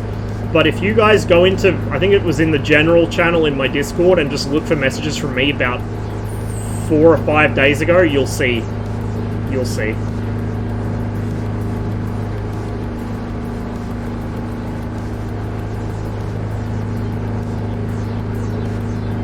But yeah, it's not bad work.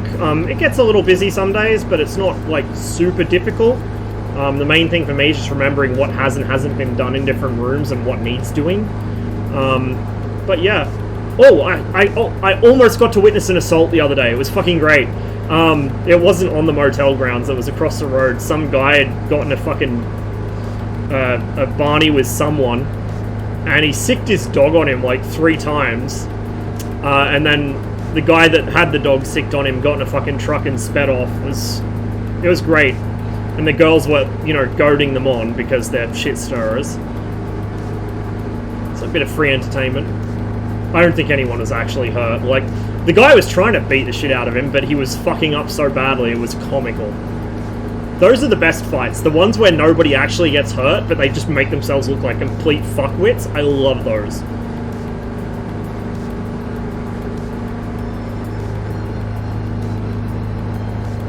Oh, there's that smog. I need to move my view up a little here so I can see over the dash a little bit. I like seeing over the dash. There we go. Just a little. Okay, we are at 10,000. I'm going to go for a fairly gentle turn this time.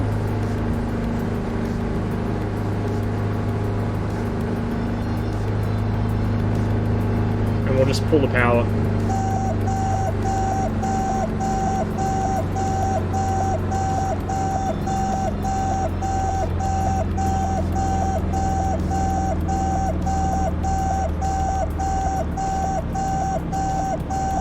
Start getting the horn here in a minute. There it is. Good timing on that.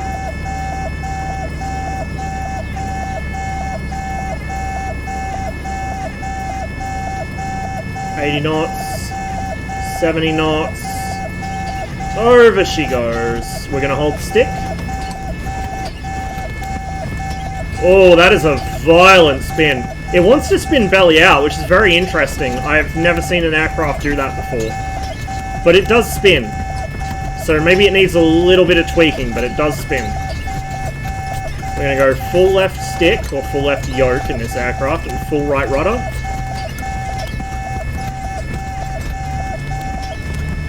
She wants to recover here. She's starting to slow down a little. Come on. We might not get out of it.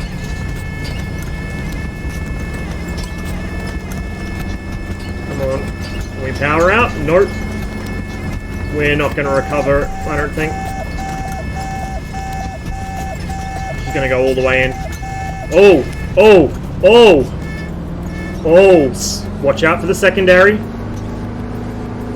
Oh, shit. Well then. I think we'll go land. I think that'll do us for spin and stall testing.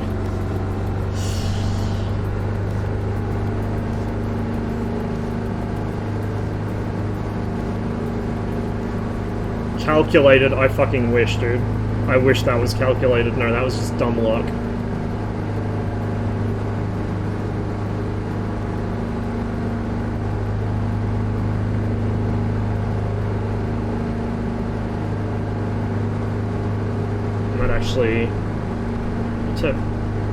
I need to find out if there's a way to save a default head position in this, like there is in DCS, so I don't have to reset it every time I reslot into an aircraft in MSFS.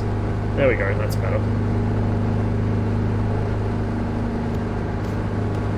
Do large aircraft do the same thing? Most of them, yeah, generally speaking. All aircraft, if you push them far enough, will spin. The issue with very large aircraft is they don't have the structural integrity to survive it.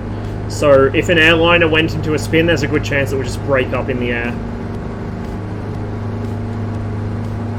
Similarly for large bombers, things like B-52s or whatever, if a B-52 went into a spin, it'd probably just break apart.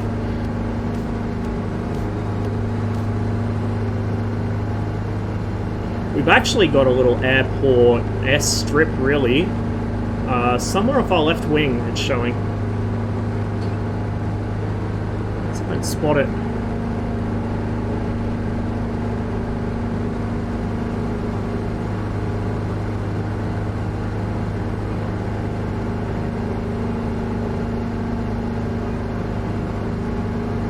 That's it there. Little runway right there. Next to the river. Okay.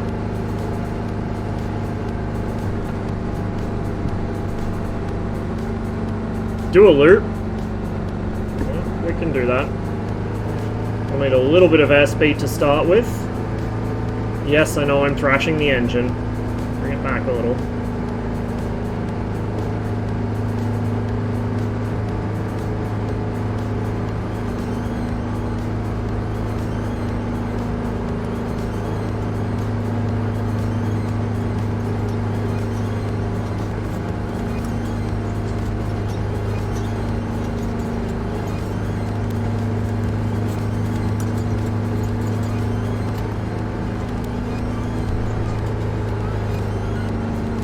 There's your loop. And do a barrel roll too.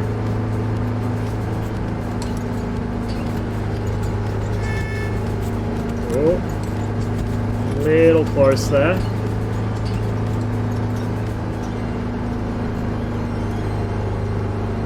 And there's our runway. So revs back up. Once we're in wide arc, we'll drop one stage of flap. I think we can actually drop the first stage above the wide arc, but I'm not 100% certain, so we won't. I think wide arc's just for landing flap in this aircraft. There goes one stage flap. We're below 100, we'll drop the whole lot. Gear coming down. Watching our speed.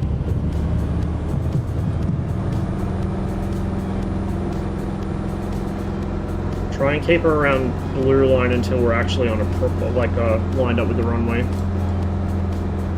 Although, you know what, I've got altitude, I don't care. Fuck it. If the engine dies now, I can just glide it on, it doesn't really matter. In fact, I'm going to need to forward slip this, I think. A bit high. And not in a good way. Yeah, we're going to have to forward slip it.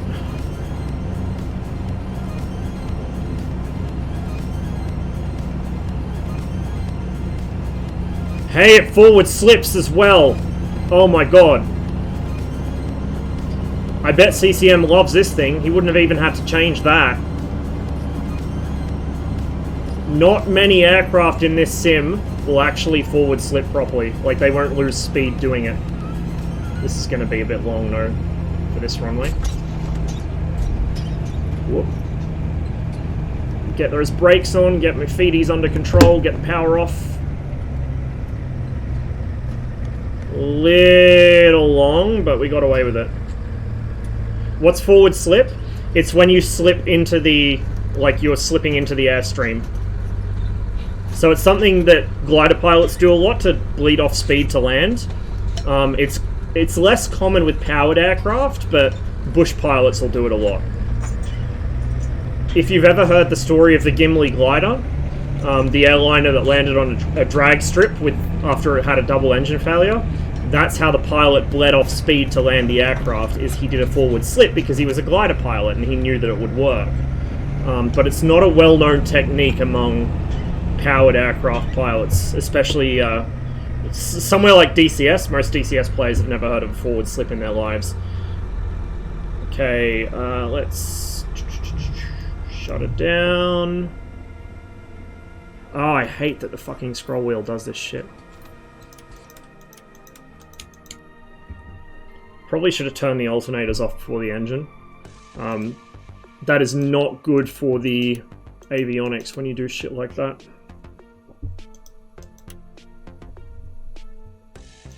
Avionics master off. That counts as switching the aircraft. This has an autopilot, by the way, I just don't really use it. Yeah, avionics off counts as switching the aircraft off, which is an interesting choice. That's my mix. Flaps. Electrically powered? Question mark?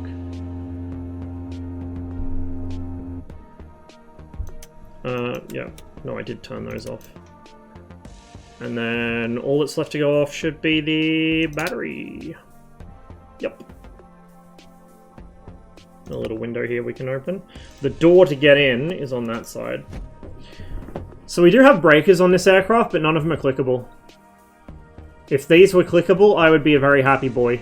Especially if I can figure out where the one for the fucking stall horn is. Or not the stall horn, the gear horn. Stall horn you can't turn off and you wouldn't want to. Oh no, it is. Okay, you can turn the stall warning off and it's on the same fucking breaker. God damn it. Yeah, maybe you wouldn't want to pull that breaker. Maybe you wouldn't. But yeah, this has my big fat stamp of approval.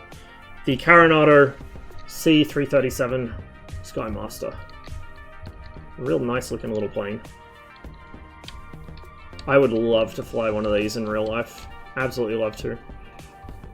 You can see as you get close to the aircraft when it's parked on the ground, that actually when you get close to the aircraft in general, the crew despawn.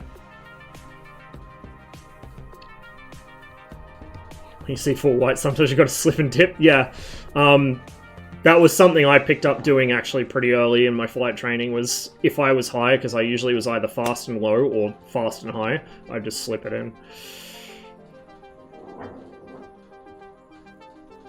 China Airlines Flight 006, more a spiral dive and a spin, but quite close, and they actually did not die. Yeah, so the thing with larger aircraft is your main problem is going to be structural limits. Before you even think about recovering the spin, it's going to be structural limits. Airliners are not built to withstand high G loading, and they're also not really built to withstand really high dynamic pressure. Like, you wouldn't really get high dynamic pressure in a spin, I suppose. But yeah, like it's not going to do the plane any good when it's that large. So ideals, it means you fucked up your pattern. Yeah, like I would take a fucked up pattern but a safe landing rather than having to go around and around and around and run out of fuel.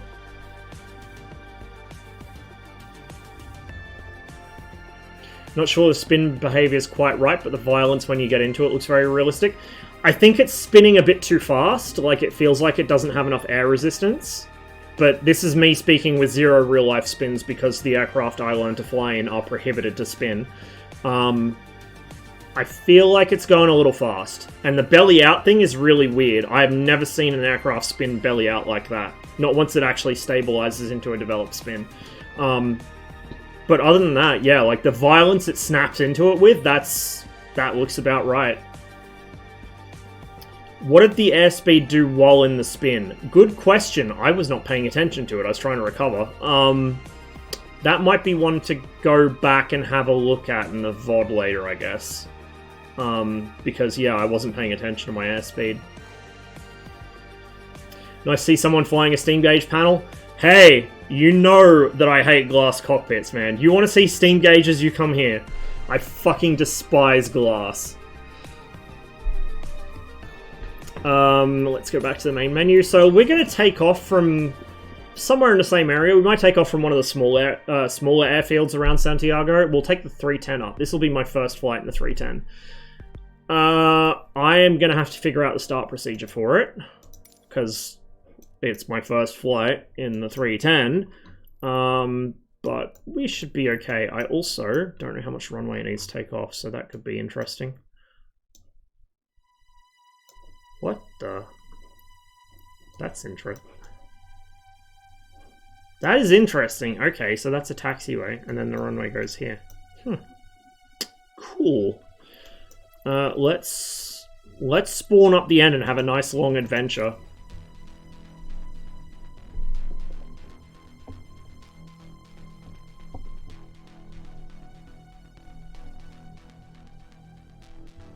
I mean, it's the belly aspect of it, never heard of it. Normally airspeed to become unreliable because of asymmetry. Yeah, like the belly aspect thing is really weird. I don't know. It might be that they've got something configured wrong. It might be like literally a one-line fix in the config file or something. I've got to try that out too. I just installed that today. 310, where are you? I also haven't flown the 414 yet, and I am running a particular mod which fixes several issues with that thing's flight model. But we'll do the 310 first, because the 310 looks like it's going to be one of the premier planes in this sim. It's really well done. Nice looking plane too. A nice selection of liveries. Kind of like the more 70s colors on them. Let's load up on fuel, because I don't know how far I'm going to go.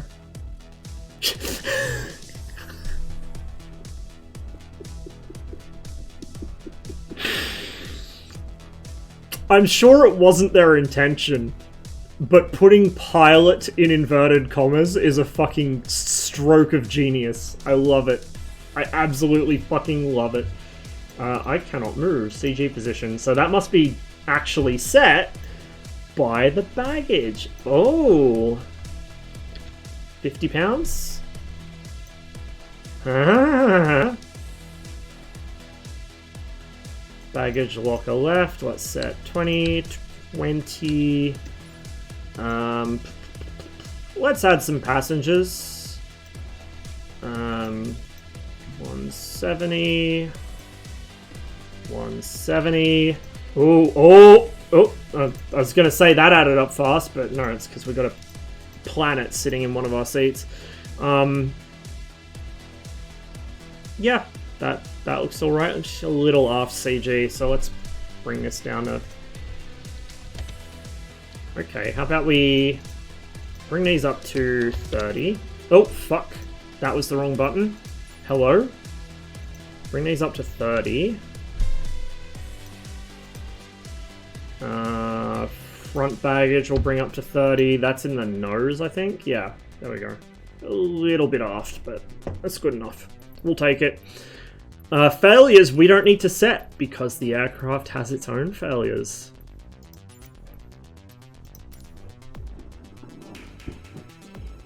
If you fly in an aerobatic plane or a glider one day, you've got to try the inverted spin. That thing's bonkers.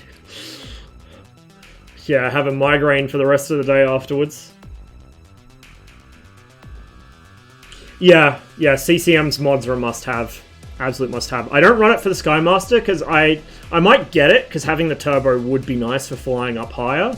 But yeah, like the Skymaster doesn't really need much flight model adjustment. It's pretty fucking good. But yeah, I've got his mod for this. I've got his mod for the 414. I've got his mod for the Goose.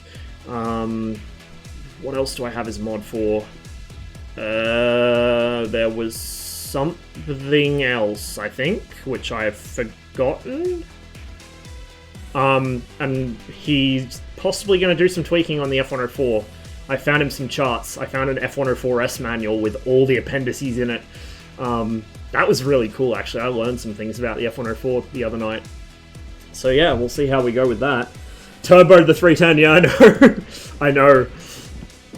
We might actually get somewhere in a hurry in this thing. Oh, motherfucker, I'm gonna have to slew myself so I'm pointing the right way. Once the sim unfreezes. This is the pitfall of being in a very heavily built-up area with lots of photogrammetry scenery. It takes a while to load.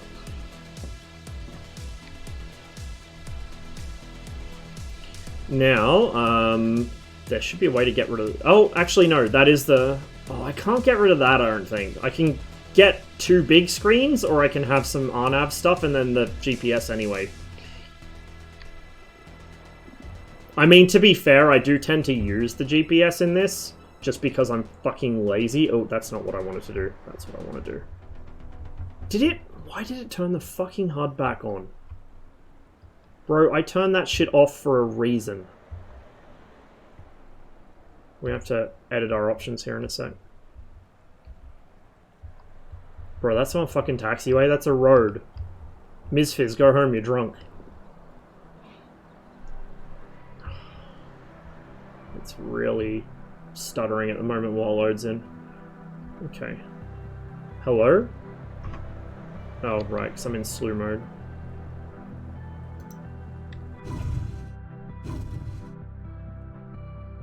Okay, let's quickly go. Assistance options. User experience. Minimal. Okay, so it must just show the full thing when you're in slew. Alright, that's better. So it hasn't reset anything, I'm just dumb. There you go. So you can open all the doors. Wheel chocks, pedo covers, all that shit. Passengers and baggage, yeah, let's chuck all that in. You see the aircraft rock back slightly as I actually put the passengers in.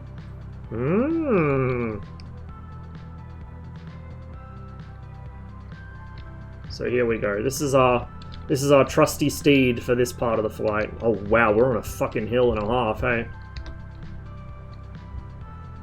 Please, please, Ms. Fizz, please. I just want to move the camera. Hopefully the stutter clears up once we're in the air. So you can actually see it puts baggage in the baggage compartments.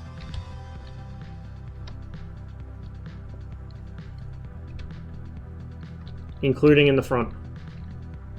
Whoops. This is a fucking fantastic plane. This was... How much is it? Like 30 bucks? 30 or 40? I think it's 30.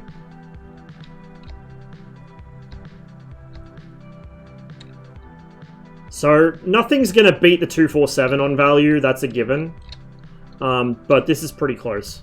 This is pretty fucking close. The amount of detail you're getting in this, for the price, is hard to beat. There's a Spitfire parked over there. Okay, if my game could stop freezing. I think it's... When I look in a particular direction, it's probably towards the center of the city, it shits itself. So we got some passengers back there.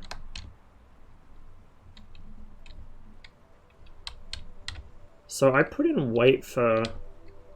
Was it two passengers plus the right seat?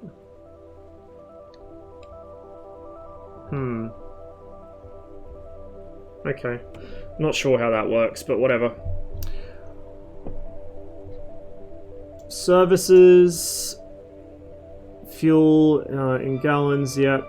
Clean aircraft, no. Nah.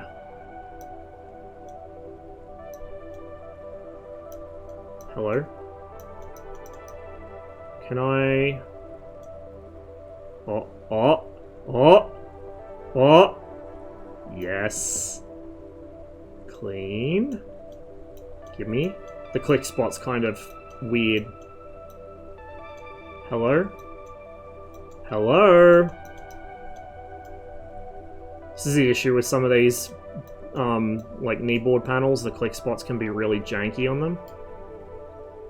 Oh, this is what a GA plane is supposed to look like. This is what a fucking GA aircraft is supposed to look like, guys. Holy shit. Rode hard and put away wet.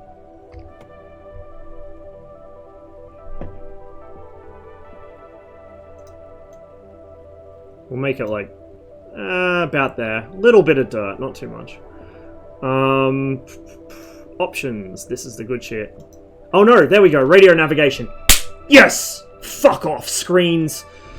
Good riddance. Initial state.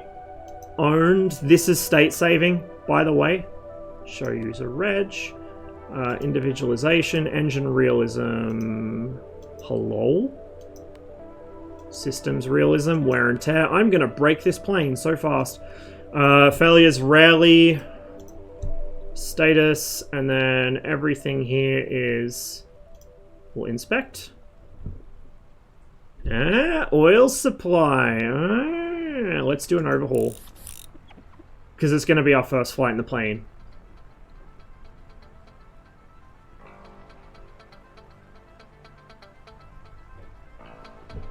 So look at all of these things that can be degraded through use. All defective items replaced. There we go. I fucking love this plane already. Okay, let's close the doors. Get rid of the covers. We'll leave the chocks on for now. Control lock, by the way, is this fella. Actually, does it function? Yep. It functions.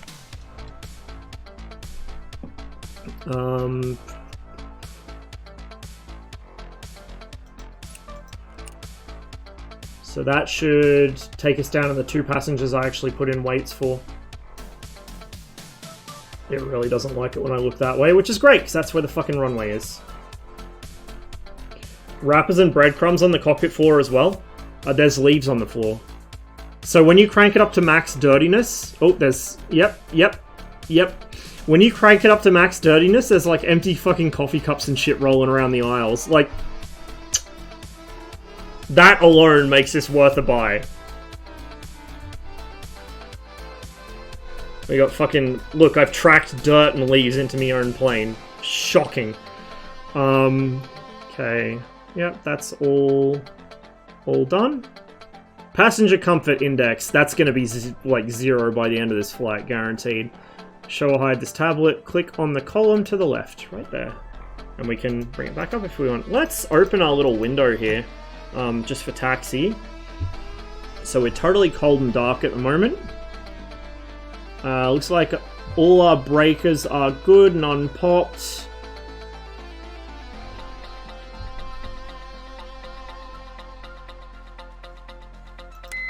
Battery on. Okay. I'm going to go ahead and run my mixture to full rich. Slidey noise. Like, must be actually ratcheting in the real aircraft or something. Okay, let's get the...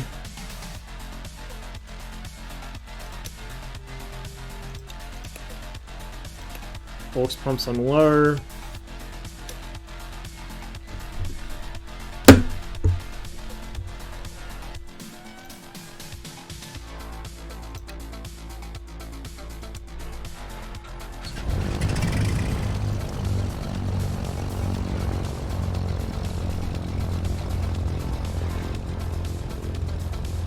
Please stop freezing. It really doesn't like it when I look in that direction. Maybe taking back off from Santiago was not our best decision. Oh, that's the... Okay. I get it.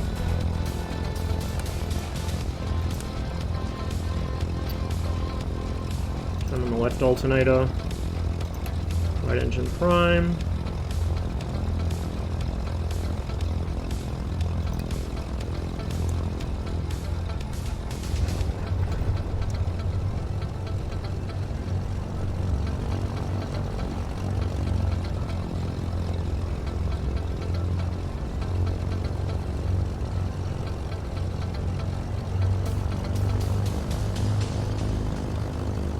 Okay, we've got 2 good engines. Right alternator.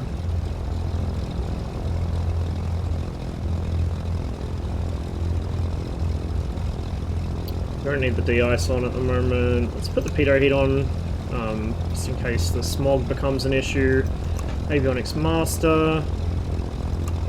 Anti-collision lights, nav lights. Taxi we don't really need, it's broad fucking daylight.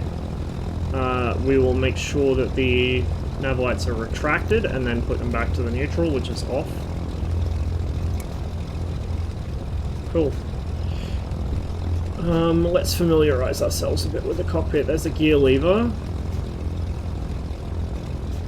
There's our flaps. Similar position as in the 337. It is a Cessna, so it makes sense it would be similar. It's lower than 1 notch. It's our cabin heater. We don't need it at the moment. We're gonna turn the temperature control up a bit to like there, just so that the passengers don't have a massive fucking cry.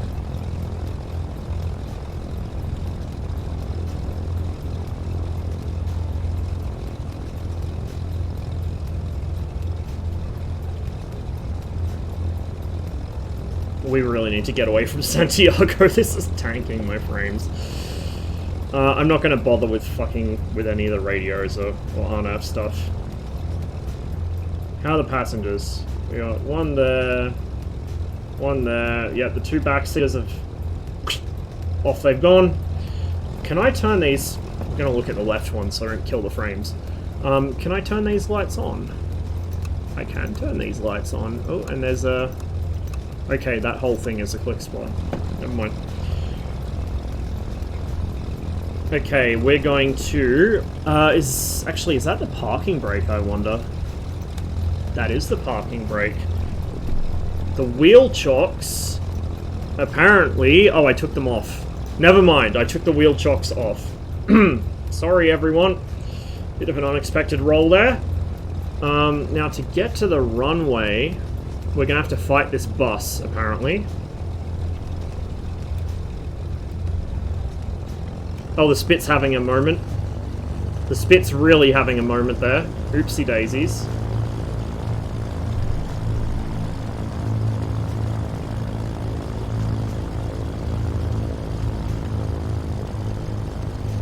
So this is... Oh my god, this is actually considered to be taxiway? Are you shitting me?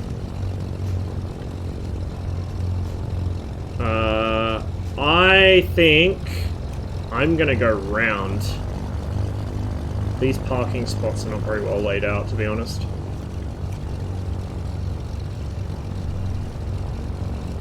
Come on. There we go. Oh, this is the tax. What the fuck? Okay, well this is an interesting layout. I think we can phase through ground vehicles. I sure hope we can, because I ain't stopping. Beep fucking beep. Yeah, look, the planes are clipped into the hangar. That's a bit silly. That needs looking at.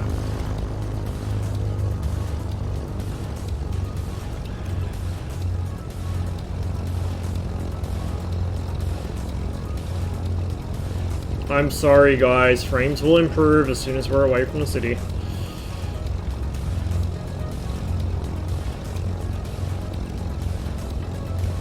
Oh, I gotta get my cockpit lighting on too. It's a bit dark in here. Boy, I sure hope this is enough runway. It's downhill too. Nice. Okay, we're gonna stand on the brakes. Cockpit lighting! Where is the cockpit lighting? It's not in the usual Cessna place. Can I test these lights? I can test these lights.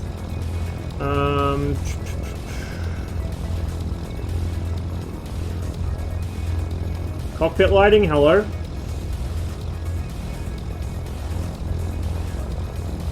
Am I blind?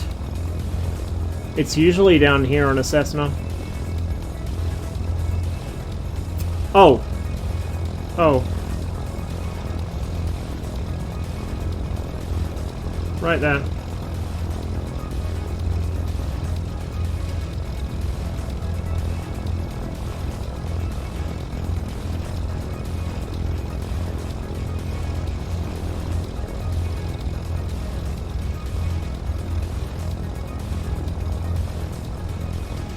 It doesn't appear to have done that. Oh, those are on. Those are pretty dim, though.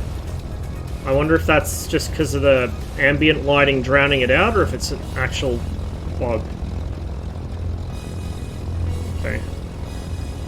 We're gonna move the head position just slightly, maybe. I'm gonna angle it up. And yeah, about there looks good.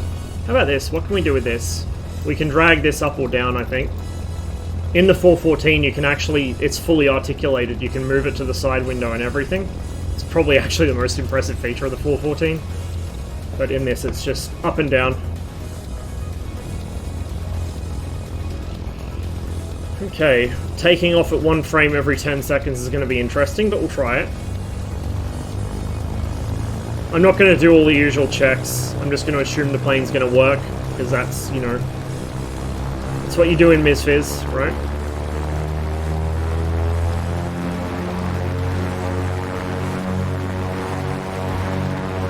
Brakes off. Oh, side window. is already closed somehow. I guess it closes automatically when you start rolling. The engine sounds so good, oh my god.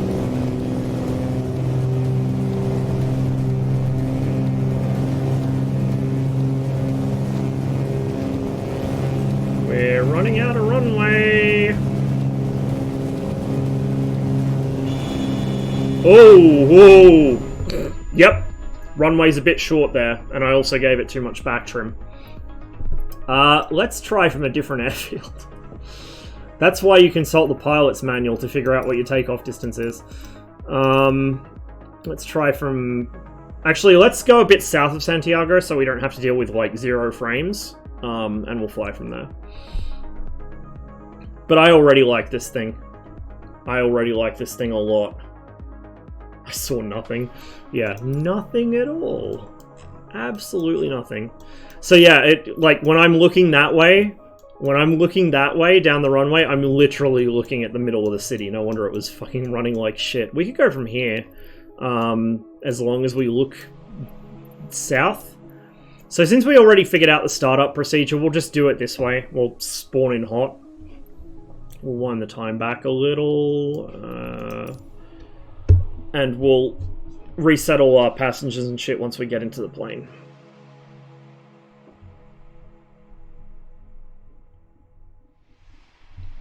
Yeah, it's Milvis. And it's... The stall behavior was not quite... Like, it was better than most, but it was still not quite there. So CCM modded that, and he also gave it a turbo. He turbo normalized it. And I'm running his mod. But yeah, it's really good. Really, really good. I need to... I know how this thing stalls and spins, because I've seen CCM test it. I need to test the 247, because I have not intentionally stalled that thing yet. Part of the reason I haven't done it yet is because I didn't want to fuck the plane up and then have a save state where the plane was fucked. But, in the name of science, maybe, it's worth doing.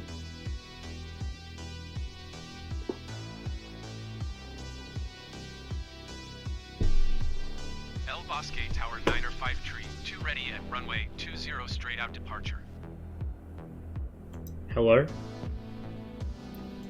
Yeah, pan the camera back towards the city. 9 or 5 tree, 2 altimeter tree 0.031156 at 10. Straight out departure approved. Okay, my lights... Okay, no, my lights weren't on. I'm assuming these are the fucking gauge lights and stuff.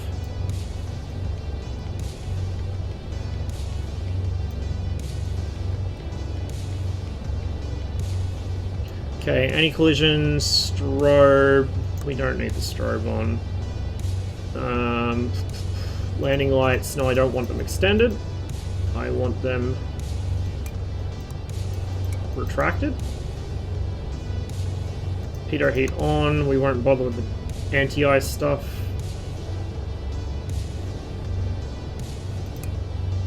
Okay, I can go back there. We want our fuel pumps on.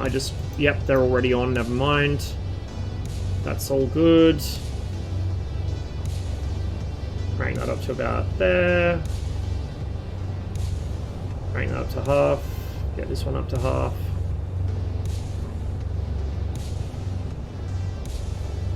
There's a fucking cigarette lighter there. Amazing. Okay, flaps to take off. Gonna move my head position back up a little.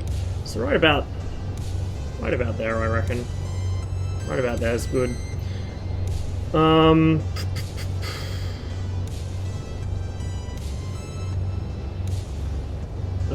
Our trim is kind of in takeoff, but it's right at the back of takeoff. Oh, that moves in huge clicks.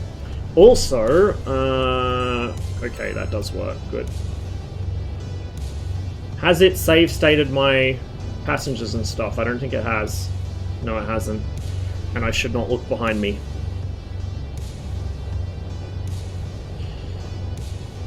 Okay, there we go. Frames, please. Frames are back. Passengers, middle, left, and right. We'll get some baggage in the lockers.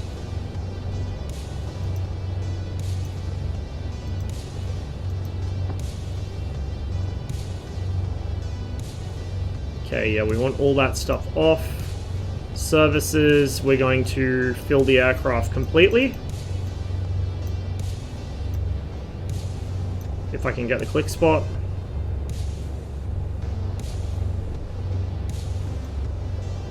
Because, like I said, I don't know how long we're going to be flying. Notice it settling on its suspension as we fill it. So good. Okay, radio nav owned. Yep.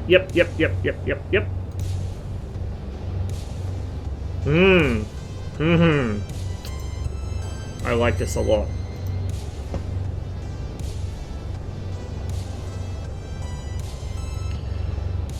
Okay.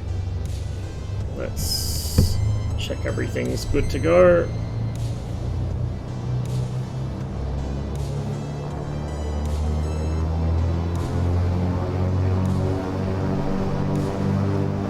Parking brake.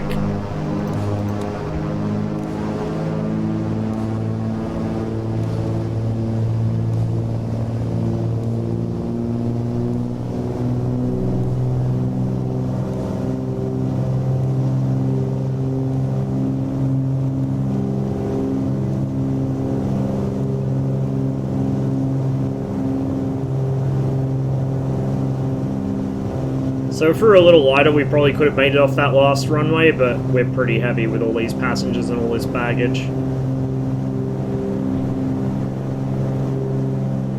Don't want to climb too steeply. Gears coming up.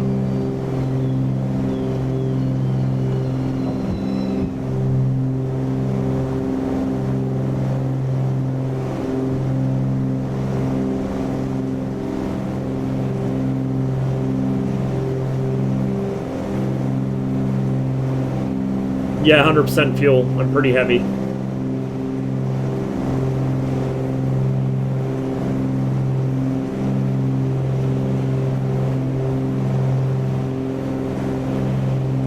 It's the outside temp. Good question. Where's the outside air temperature gauge on this? Probably on the right somewhere. Or actually, no, where is it? I don't know.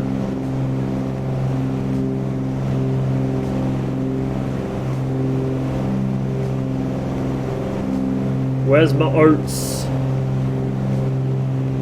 Oh, there it is. 20 Celsius, really? It's actually unseasonably warm here at the moment. Considering it's fucking winter. Okay, we're gonna come back off the revs a bit, so we're not thrashing the living shit out of the engine. I need to adjust that throttle friction because my throttle's slipping forwards to the stop unless I have it up near the detent, and I don't want it up near the detent because we're slow. Flight 32 leaving my airspace frequency change. Oh, shut up. Go away. Up Bosque Tower 9 or 5 tree, 2 frequency change. No, it changed my pilot. Interesting.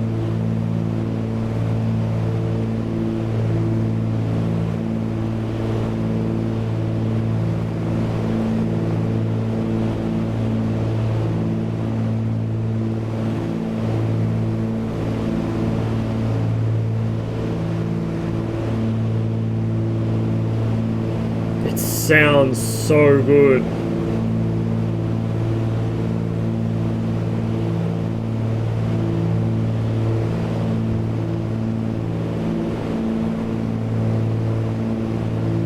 A little more revs. Put her up to about 2,500. 2,531 inches of manifold pressure.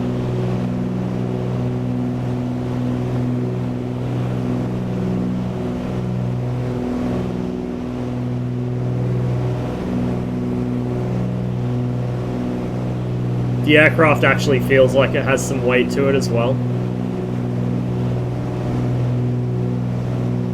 It's nice to finally have a sim and finally have the right stick for it, where I have to feed in all these tiny little fiddly adjustments you actually make in a real plane. In DCS, especially with the Warthog, I never had to do this. Like I said, I would look at people playing and see their stick wobbling about the place and be like, why are they doing that? Like, how is that happening? Mine doesn't do that. That's what she said. But, yeah, like, now I know.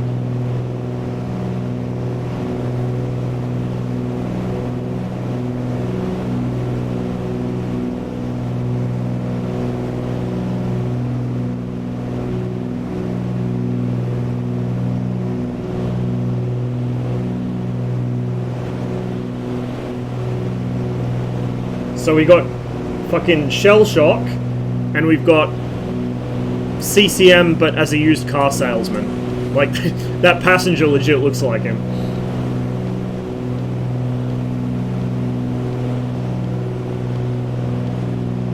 And this guy over here, Mr. Baseball Cap and Aviators.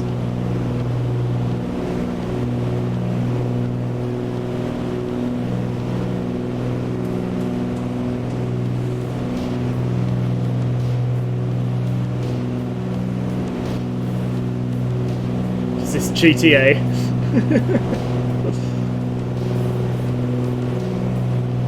I need to, I haven't played GTA for so long.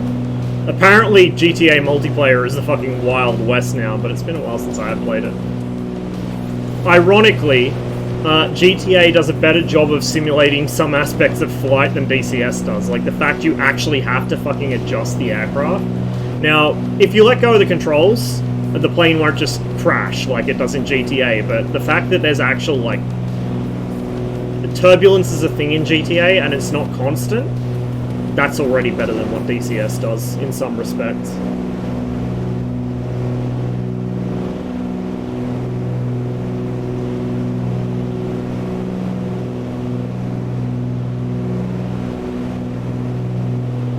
We're going to start hitting more turbulence, speak of the devil, as we get towards the mountains. Once we start passing over those, it's going to get a bit bouncy.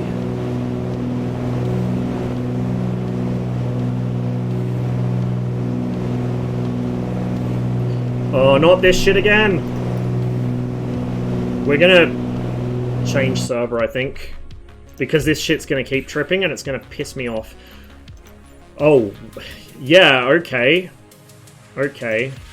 These pings are bullshit, by the way. There's no way I'm pinging that low to fucking East USA. No way in hell. Like I said, it's not on my end. It's something with the sim. Hello? Can I have my mouse back? Please don't be a sim crash. There we go.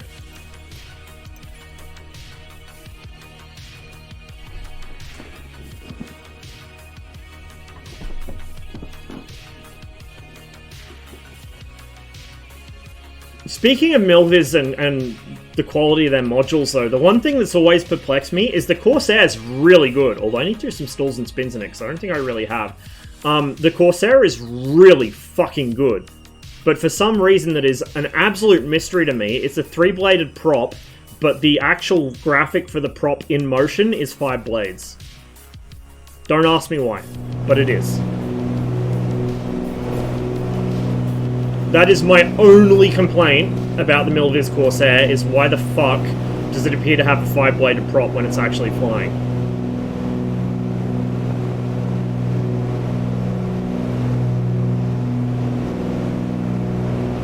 Heard Conti say he likes the fact the C310 engines are... Yeah, this is good. Loud engine, good. If I can't hear the engine, that's bad. Like, even with your fucking headphones on, this is the volume it should be. Bro!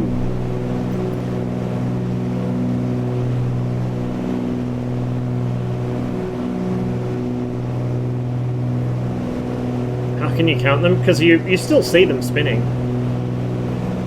Like, try and trim this thing so it actually stays where it's pointed. If I go into external view on this, oh, not too much trim. If I go into external view on this, you'll be able to tell it's a 2-blade prop. Or is it, no, 3 blades, sorry. Because you can see the blades go past. You count them as they go past. With the Corsair, it's really obvious. It's 5 blades.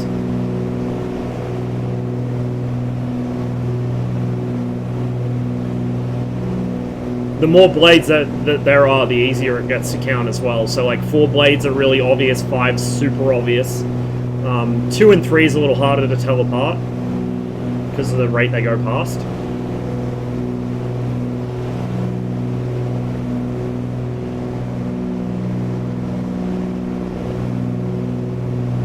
It's our outside temp now. Where's me oats? Really? I don't know if I trust that, my dudes. I don't know if I trust that. Especially because we got snow caps over there.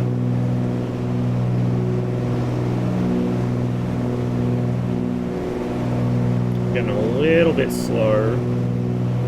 Yeah, I don't think the cockpit lights are working. There must be a switch for them somewhere that I'm missing.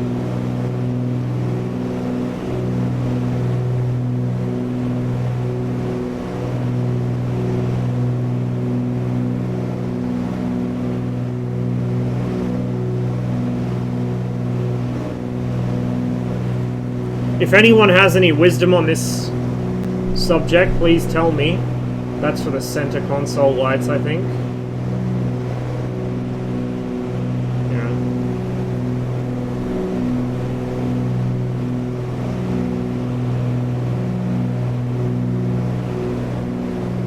Oh my god! It has physics! No! Get out of here! Get the fuck out of here! Bruh! It has fucking physics. You've got to be shitting me. You have got to be fucking shitting me.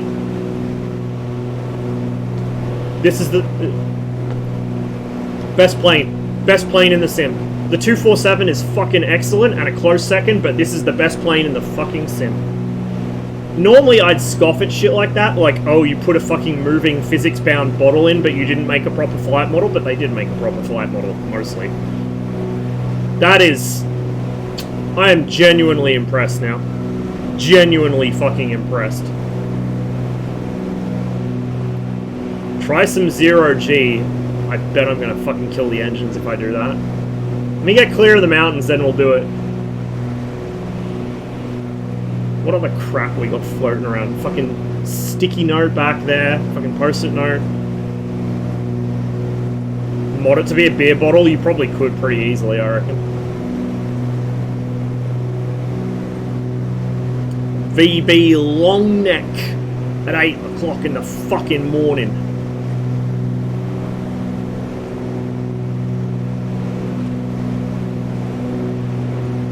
This guy looks shit scared. I would be too if I was in a plane being flown by me. How are the passengers feeling about our flight so far? The cabin is cold and steady. You fucking whingy cunts. There you go. Now they're going to complain it's too fucking hot. Maybe the 247's just cleaner. The biggest issue with the 247 right now, I haven't tested stall and spin behavior. We'll do that later.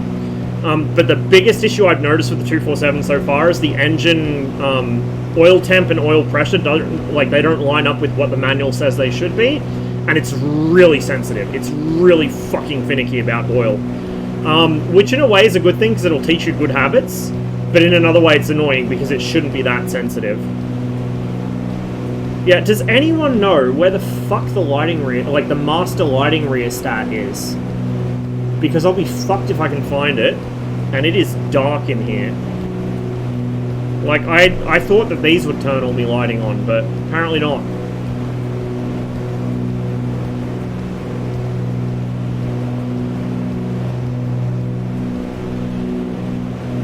Give her a little bit of right rudder trim. She keeps wanting to go left. It's probably partly turbulence anyway.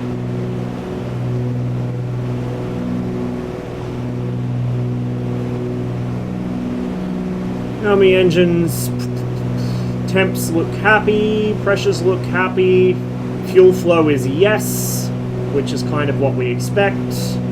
I might lean her out just a little. Oh, no, not that much. That's the issue of having it bound to an axis.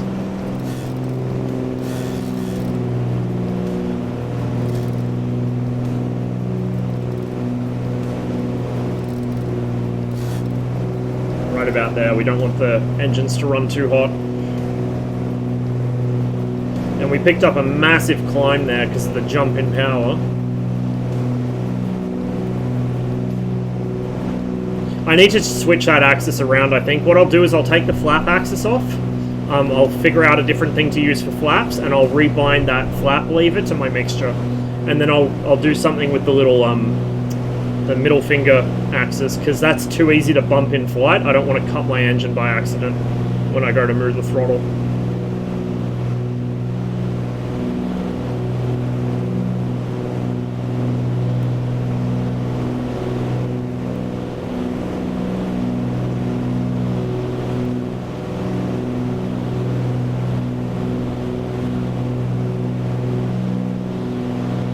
There has got to be a switch somewhere, or a fucking rheostat somewhere for these lights, I swear to God.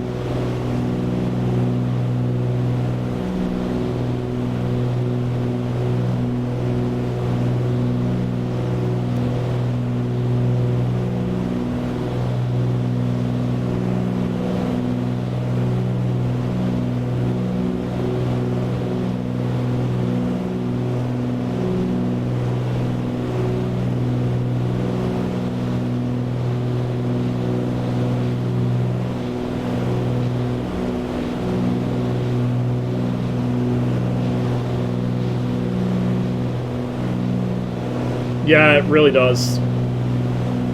So we're a bit south, like southwest of Santiago, Chile.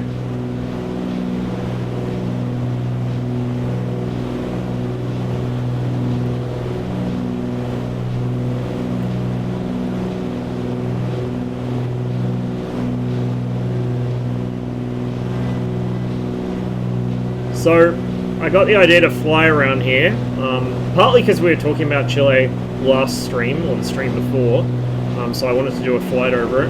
And also, Gato did a quick, like a helicopter flight around Santiago, just with the default scenery, a couple of weeks ago, because that's where Maria's from, his girlfriend. And it looks like a really nice city, so I went and grabbed some scenery for it, and decided to go out for a bit of a buzz around. It was meant to happen last stream, but it didn't due to MSFS issues, namely it was crashing. I've partially isolated the issue, so the crash is being caused by a freeware plane or helicopter, I'm not sure which one. So over the weekend I'll be able to just isolate that further down until I figure out which exact one is causing my issues, and then I can run all the other stuff as normal.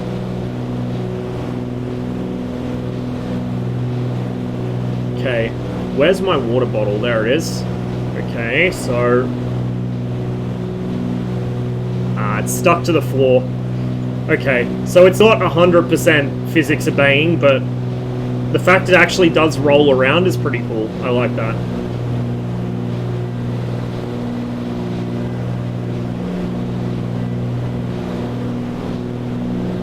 The community folder's atrocious, due to be purged and repopulated with only the essentials. Oh, mine's full of stuff.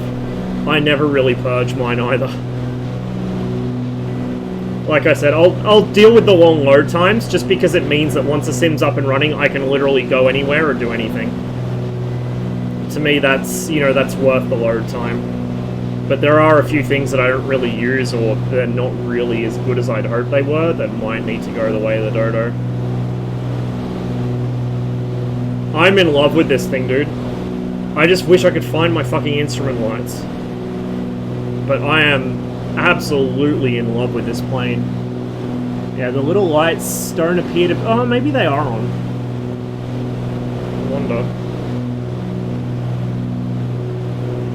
Because I'm pretty sure, yeah, those should be the rheostats there on the left. And they're all cranked to max, but I'm not seeing anything. By the way, I'm not going to do it now, just because I have structural failures turned on, but CCM was able to open the door into the airstream, and it would, like, the airstream pushed it most of the way closed again. So there is so much stuff modeled on this plane, it's ridiculous. It's actually ridiculous.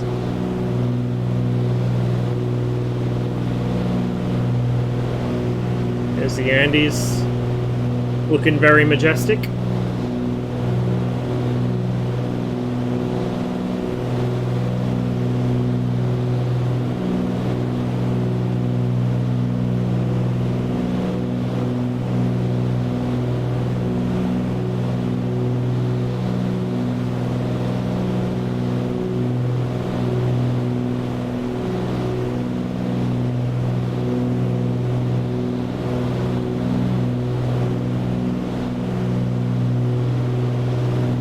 All the little stick adjustments I'm having to make here, or yoke adjustments, it actually does feel like I'm flying a fucking plane.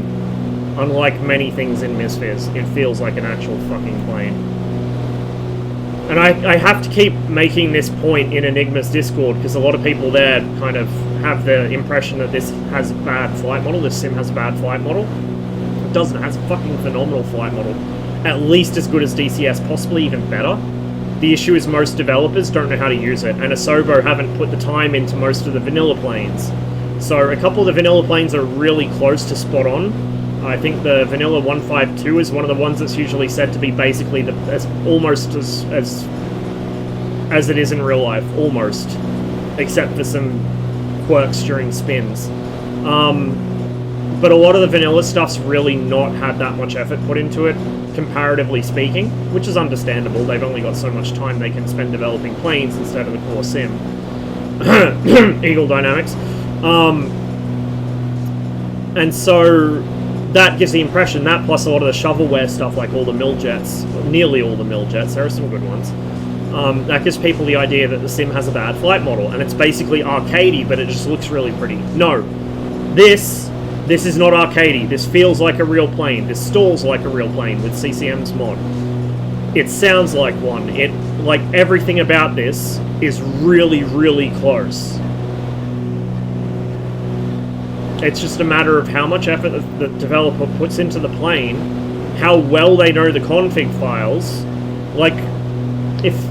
I don't know how many of you guys... Obviously, there's some regular CCM viewers here, but for those that aren't, almost every sim where he actually goes through and edits something in a flight, like a flight model, it's something the devs have said, oh, we can't fix it, it's an Asobo problem. And it's literally one line of text in a config file. He opens it, he changes one number, and the plane is fixed. DCS devs do that too. Some more than others will blame Eagle Dynamics for literally anything wrong with their modules. And 9 times out of 10, it is not an Eagle Dynamics problem, it's the way they coded their shit. They need to go back and change something. It's exactly the same. It's exactly the same.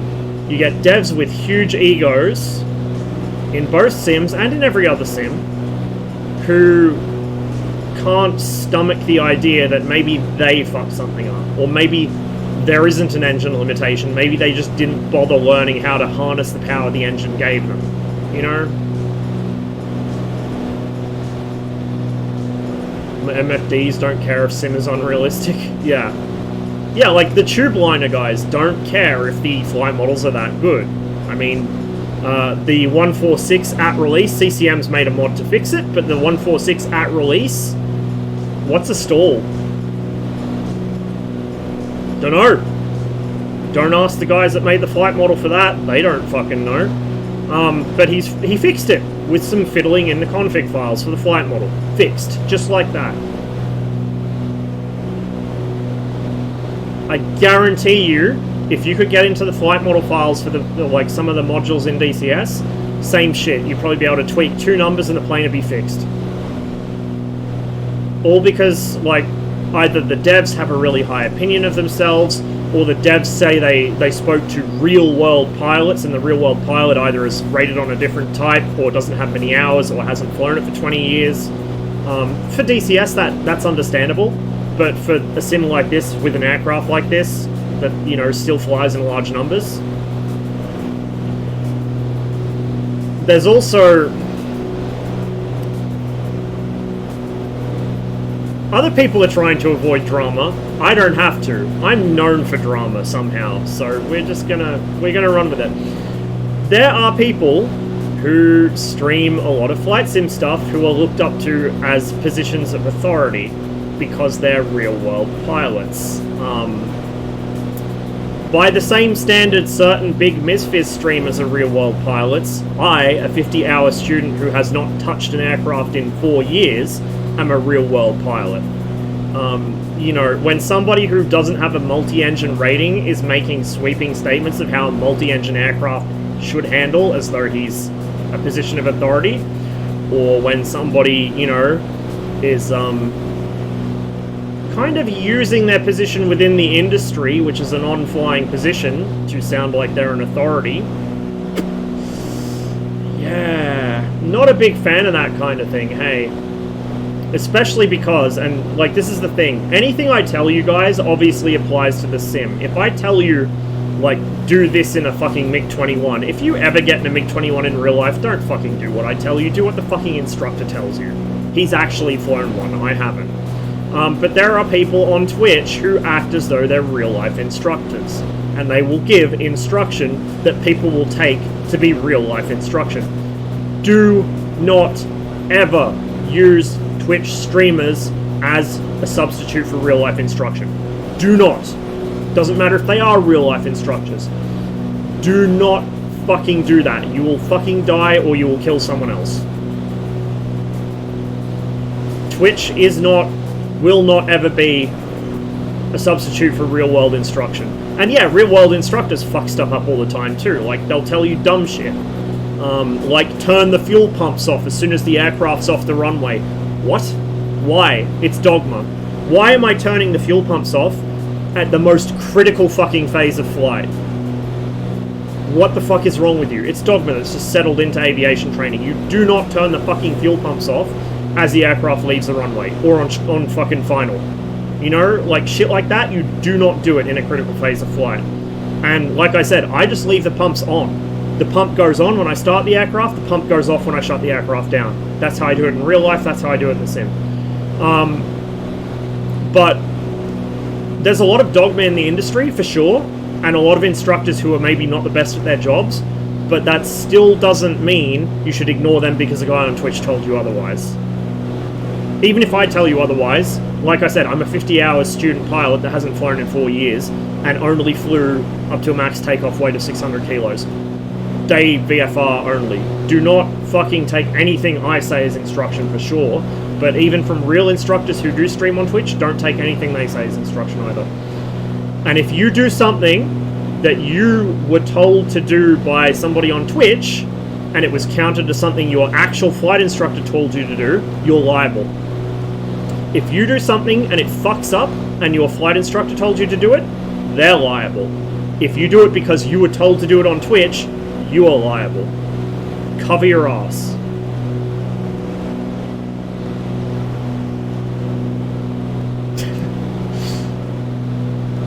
I mean, some of them are. There are some really good instructors out there. And there are instructors in the Twitch community who will tell you the shit that I just told you, including the don't turn off your fuel pumps bar.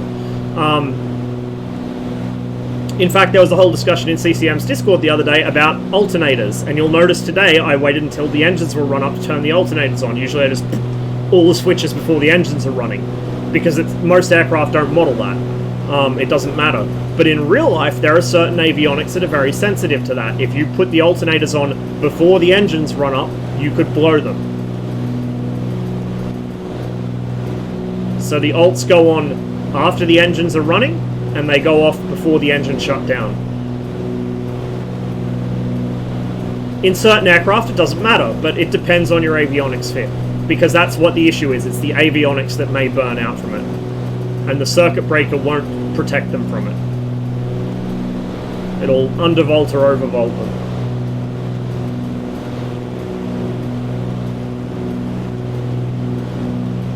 Yeah, I think for me, I don't even remember. I'm going to be honest with you. I don't even remember. I think that the checklist had fuel pump off at 500 or 1,000, but my instructor said leave it on, and I left it on.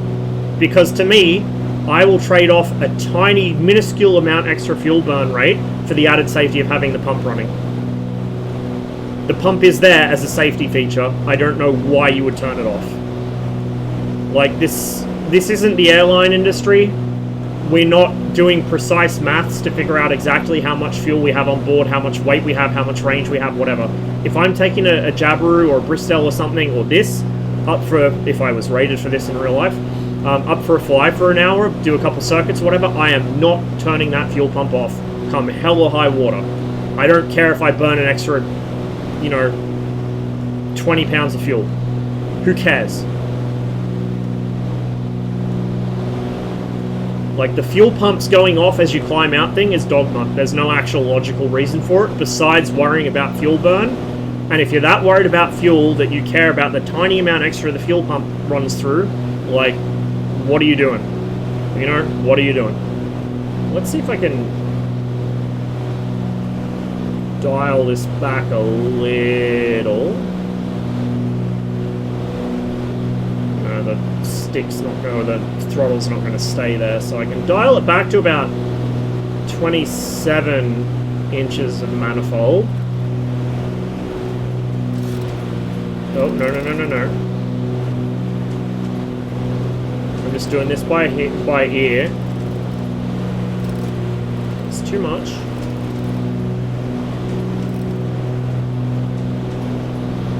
Right around that. EGT is nice and cool. Temps and pressures, all of them looking good. Outside temps just above freezing, about 5-10 degrees.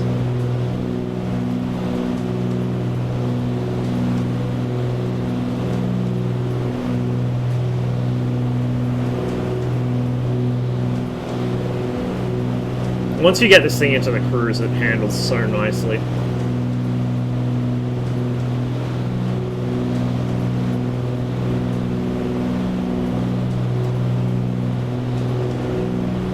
Need a little more back trim because I am pulling back on the stick here a little more than I need to be.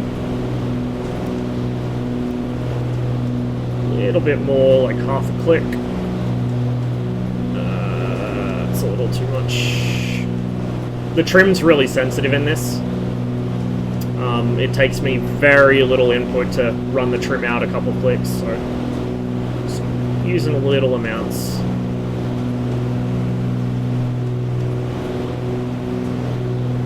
And 160 indicated at just a little bit over 10,000 feet. I cannot be asked to do the maths to figure out what I'm grounding right now. I also don't actually know what the wind's doing. Naughty, naughty.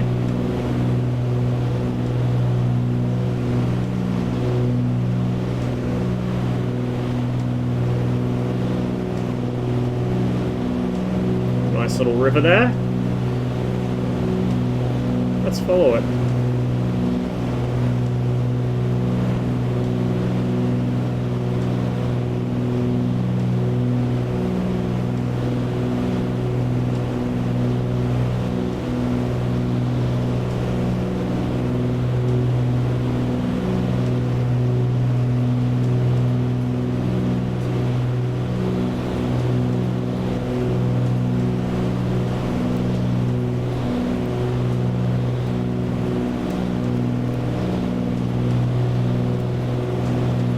So trim tends to over or undershoot slightly. It's kind of like the DCS 21 in that regard. So I do need a little bit of pressure on the stick. But thankfully this is a nice light stick around center. So I have got the light springs on it. And so that, like, I'm just resting my hand on it basically, and that's all the back pressure I need.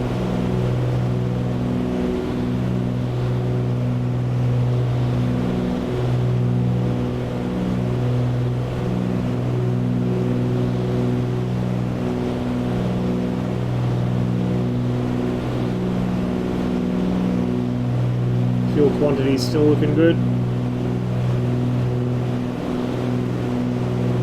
I'll try to fly again after I move. Scenery change is motivating. I try seaplanes with no idea about the cost.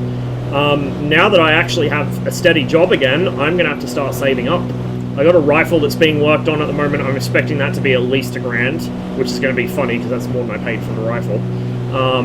But yeah, I want to get back into flying. The flight school I used to fly with has expanded considerably. They got a lot more instructors now. My original instructor's still there. I don't think Chris still works there. I think Chris is retired well and truly by now. He must be like 80 something. But yeah, my original instructor Matt's still there. They fly out of Canberra, so if I wanted to, I could fly here. But I'd probably go back up to Bathurst and fly there with him. I think Matt's still up there, so get back into it, get some more hours up, get a feel for the plane again. Actually study for my exams this time instead of expecting to just wing through them on on natural fucking talent, which has been the bane of my existence. Same issue I had in high school and uni. Yeah, actually study for my exams, get them done, because I only had human factors and the big one, the back, basic aeronautical knowledge.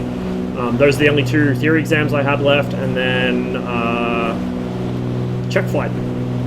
I've already got my passenger endorsement, conditional on me actually getting my license, obviously, but they fold the passenger endorsement into your solo time, so I've got, I think, about 50 or a bit over 50 hours total, and about 15 solo, somewhere around there.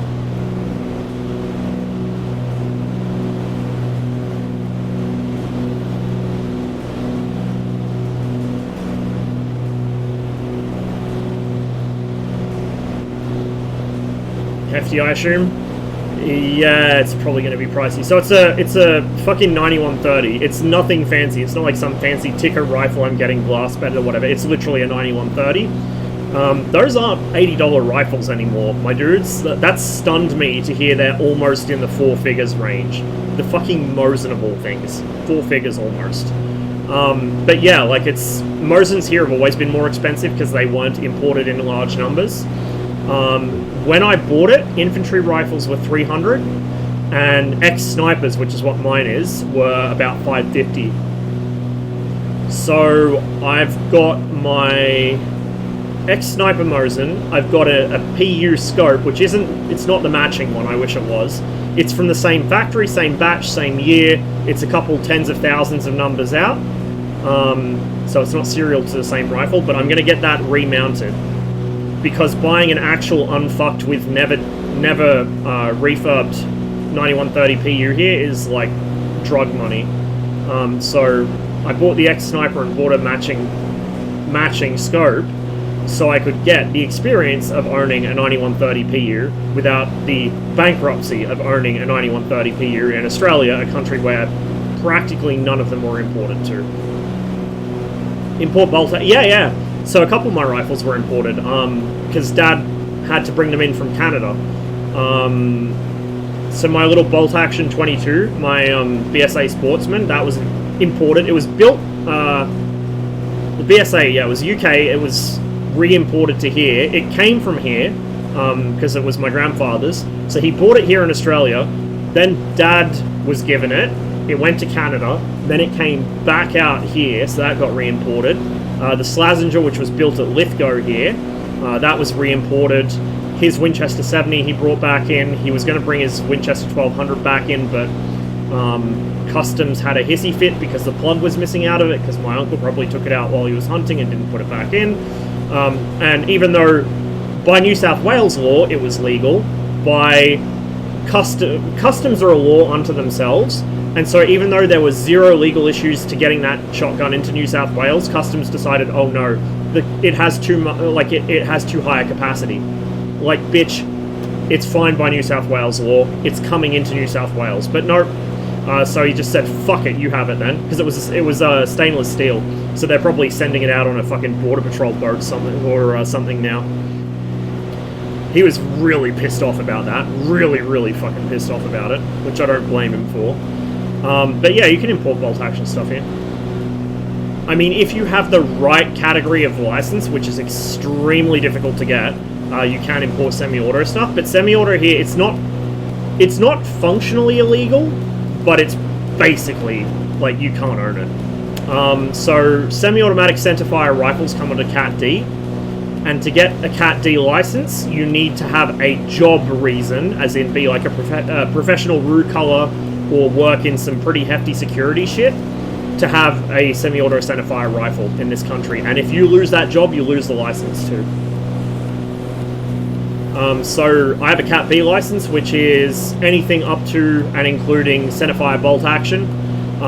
You know, any manually operated centerfire rifle basically I can own. And then manually operated shotguns except pump action, because this country's laws are so fucking illogical. But yeah, so I've got a pair of World War II bolt action rifles. I got the Mosin, obviously, which is what I'm having the work done on. And I've given them strict instructions: do not fuck with anything, just drill out where they welded up the mounting holes, and then inlet the stock where it needs to go. I do not want that rifle fucked with in any non-World War II-esque way. And I'm really worried they're going to do something without me asking. I've also got a 1944 Lee Enfield No. 4 Mark 1, which is built at Fazakli.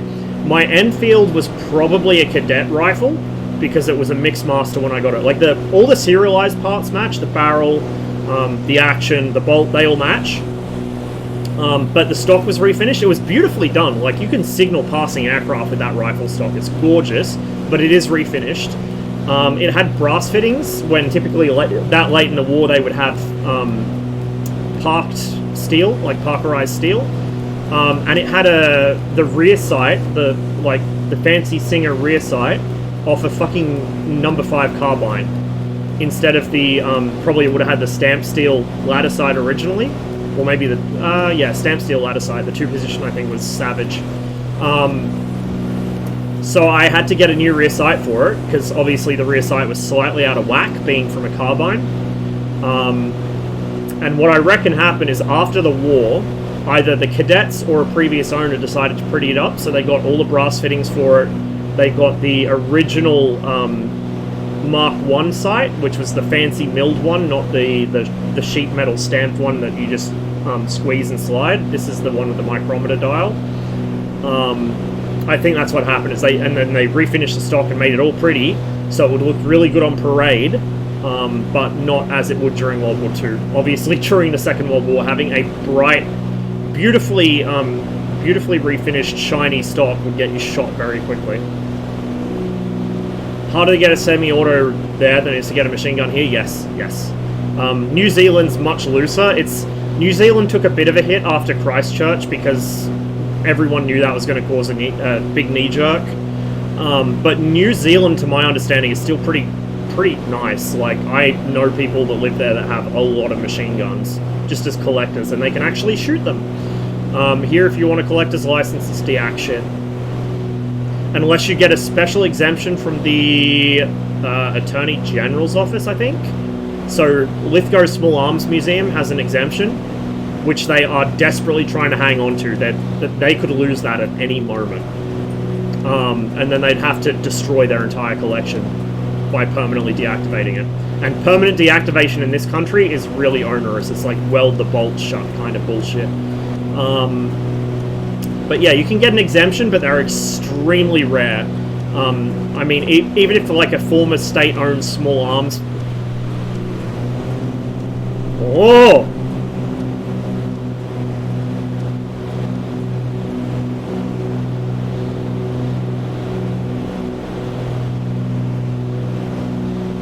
Okay. Interesting.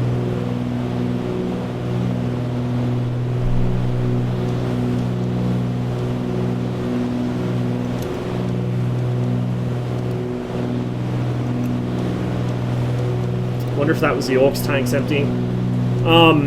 Yeah, like, even if a former state-owned small arms factory, which is still part of a defense establishment, even if they have trouble getting that exemption, like, a private collector's virtually not going to get it.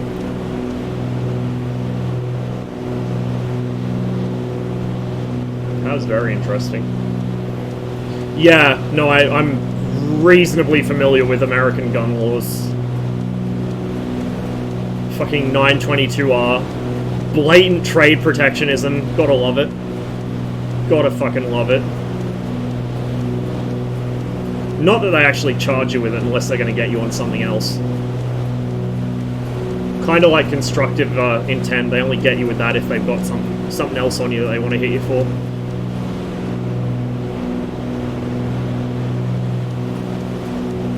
Oh no, we do have a failure. That's an error code. We do have a failure, and I don't know what that failure is because I didn't read the manual. Oh, Clo.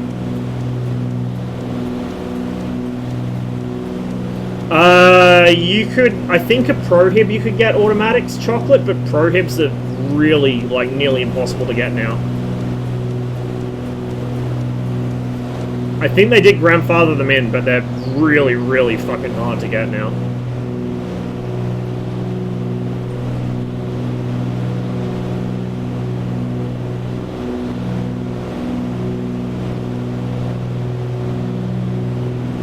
When Moses used to cost $200, Pepperidge Farm remembers. Bro, I remember when they used to cost 80 in the US, and like a couple hundred here. Wild. Fucking wild. SKS is, bro, the fucking humble SKS. We're getting O-Clo codes on both. Interesting. Is that a failure code or is it a caution or something? What was I saying? Oh, yeah, the humble SKS. The humble SKS is like an $800 rifle in the US now. That blows my fucking mind. That absolutely blows my fucking mind. A Soviet-made SKS, you're almost at 1,000 depending on condition.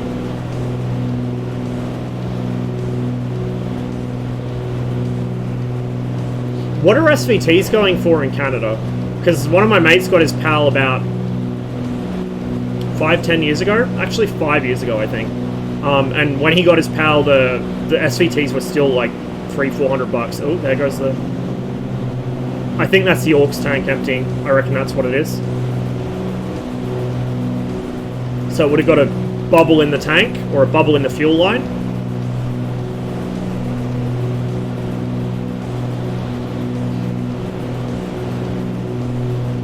That's my theory, and I'm going to stick with it. I mean, all the T's and P's are happy, so that's probably what it is. What we're going to do is we're going to...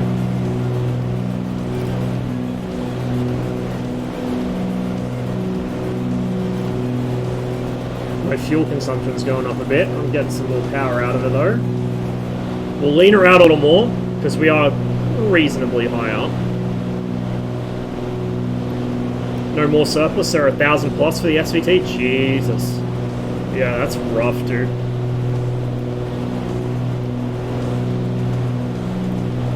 Well, my Enfield, when I bought it, was $400, and that's for a rifle that's matching serials, but Mixmaster and like auxiliary parts and refinished. At the time I bought it, completely unfucked with World War II Enfields were going for number 4s. Number 1s are cheap as fuck here because they build them here. Everyone, like every second farmer owns at least one number 1 Mark III. But number 4s were imported because the Australian Army never adopted the number 4 and they were never built at Lithgow. Lithgow just kept on trucking with the number 1. So number 4s are about $800 to $900 depending on condition when I got mine. So I got mine basically at half price because it isn't authentic World War II condition. I would like to get an authentic World War II condition Enfield at some point, but it's going to be out of my price range now. One of my mates actually, around the same time or a year or two after I bought my Enfield, he bought one. He got a fucking trials rifle. He got one of the early number 4 trials rifles with the fucking button cocking piece. It's really cool. I think his even still has the magazine cut off. And he bought that reasonably cheap. I think it was like $700 or $800 when he bought it, which is pretty impressive. SVT listed at 1,500 cabinets missing the springs. Oh my god. I wonder if fucking, what was his name? Victor at the SVT forums. Or was it, no. It was, what's the big fucking gun collecting forum which has all the good info on sniper rifles? Gunboards? Was it Gunboards? I don't remember, but they had a really good sniper section. And like people would put up the serial numbers of scopes they had and scopes they were looking for. Mine's still up there. I'd have to go see if anyone's replied to it. To get the actual original scope serial to my rifle would be awesome. Very unlikely, but awesome. But anyway, there was an admin there. I think his name was Victor. And if you posted a photo or an engineering diagram of an actual SVT-40 PU mount notch cut into the top of the receiver, he would ban you on the spot. Because he was so worried people would fake them. And that notch is like the most reliable way to spot a fake SVT sniper. So that was legitimately a bannable offense, posting a photo of an unfucked with notch. Do you ever watch Hickok 45's videos where he shoots some older guns? Yeah, I used to watch him quite a lot. I haven't really watched as many gun videos lately just because I've been more watching aviation stuff. But yeah, I used to watch a lot of his videos. I haven't been shooting for like a year or more at this point, dude. I gotta get back out there. Problem is, every time I've been up to the farm lately, I've either been too busy or the weather's been crap.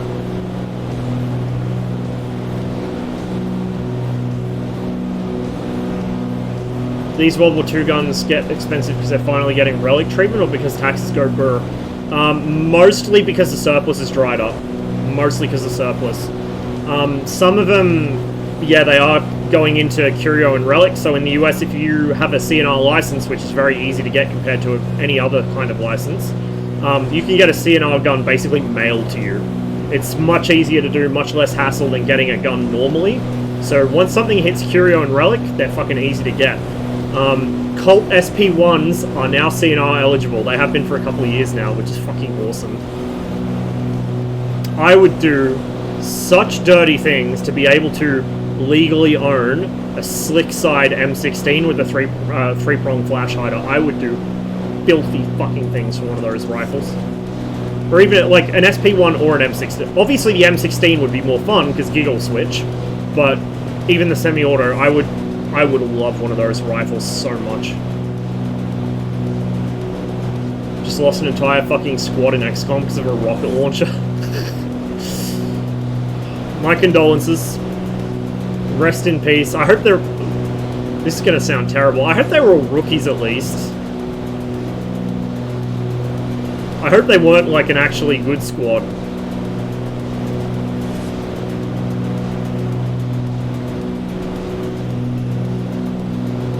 Oh, this thing, it's so cruisy, dude. I could literally do this all day. I could actually do this all day. This is the threat that MSFS poses to my spare time. Once I get settled into an aircraft like this and a pretty part of the world, I will literally fly this sim all day. Particularly if someone's streaming, like if CCM's streaming or, you know, if I feel like flying along, I will jump in an aircraft and fly along with someone for the entire duration of their stream and then probably another 2 hours afterwards. This is why I'm months behind my own Discord, let alone anyone else's. This is why I haven't finished Saber's MiG-21 livery. This is why I haven't caught up on my YouTube notifications, which must be like behind by 6 months now. This. Why are they so cursed? I know, right? Unblinking, unmoving. Like, this guy moves. This guy moves. He's fine. He doesn't creep me out that much. I mean, my man needs to be introduced to a razor. But, you know, other than the fledgling pedo stash, he doesn't creep me out too much. But, like, Shell Shock McGee, who has a very weirdly shaped neck, and then used car CCM here, little concerning. Little concerning.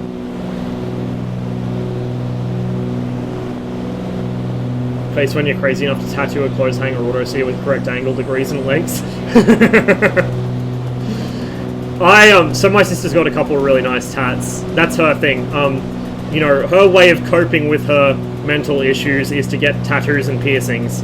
My method is to spend stupid amounts of money on Soviet aviation relics. You know, built different, I guess. If I was going to get a tattoo, and the main reason I haven't is A, I'm a bitch, and B, like, I don't know what I'd get. I want to get something that I wouldn't regret, and there are not many things I can think of that I wouldn't regret. And one of the few things that's kind of stuck with me over the years is if I was going to get tats, I would have at least some, like, maintenance stencils, just for shits and giggles. Like along the line of a tendon or something, a fucking control rod axis, some shit like that. Or like some place where I would, over the spot where they do keyhole surgery for fucking appendicitis or something, inspection hatch cover. Like, it's so incredibly fucking nerdy.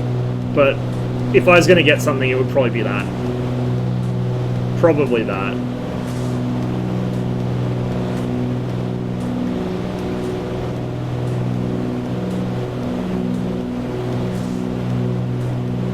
MiG-21's... MiG-12. MiG-12's not an interceptor. Was the MiG-12 the fucking canard pusher plane that they used as a runabout, or was that MiG something else? I think that was the 12, wasn't it? No, that was the MiG-8. Sorry, that was the MiG-8, I think.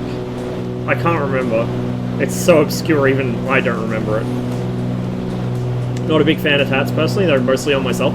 It varies. I think some people they suit really well, and some people they don't suit that well. So it really varies for me.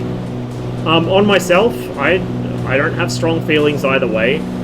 Like, I'm gonna go ahead and say it. I'm not very pretty to look at, so having some form of actual art on me would be an improvement, I think. But I don't, like, the thing is as well, I don't know if they'd suit me. Because I'm a fucking string bean with no muscles.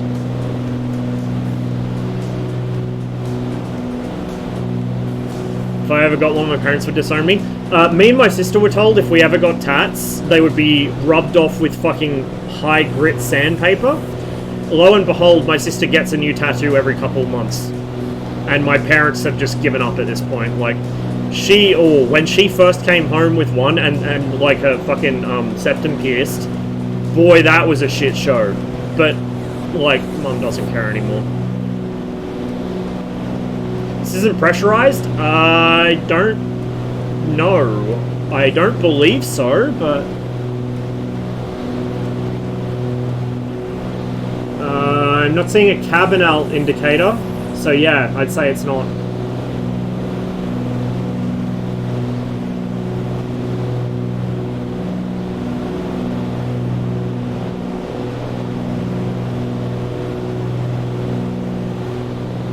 We're 10,000 feet, a little over.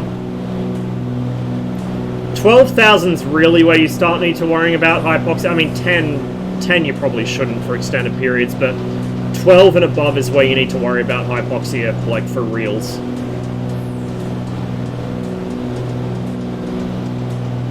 Steel sponge instead of sandpaper, yeah, like... I think if you get tastefully done ones, like, my sister's got really nice tats. If you get ones that are tastefully done and not, like, super cliche, trashy type shit that, you know...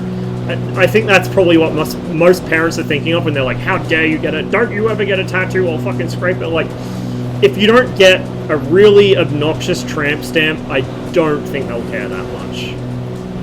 But, you know, I could be wrong. Like, if either of us turned up with tattoos on our face, we would probably be murdered. For sure. But, like, my sister's got them, she doesn't have sleeves, but she's got a bunch on her arms. And... where else does she have? On her back, I think? And I think she's got one on her chest, but I don't remember.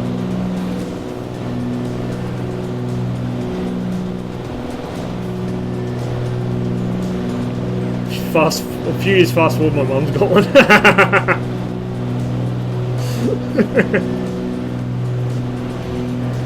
Oh, man.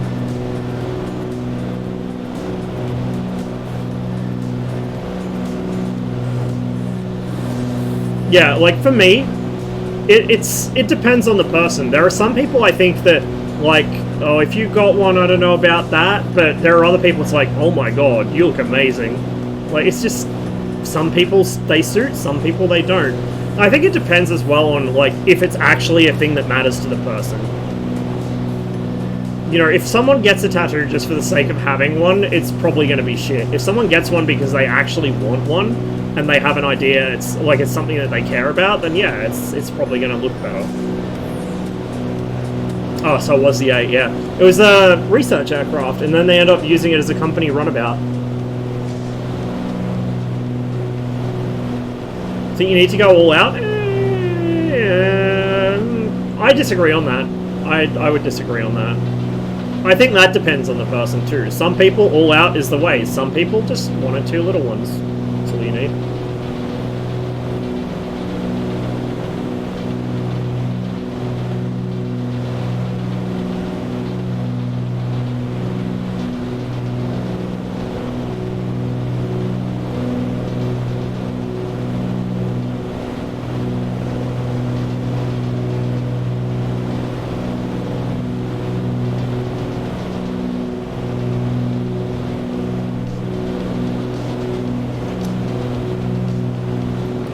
half fuel on the mains by the looks of it.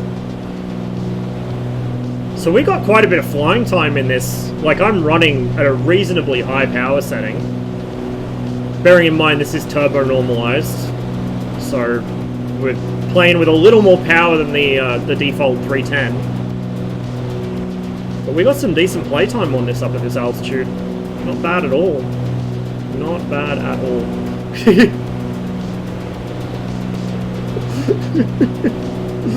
The like half-cocked eyebrow. Oh man.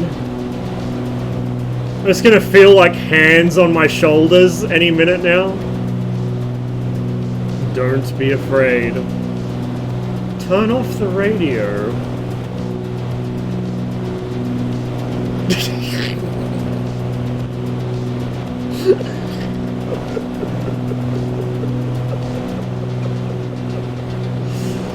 Oh, fucking hell.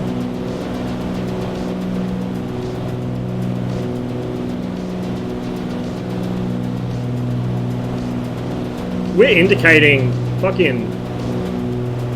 what's that, 170. Still don't know what we're grounding. I'm not doing the maths. If somebody wants to for me, they can go right ahead.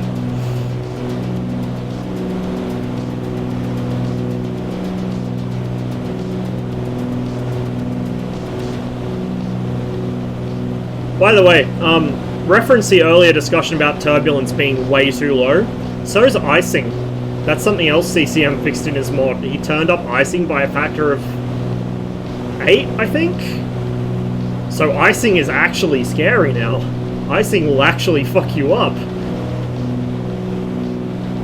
There is a single line in the config files, icing scalar, and that's what controls the effects of icing. It's set to 1 by default. You want it set to about 8. About 8. At least for this aircraft, probably a bunch of others too.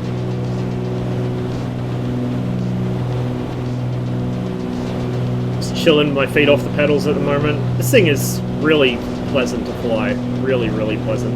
It's touchy enough that you actually feel like you're flying an airplane. I don't know what the wind's doing. There might be a little turbulence up here, but like some of it's just the plane is, you know, not 100% perfectly stable. It needs to be flown. Feels good.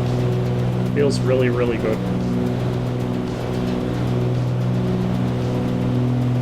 Oh, speaking of minus 40, oh, the passengers are not happy with me. You fucking whiny...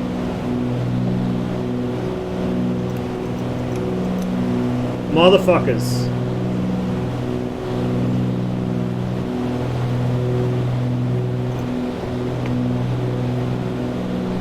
I wonder if they get the shits with you if you bank over 30 degrees.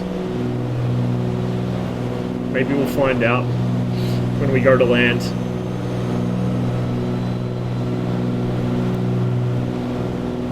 So, I have absolutely no clue where we are right now other than over the Chilean coast, somewhere to the southwest probably of Santiago. This is where I kind of wish I had installed little nav map, so I could bring up the charts and check, but whatevs. Quick inverted flying probably will kill the engines if I do that. A lot of GA stuff doesn't like being inverted.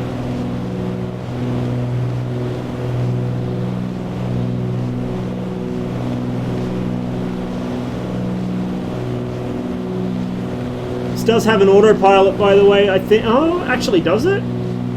Oh, maybe it doesn't. No, that's my my cow flaps. Ah, oh, there goes the water bottle again. Because that's where the autopilot controls are in the 337. I thought it did have one. Oh, if it doesn't, then I like it even more. Beautiful. Who needs a fucking autopilot? Just hand fly like you're fucking king.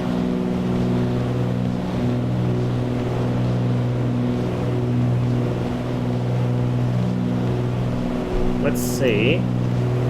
Cabin is comfortable but warming rapidly. I should fucking think it is. There you go. We'll set it to medium. Let's see what they think about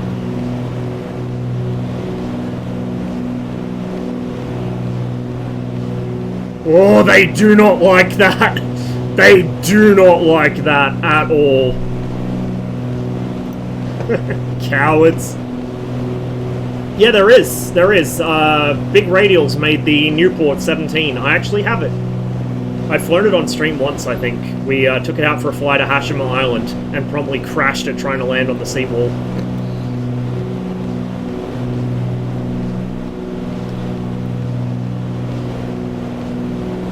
You guys probably can't hear it over the engine, but the song from the F-89 Scorpion video is playing.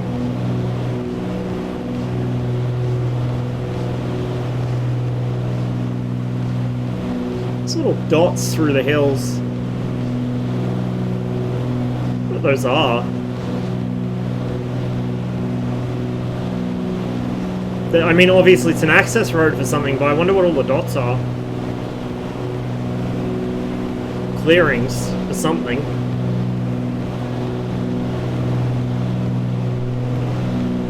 Dust, the eternal enemy. There you go.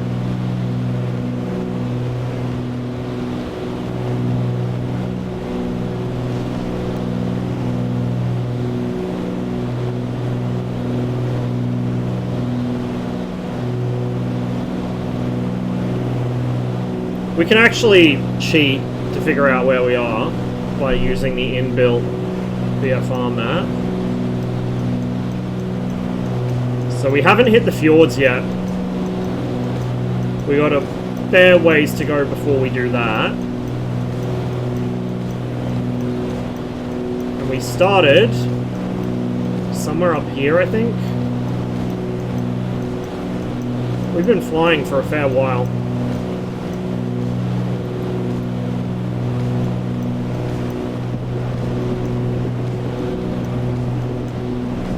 Might go land at one of these cities down here.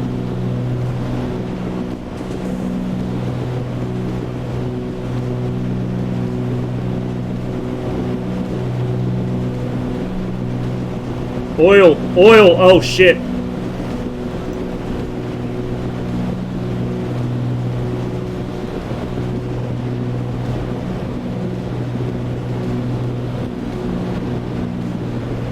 That does not sound very good. Was that an actual oil error code, or am I misreading something? Oh, we might not be going very fucking far at all in a minute.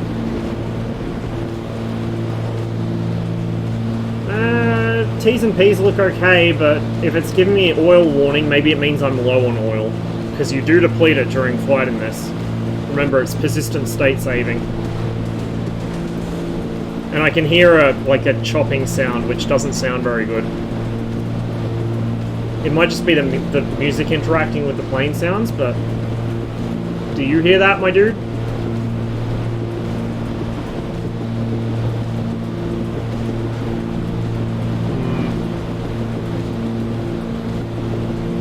Oh no, that's... Okay, I see it. That's indicating something else. It's cycling through outside air temperature, oil. Yeah, no, I think we're good. I think we're okay. It doesn't sound good though, so I'm going to try land it. The chopping has accelerated.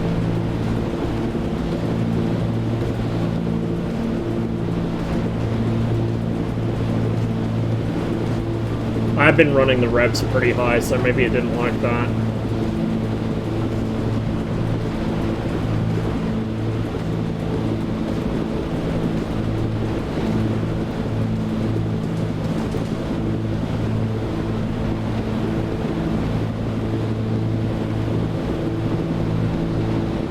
So 28 batteries, so 28 volts in the batteries. 44 OAT. Must be in Fahrenheit. 168 oil. Is that in fucking Fahrenheit? Oh yeah, it would be. Okay, so that's not oil level, that's oil temp. Okay. Crisis averted. Possibly. I still don't like that chopping. To figure out what is actually going on with the aircraft, we're going to have to land and shut it down on the ground to do a service on it.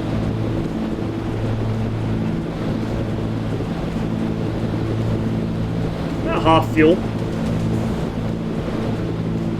So we, assuming nothing explodes or catches fire, we do actually have enough fuel to make it pretty far down the coast, but I don't think we will. I think we'll just look for an airport, or an airfield, or maybe a nice long stretch of ground.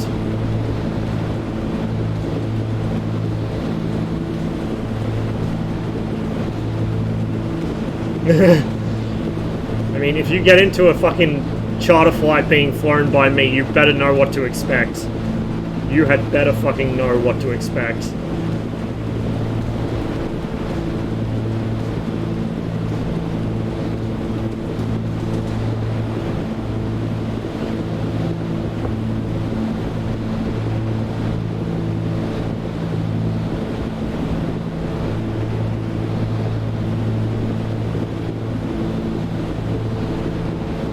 I don't like what I'm seeing down there.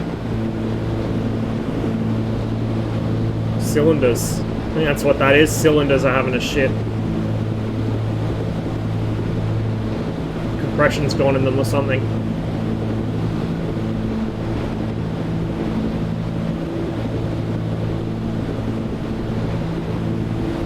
There should be an airfield somewhere around here. Oh, there's a little plane there. Oh yeah, there's a fucking airport right in front of us on that headland. Cool. That's where we're going. If the aircraft will stop climbing.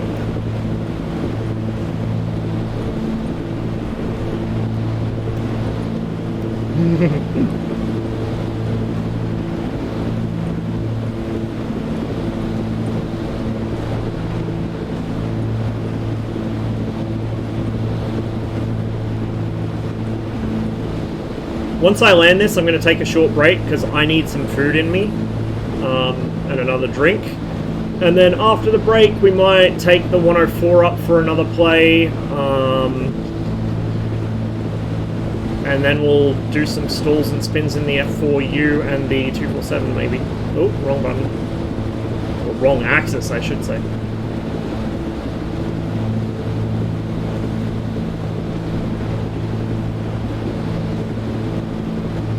That is a lot of zeros. I don't like that many zeros on an engine gauge.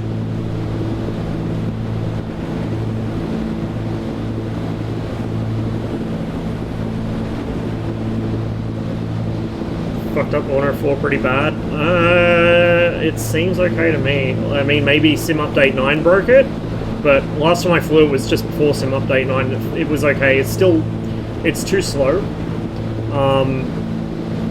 Both in terms of acceleration and in terms of outright speed at different throttle settings, so that's something CCM's looking at adjusting.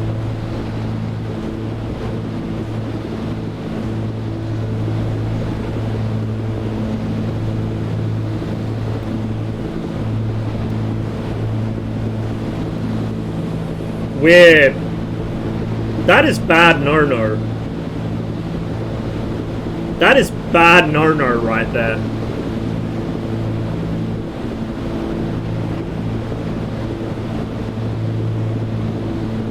I'm not sure what kind of bad no-no it is, but I'm assuming each one of those bars, it represents one cylinder of the engine.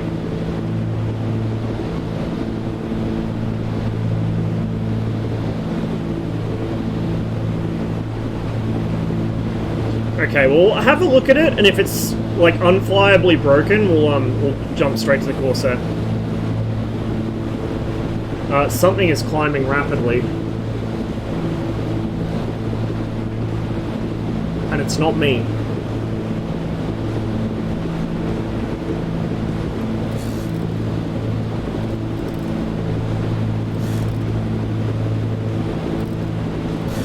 Don't want to overcool the engines.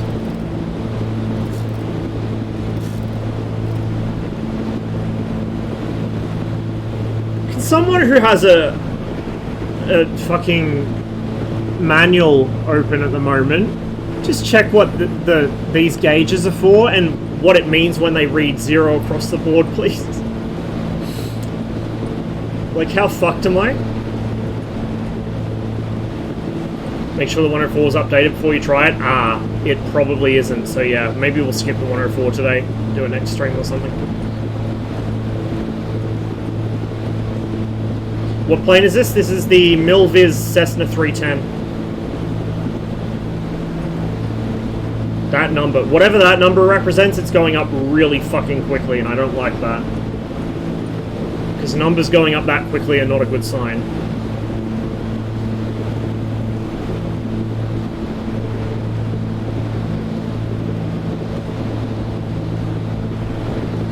Code breaking bug related with afterburner fuel flow and throttle position. This results in a fuel flow cut above 10,000 feet when afterburner is lit. Throttle above 99%, reducing RPM down to idle. Code breaking bug was fixed by restoring an old engine model without native afterburner. This does not affect flight envelope. It still remains still valid as before. It's been necessary to modify both engine and flight models to achieve such results. Okay. Their afterburner model, I'm going to be honest, that's one of the things on the module that does need improving.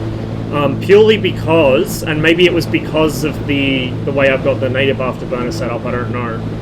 But you could go full forward on the throttle, and the afterburner would light without waiting for the engine to catch up. So your revs wouldn't be caught up yet, and it would just light off. The 104, to my understanding, should be like the DCS F5, where you get a drop power, and then it opens full, like, because the nozzle opens fully before the engine spools up. So you get a drop in power, and then as the afterburner lights off, the nozzle's already fully open, so it fucking explodes. It's like the MiG-21 as well, that bang, and it lights straight away. So if you're wondering why the F5 afterburner goes boom and then comes on, that's why. And why you lose power too. Its schedule's open, you lose your thrust, and then the RPM winds up to catch up with it, as does the fuel flow. And that was one of the issues with the early J79s that caused a lot of the early Starfighter crashes, is the nozzle would schedule open and the afterburner would fail to ignite, and you just lost all your thrust. That's why the emergency nozzle closure handle is there. The MiG-19 in real life had the same problem. The Su-9 also had the same problem very badly. Yeah, there's two actually. There's a TF-104G, the two-seater, and an F-104G. Both by the same dev. I've got both of them. Okay, here we go. Runway in sight. Traffic! Traffic in sight too down there. Guys, let's practice our formation flying and piss off the passengers really badly.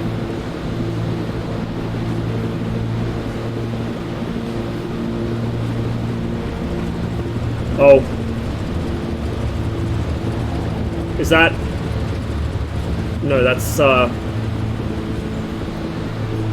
Buffett, okay. I was scared I was going to lose an engine for a minute there.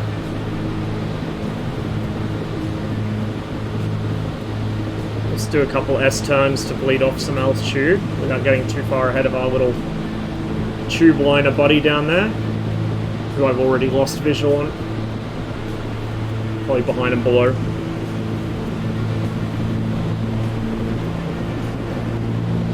Okay, let's just pray to the engine gods and slap on the power.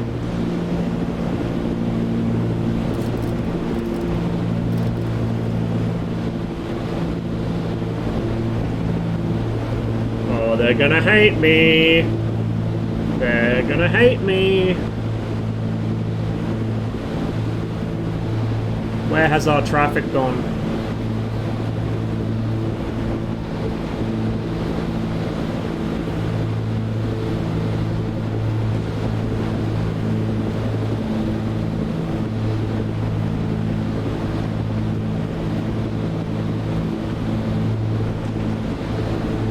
Is he above me now? Oh no, there he is. I see him. He's quite a ways ahead of us. I don't think we're going to catch him before he lands.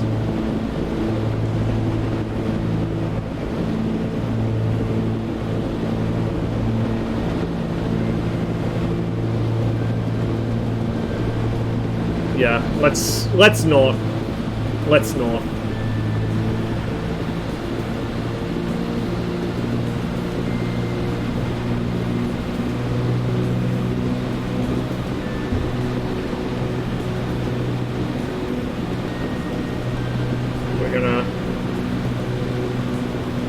forward slip to get rid of some speed.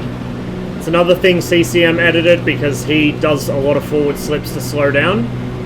So he turns up the coefficient of drag on the side area of the aircraft because most devs have that set really low. There are a couple of modules in the sim where you actually pick up speed by side slipping because they've got that value set way the fuck too low. So it's nice to actually see that the Skymaster has it set correctly, or certainly close to. Yeah, I know.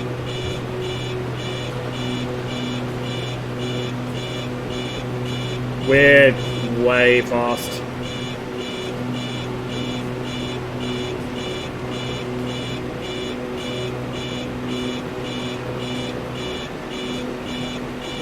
No, we're going to initiate a go-around. And by go-around, I just mean we're just going to do a left-hand orbit. I'm not going to go all the way back around the circuit.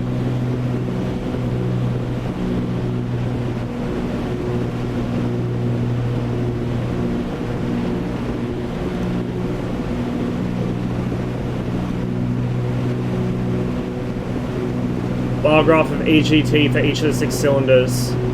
Ah, okay. I wonder if the sensors failed then. That's probably what that is. The sensors have probably failed. Because we do have failures turned on. That's quite cool. Quite scary, but quite cool. If I could just slow down, please. Okay, we're in white arc, so we're going to drop first stage of flap. We're way low. That's okay. We're full flap. Here. Watch that blue line. Since we are very low now, if the engine fails, we won't have glide distance to get to the runway.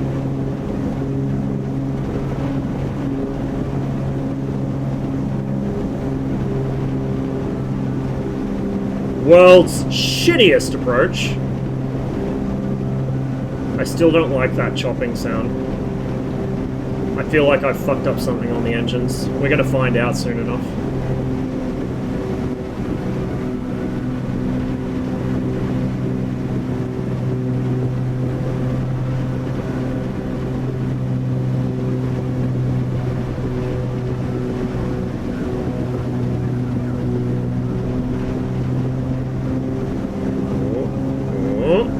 Watch the speed.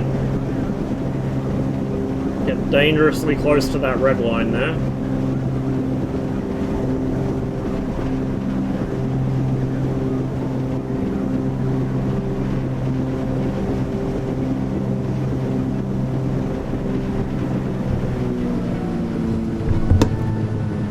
I'll take it.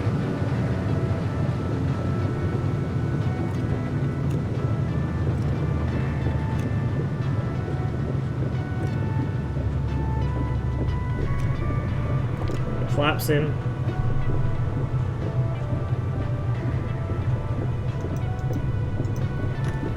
Open up our little side window.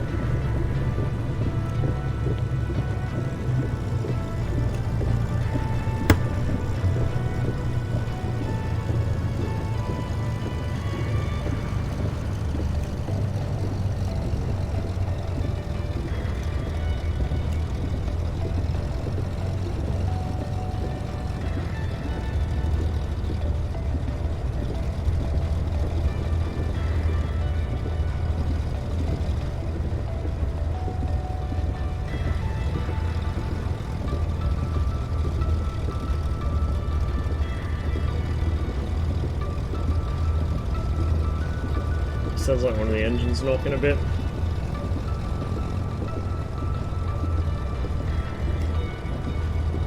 Just sneak in behind this guy and pull up next to the spit.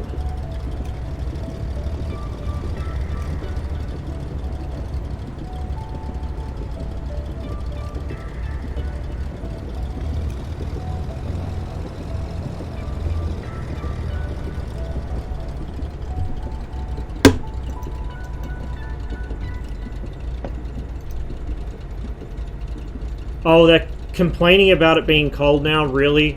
Get the fuck out.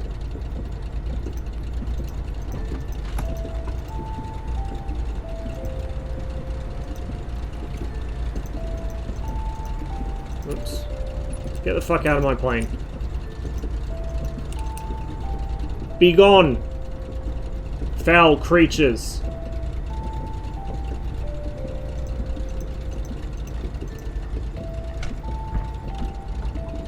Okay.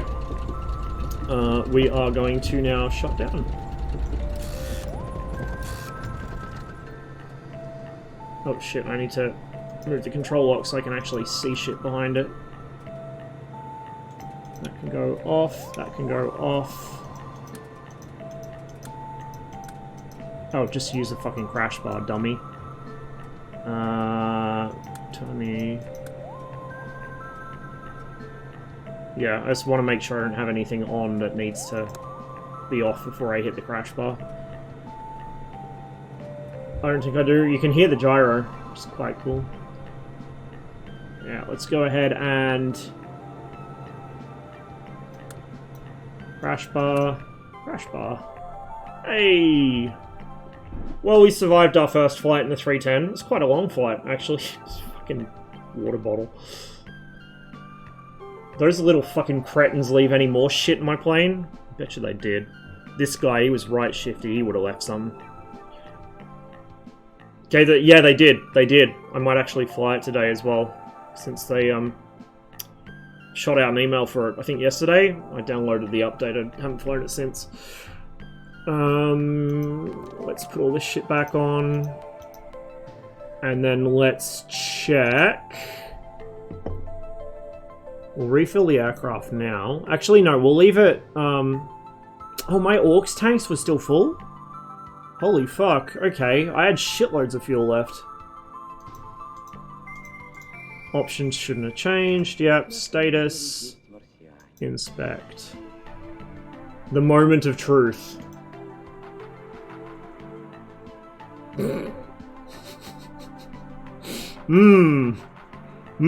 Yep. Oil supply, no. Cylinders, no. So we don't want to run it with that much power on, I guess. It was a bit of a no-no.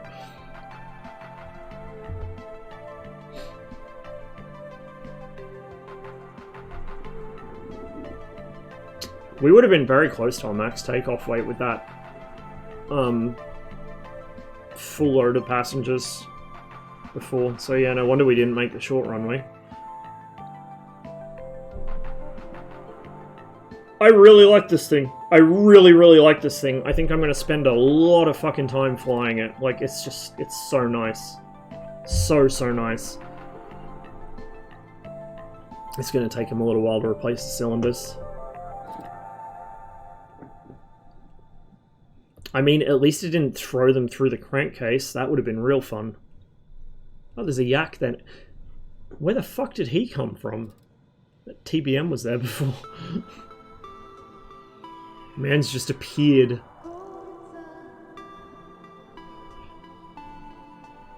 Okay, while they're faffing about trying to unfuck the plane, God, it looks good. It's such a nice looking little plane. I really, really like this thing. So while that's happening, let's take the free cam.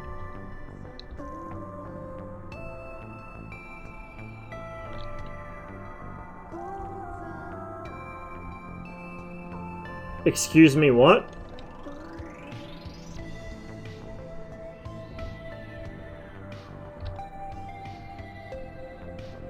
Harrison Ford, is that you?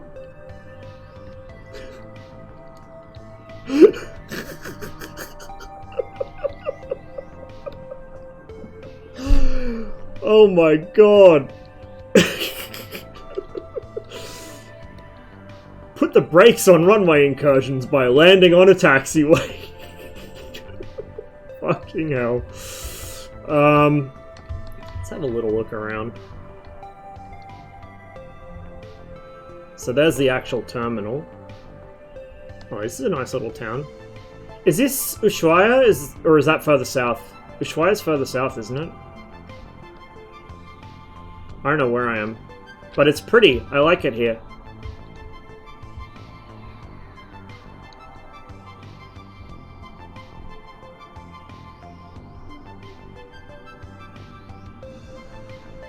Someone else landing. So the AI around the airports can do some pretty silly shit.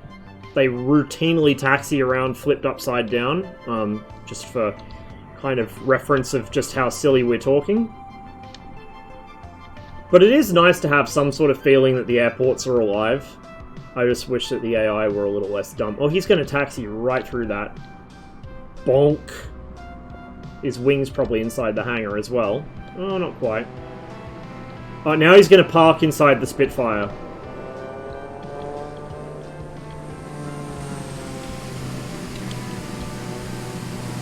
He was probably parked inside the Yak before, and now he's parking inside the Spitfire. Oh, sorry, she.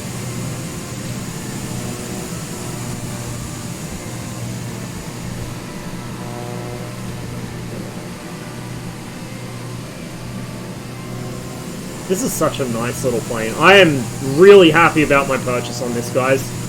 Milviz Cessna 310R. Cannot recommend this strongly enough. It is fucking beautiful. Get it. Where the fuck it... Huh? Okay. Okay. Oh my god, it's Pom. It's fucking Pom. Is that a player? Oh, it probably is. It probably is a player. And they're probably flying... Yeah, that's model matching. So I don't know what they're flying, but it ain't a TBM. Because a TBM is not going to take off in that distance.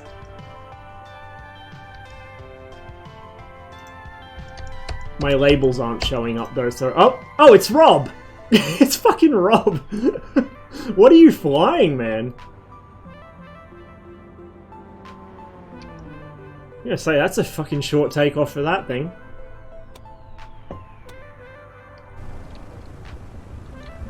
How dare I badmouth the AI? Kodiak. Oh, okay. That was... Pom would have loved that takeoff. Straight across the fucking airfield. No fucks given. Perfect. Now this Cessna, I think, is actually AI behind me. Your pilot's a she. Like mine. I don't know why. My pilot was a dude before, but my pilot's decided to stop being a dude. It's cool, I guess. She's got a pretty nice voice to listen to when she speaks on the radio. I'll take it. Yak 18T, my beautiful little friend. You need some adjustments. Needs to lose some twitchiness in pitch, and it needs its overspeed threshold raised slightly because it's too low. But I think the flight model's encrypted. There's a freeware AN2, but it's... yeah.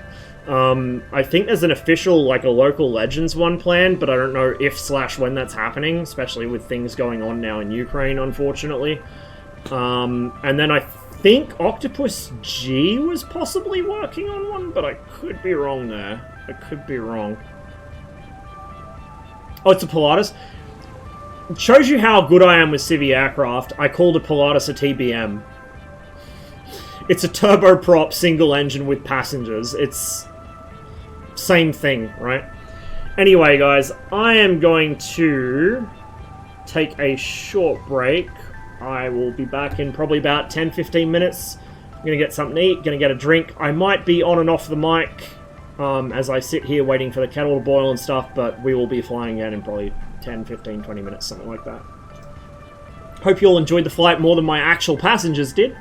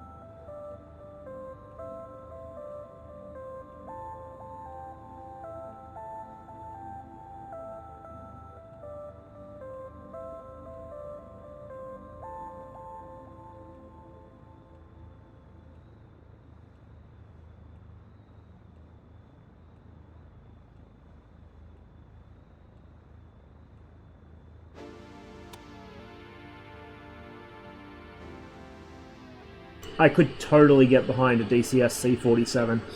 Also, maybe my passengers had a point. It's fucking cold in here today. Jesus Christ. I can't feel me toes.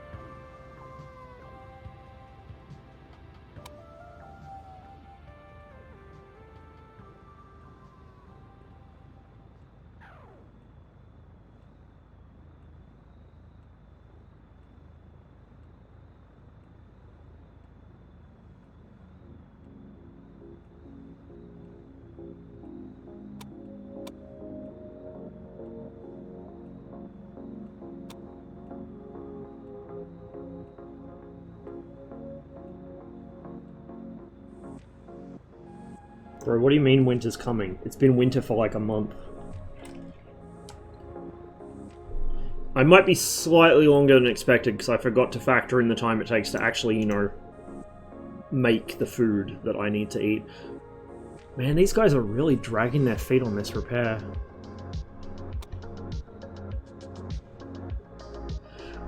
So, I'm thinking, what we'll do after I eat some lunch is we will take the 247 up, we'll do some stalls and spins with it, and if we survive that experience, we'll land it somewhere, and then we'll do the F4U and maybe some Spitfire, because I remember I had some questions about the Spitfire's flight model, in particular the drag with the gear and flaps down, which has allegedly been improved. So maybe now I won't have so much pain in the ass trying to land the fucking thing.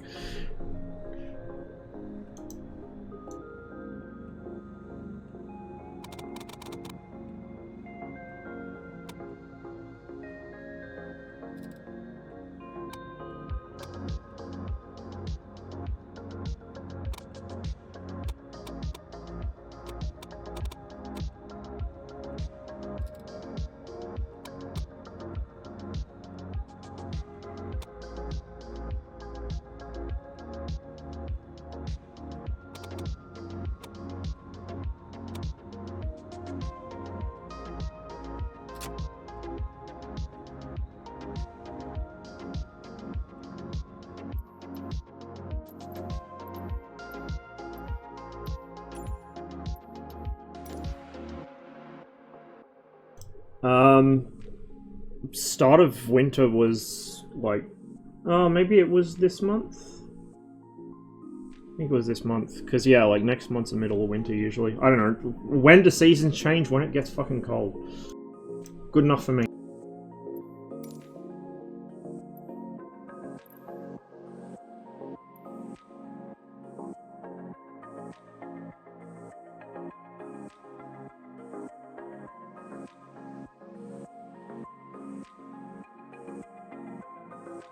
Also, the town we landed in was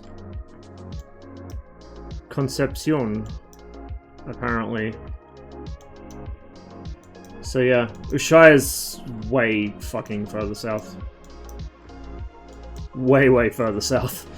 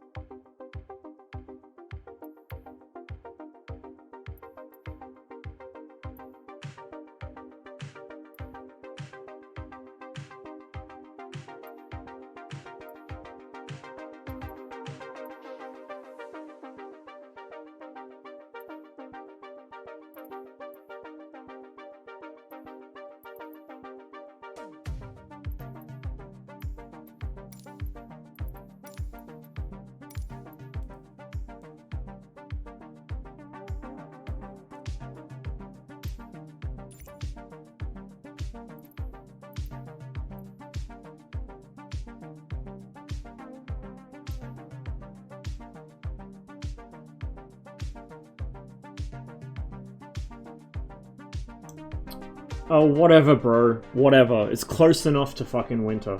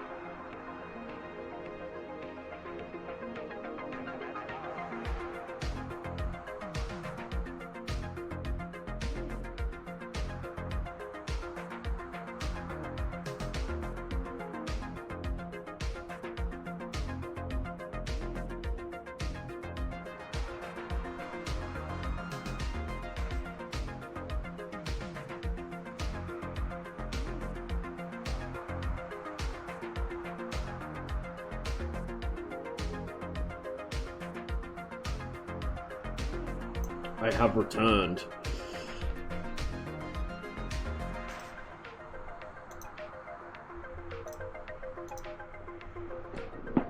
Okay, I'm just gonna have to hope that MSFS is actually... Yeah, okay. OBS has hooked it. Sometimes it's not very cooperative. Anyway, let's get this thing up and running. Oh my god, there's actually people walking around inside the terminal. Oh, and my chair let itself down. Okay. Let's see if I remember how to start this thing. It's been a while.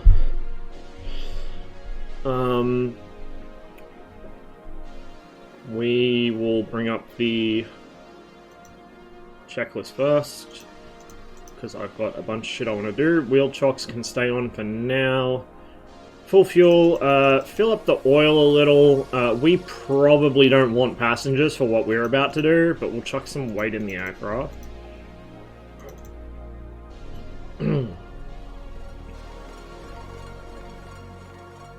Just a little bit. Doesn't need to be too much.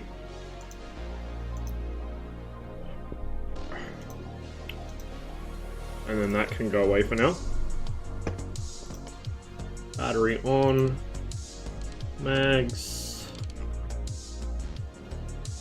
That's anti-ice. We don't really need that at the moment. So fuel tanks. Oh, why is the gas cylinder in my chair shitting itself so badly today? Sorry, guys. Bit of a fidget. Okay, let me get myself comfortable.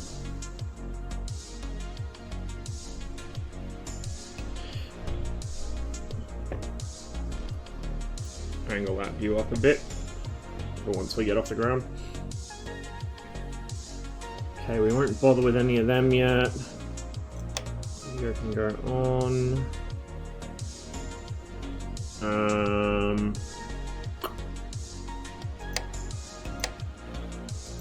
Load. Oh my god, what the... gas cylinder on this is completely gone.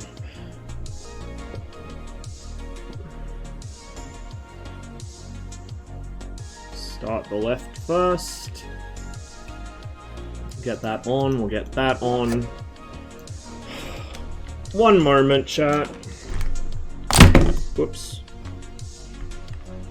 Nearly dunked my track IR on my tea. What the fuck is going on with this chat?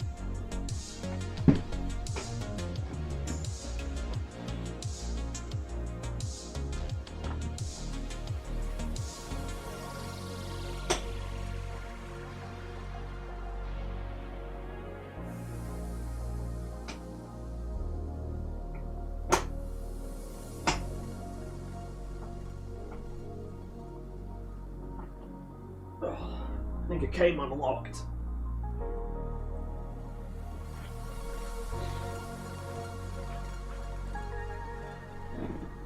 Alright, there we go. Hopefully it won't fall over on me again. Unlike my tracker. Oh.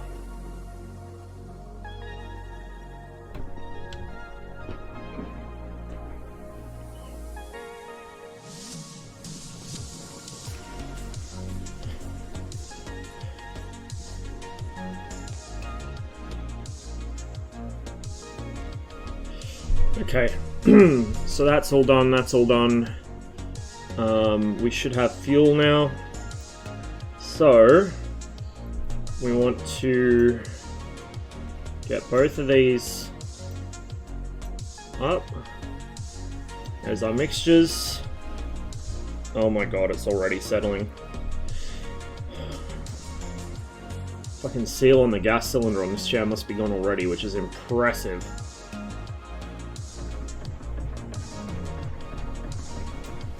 Okay, I think I remember what I'm doing now. I think. I'll wind up the flywheel on the left. Move that just out of its detent.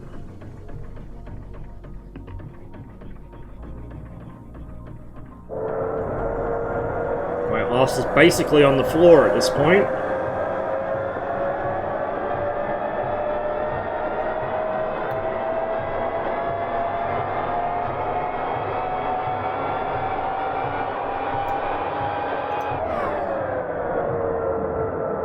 Fuck.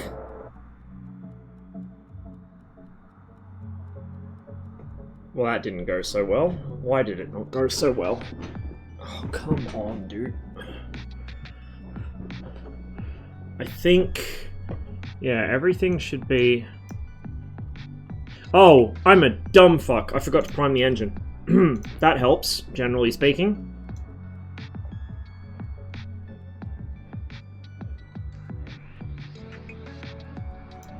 Wow. Big brain hours here.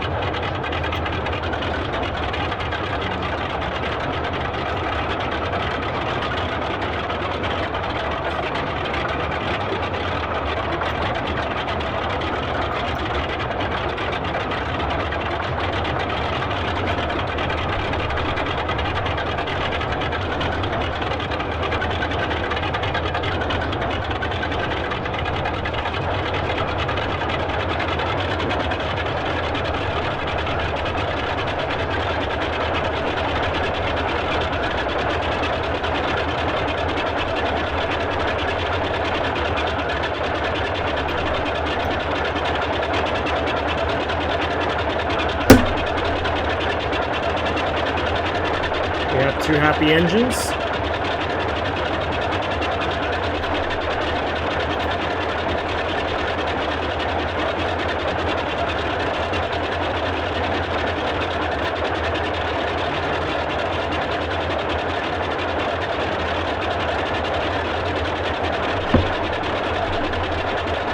Actually, I want this because I need to turn the wheel chocks off. So we're going to go over here and...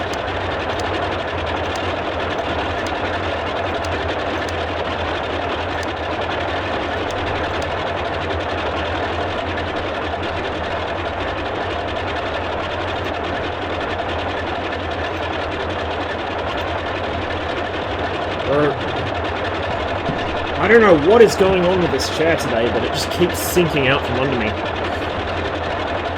Like the seals on the cylinder have died.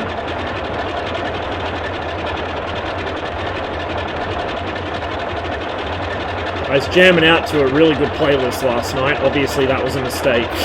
Fuck my chair up. Alright.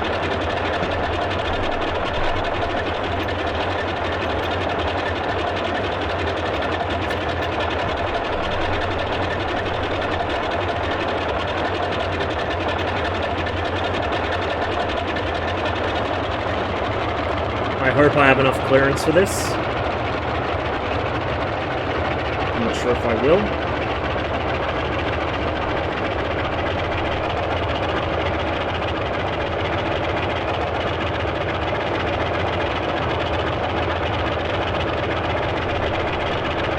Ooh, just.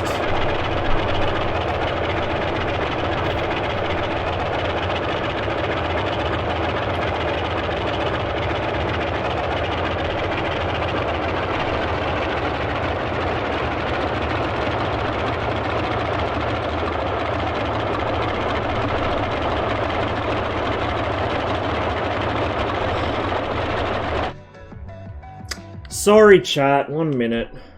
No, I'm at Kai Tak in Hong Kong. Why is this chair doing this to me? Technical issues. Big technical issues. The fucking thing should be locked, so it can't actually sink on me, but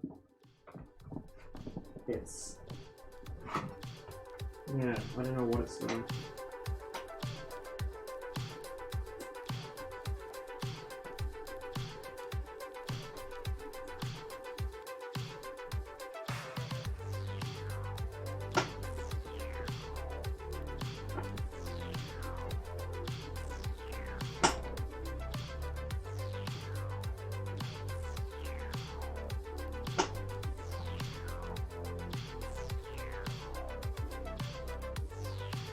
Maybe it's because it's cold or something, I don't know.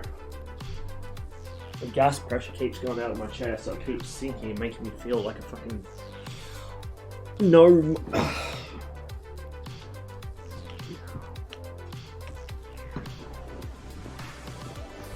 I'll do it again now though. I've sat back down, I'm sure of it.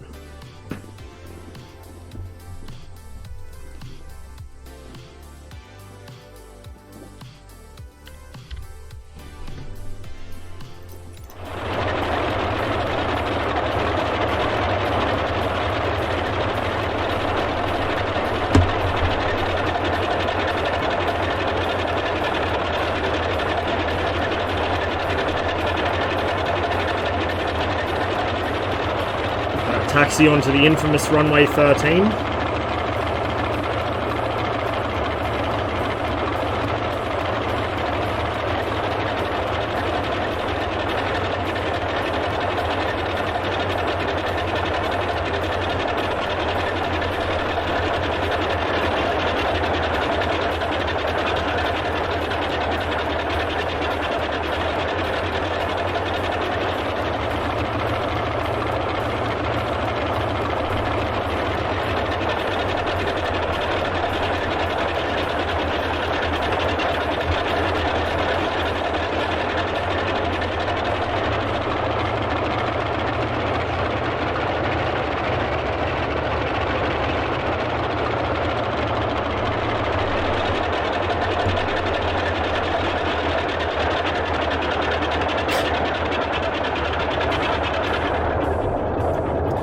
We're flying out of Kai Tak, or at least we're trying to, but I'm having technical problems here of the chair variety. Let me just check what my engines are doing. They're getting a bit warm.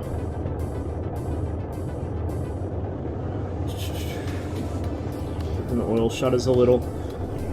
I need to figure out what the fuck is causing this to do this, because I can't really fly if my head's below desk level, can I? Yeah, that would be amazing. I would love some way of, like, actually, you know, having scenery from different stages of history. So you could explore the world as it was at a certain time period. Fly your 1910s plane in the actual 1910s. Do, you know, vintage airliner ops in, like, the 70s or 80s or something. Tried growing taller. Yeah, you know, that one kind of stopped happening a few years ago.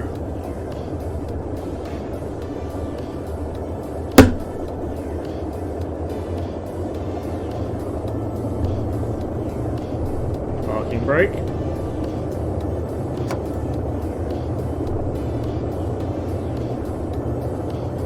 And there it goes again. I can literally feel it sinking as I move my fucking feet on the pedals.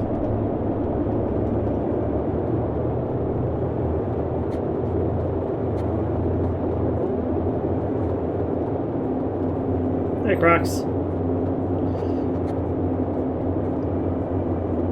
This thing takes off in no distance at all.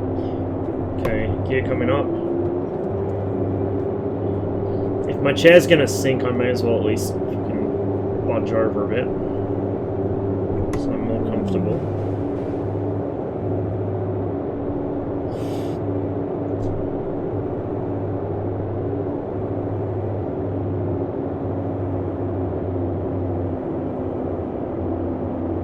It does a bit, yeah.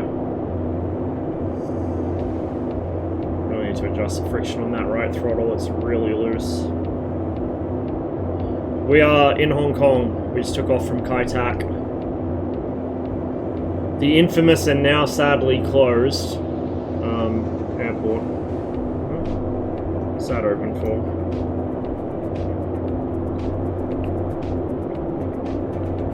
So we're not actually flying passengers today, we're doing some stall and spin trials, so I'm going to want to pick up a little bit of altitude.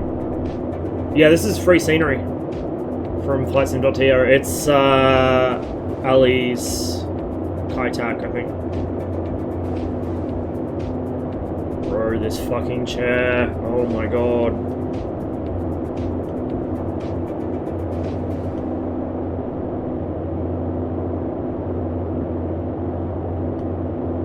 see if there's a way I can actually lock the gas cylinder. There's a way to lock the height lever for it, but it doesn't actually lock the cylinder.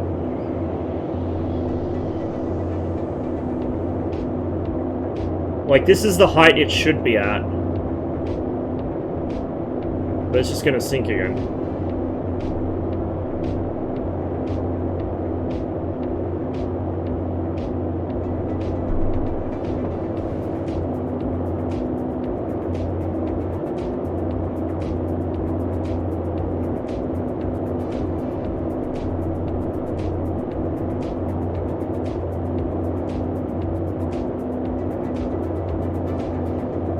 Yeah, one of the only ways to make flying on tube liners actually cool, and it no longer exists. Big rip.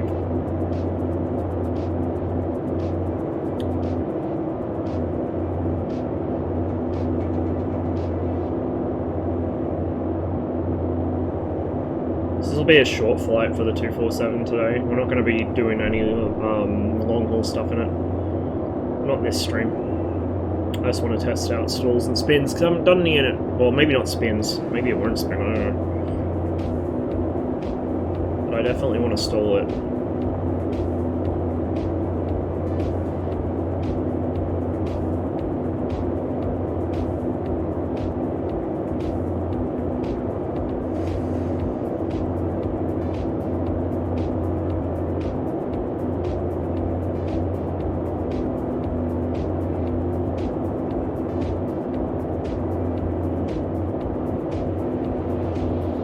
Yeah. De-icing boots are pretty old.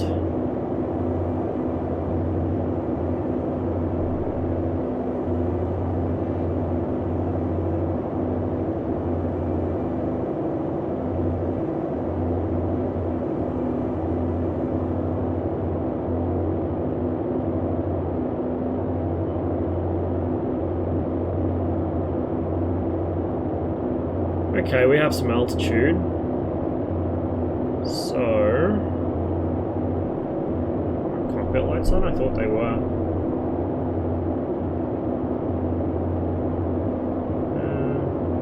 Just really dim, I guess. So we're going to go ahead and pull some power off.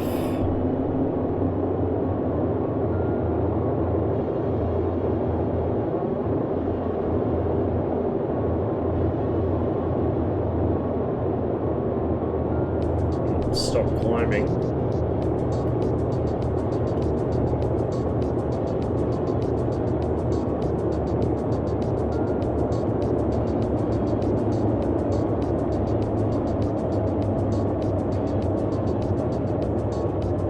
What server? East US at the moment, I think. I had to switch because I was having some disconnection issues from North Europe, which is where I usually play on. I just try and find the most stable server, usually.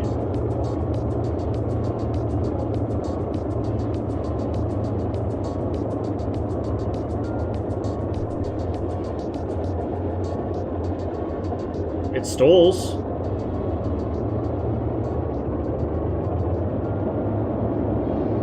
It does stall.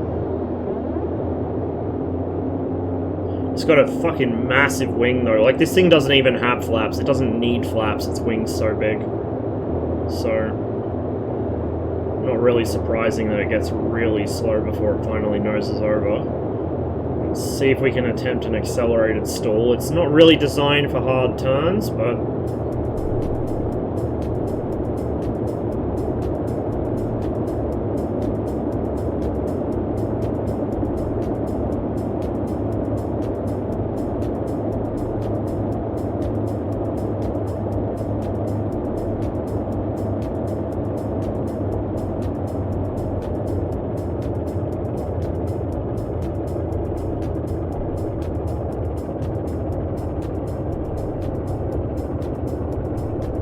we're already losing altitude. I can't maintain this.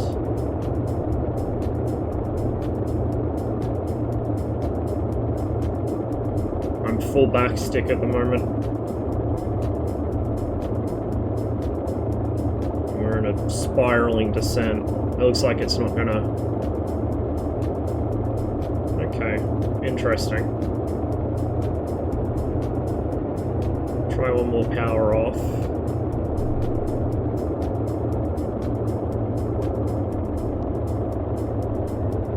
Little bit of a wing drop there. Little bit of a wing drop there.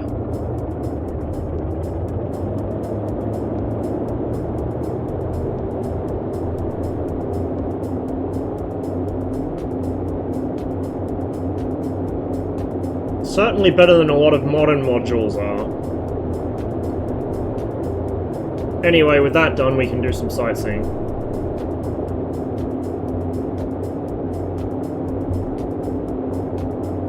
I don't want to really push my luck too much with this thing. I just wanted to see if it actually stalled to begin with, and then if it did, what it actually did. I'm kind of tempted to do single engine, see what it does on one engine, but getting it, like, once you feather one of the engines, getting it started again can be a bit sketchy, so...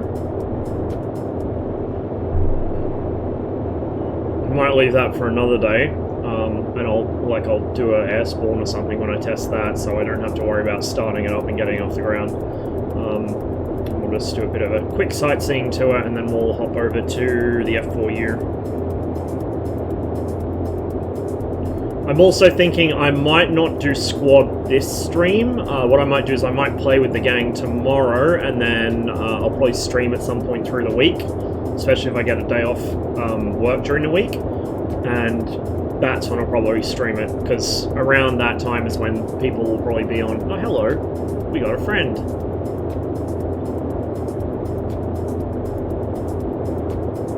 So I think it's getting a bit late for most of the guys I'd play squad with by now.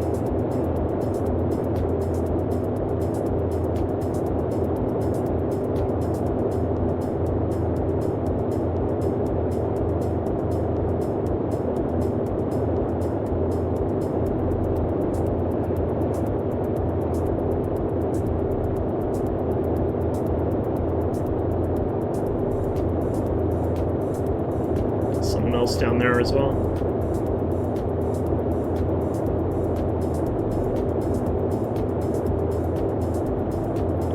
Keep an eye on the engines. They look pretty happy temperature-wise.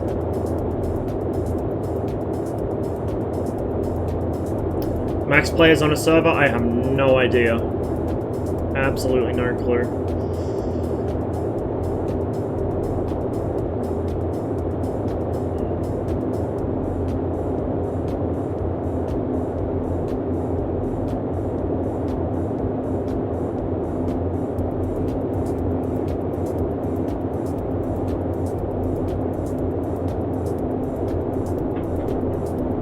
Yep, Hong Kong. We took off from Kai Tak, which is now closed in real life, but here in the sim, it doesn't have to be.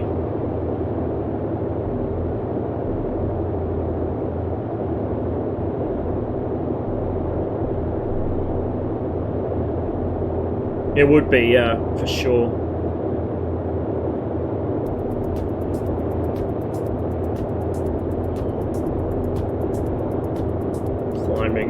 Kind of don't want to be.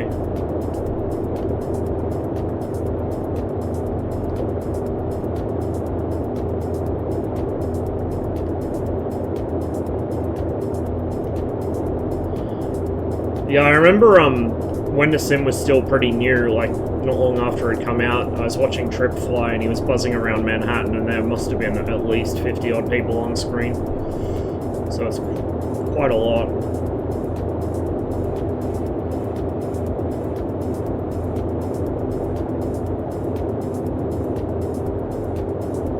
I bet this looks interesting at night.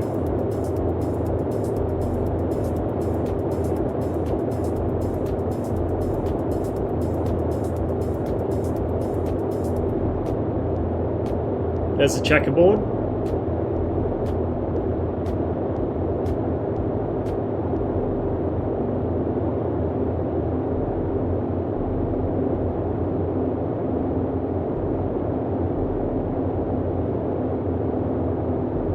So the checkerboard is how you visually line up your approach for Kai Tak.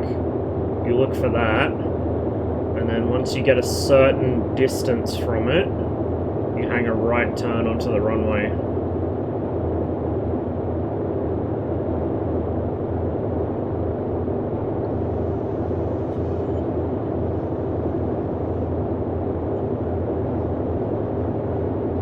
I have yet to successfully land an airliner here. I struggle to land airliners at the best of times because I'm not used to flying something so large. I mean, this one obviously wouldn't be too difficult, but something like even a 737, let alone a 747, getting it into there would be very difficult for me.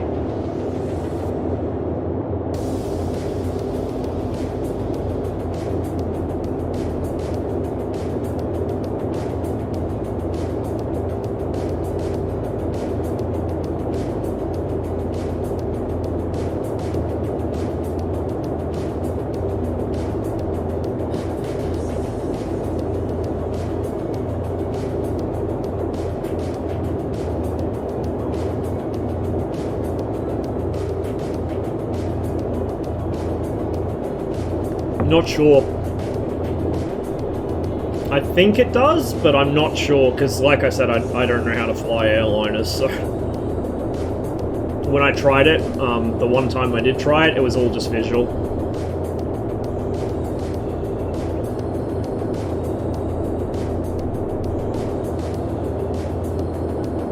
I would guess it probably does, though, because it's a pretty important feature.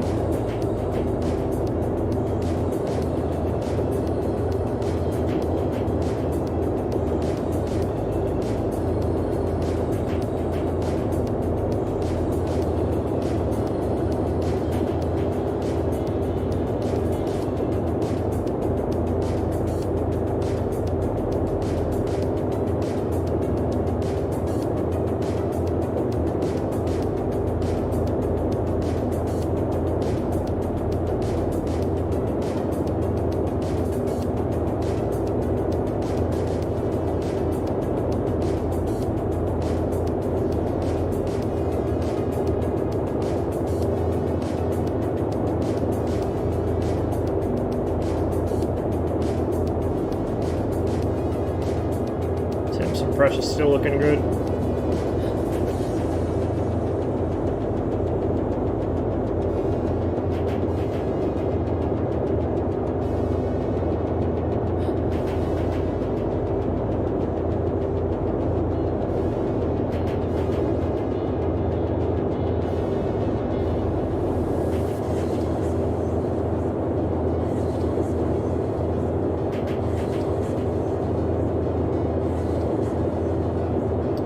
Gonna set this down. I'm gonna need to be right back again real quick. My stomach's playing up on me today real badly, and then we'll hop in the Corsair.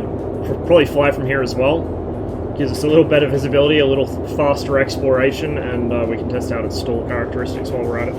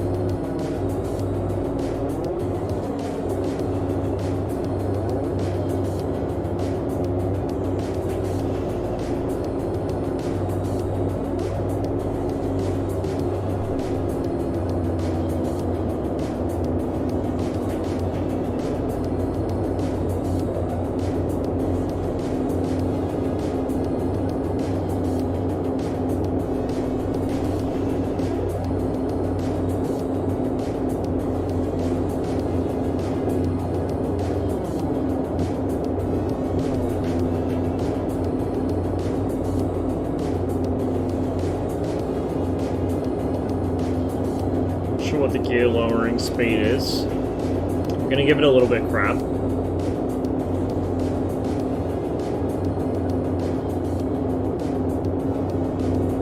Let's see if there's an add-on that adds the walled city back in, because that'd be really cool to fly over.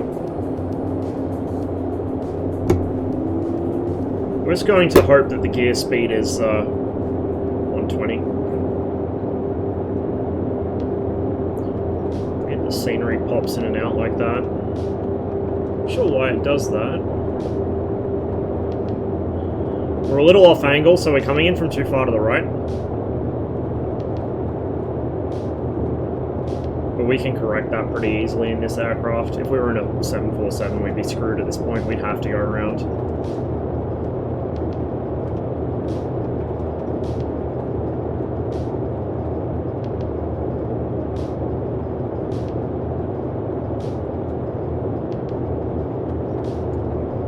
Okay. There's the lights. Follow the lights home.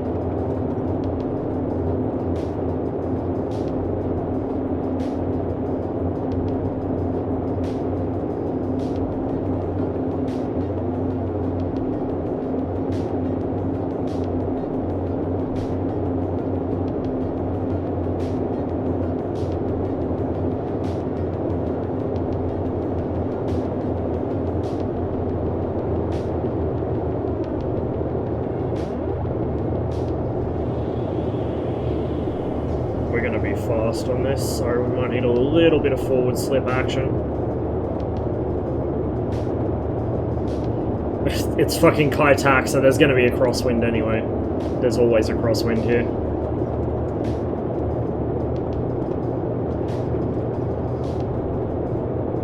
A little bit short of the threshold. Little short.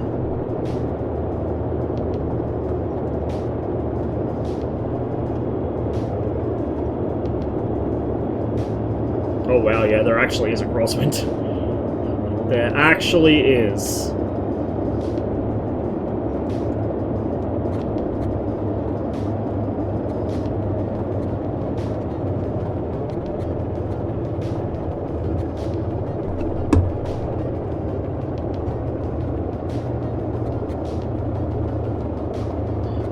I haven't flown for about 4 years.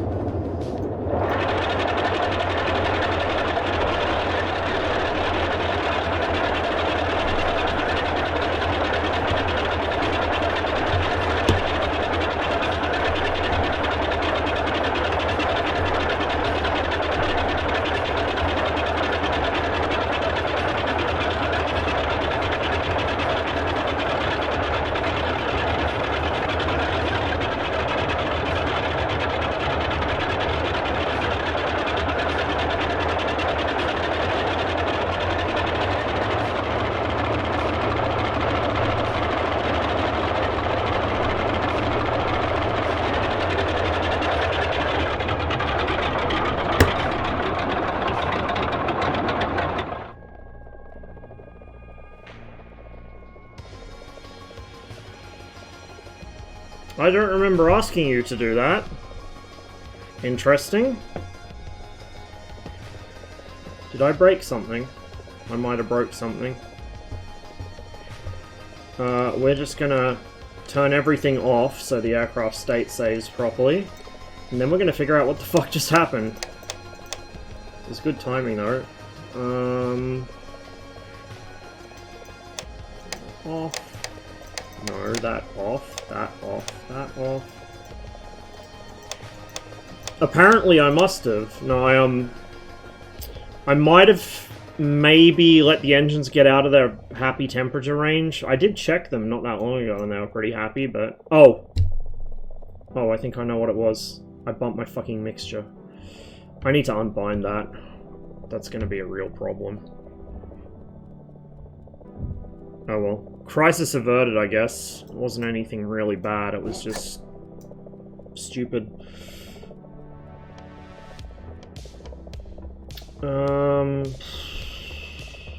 That's everything off or closed that should be, I think. Stuff double check, but yeah, I think that's what happened. Is we popped our fucking mixture accidentally. Just tell him to refill it.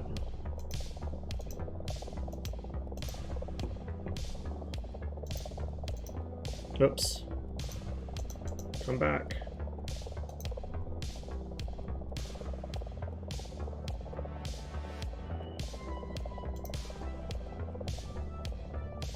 No. Don't seem to be any issues. Yeah. I think I bumped it. Anyway, I will be right back again, guys. Sorry for the interruptions, but like I said, my stomach is doing some unpleasant things today.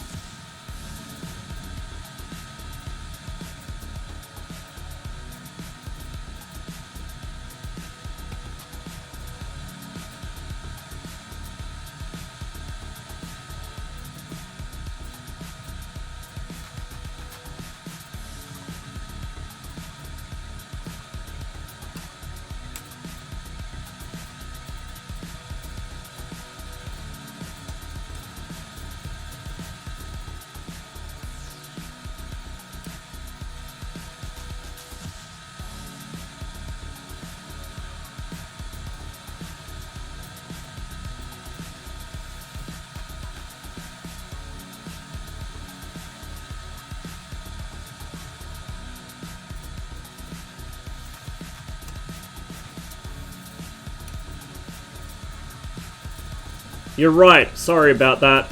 I always forget that. Anyway, I just had a big brain moment. Completely forgot to turn my mags on, which is why it wouldn't kick over. It's been a while since I've flown this. Although, you know, it's not really much of an excuse for forgetting such an important thing in a piston engine aircraft. That is really quiet with the canopy closed. It's really quiet with the canopy open. Why do I not have engine sounds?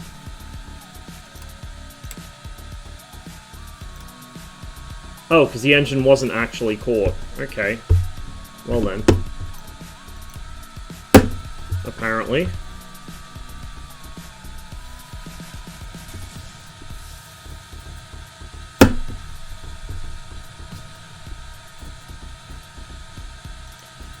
Oh, now we have the configuration stuff here. Good.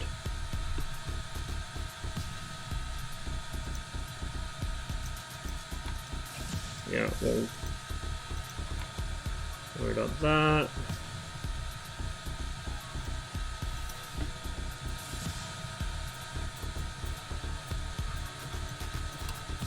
Is it actually gonna run? Fuel tank selected. We'll try and start from reserve.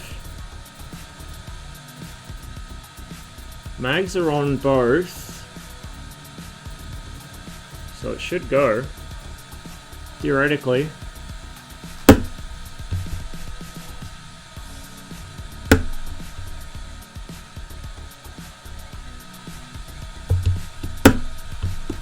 It is not going. Did I overprime it?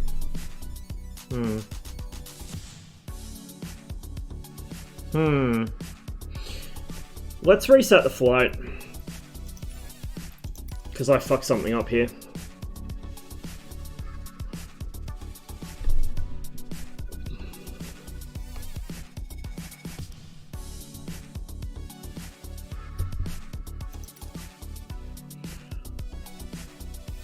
Okay. Open that. I guess that won't appear till the engine's running, which is interesting, but, you know, whatever. Okay. Battery on. Instruments. Fuel pump. That to main. That to both. Mixtures. Mixture handle is not animating for some reason. That could explain a few things. That must be a new bug. I'll have to check and see if there's an update for this. Because that was definitely animated last time I fucking flew it. So main's running. Primer on.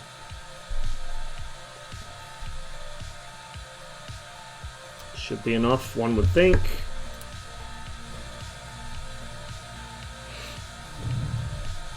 We have sound now. Kind of. You gonna catch?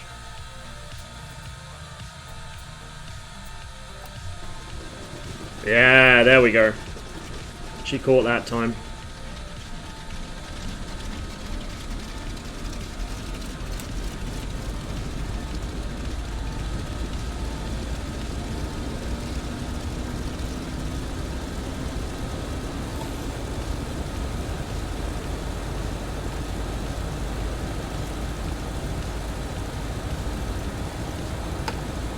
Okay, that's unlocked.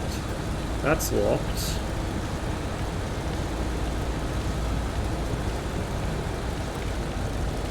Yeah, the mixture knob's not animating anymore for some reason. Interesting.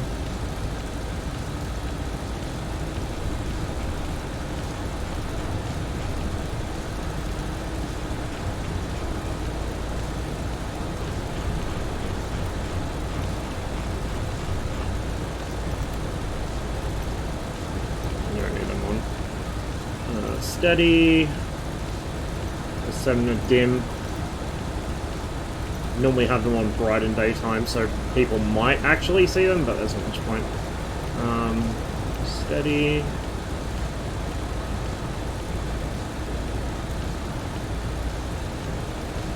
All good. Red.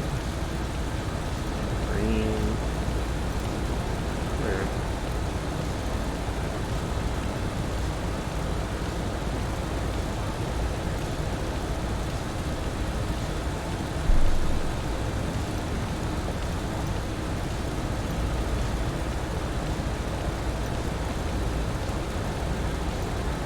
And I think we're full internal fuel. Should be anyway. Now I got to remember what trim in this plane should be on takeoff. Jesus Christ. Okay, 6 degrees right rudder. Oh wow, that moves a lot faster than it used to. So 6 degrees right. 6 degree right wing down aileron. This one still moves slow as fuck.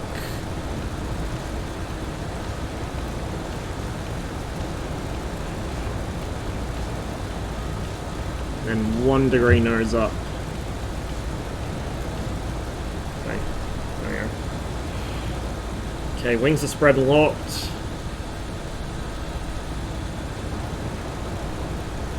Tail wheel should be unlocked.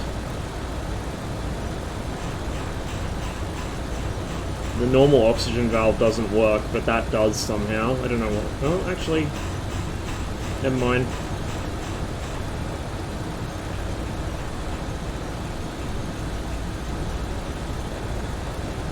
There we go, I think that should do it.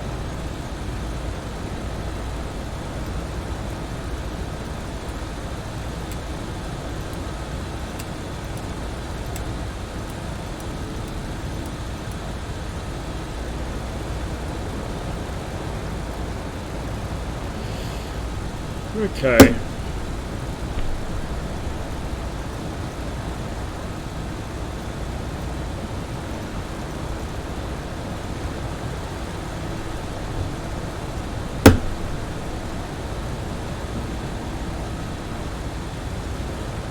I'm not sure if the Corsair had tail wheel steering or if it was supposed to just be differential braking. It's probably meant to be diff braking.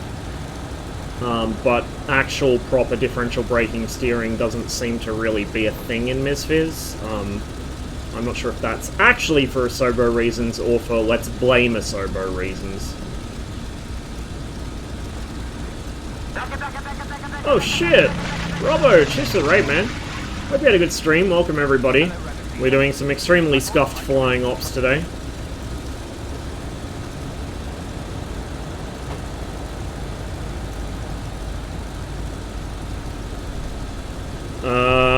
I don't know how much flap I'm supposed to have on takeoff, if any. We'll drop them down a couple notches. My flap lever that I have on my throttle doesn't actually do anything for the flaps on this aircraft for some reason. So, just have to do it the old-fashioned way. If they're even going to drop, which they might not. The wings are spread and locked.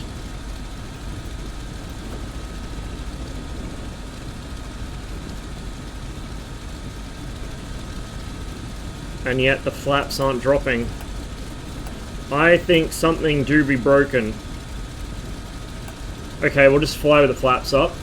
So our flaps aren't animating, and our mixture lever isn't animating, which is very interesting.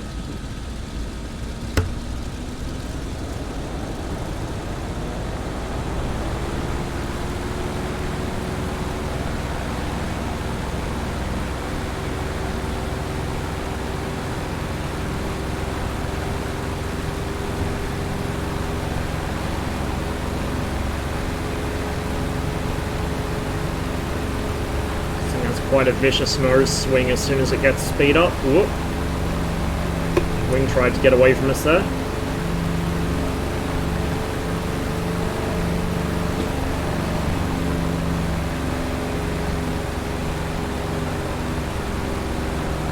Yeah, not bad, man. Not bad.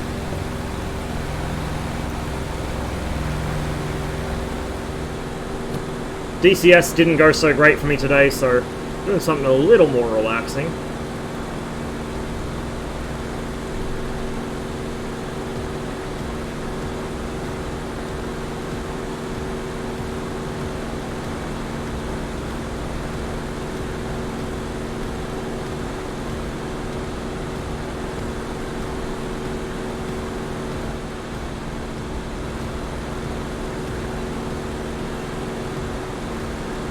pretty nice. So supposedly, like, the guns on this don't actually, you know, destroy stuff, but supposedly there's a firing effect for them. I have not figured out what that's bound to yet, though.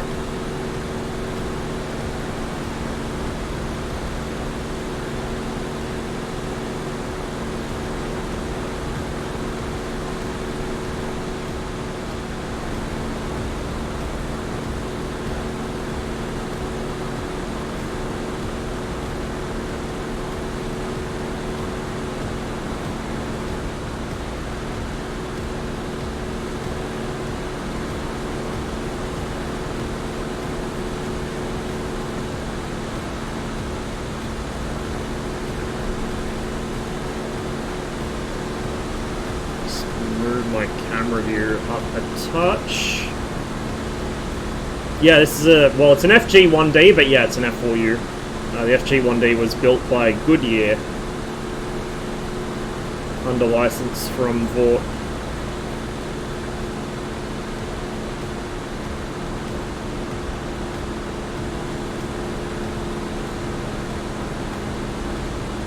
I think most Corsairs used by British Commonwealth countries were FG1Ds rather than straight up F4Us.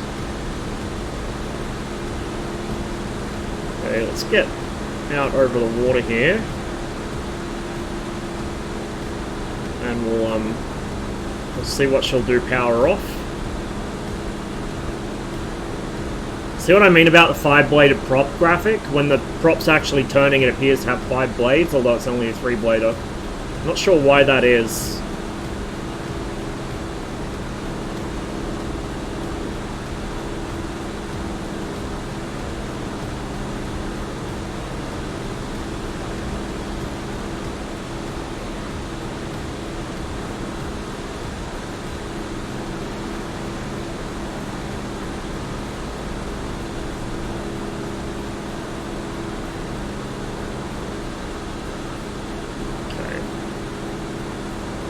Go ahead and come off the power.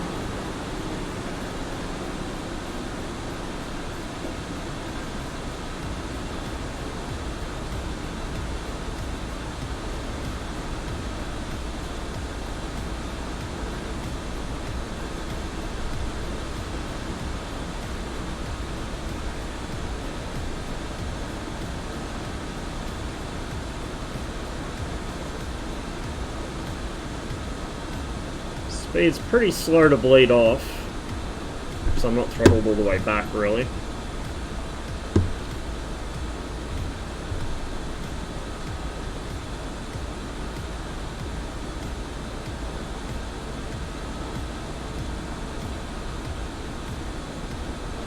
Okay, here comes 100 knots.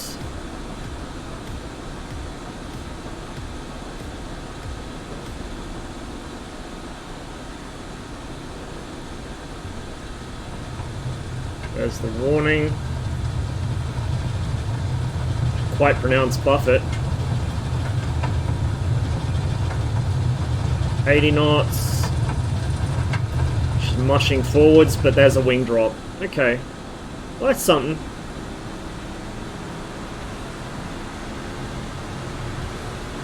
Try going into a secondary here.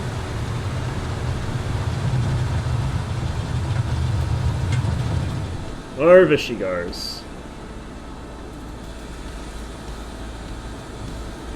And I would not be surprised if you get a wing drop or a wing drop into a spin out of it if you really monkey on it.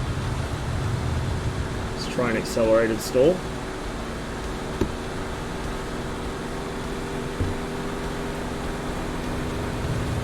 There's the warning at 130 knots. 125, I should say.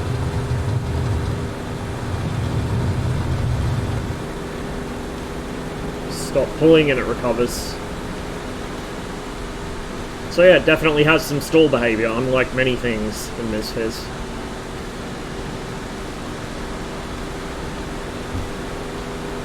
Let's see if cross controls will spin it.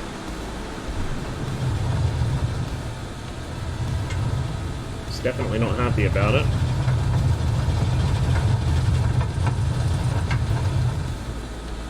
It recovers itself pretty easily.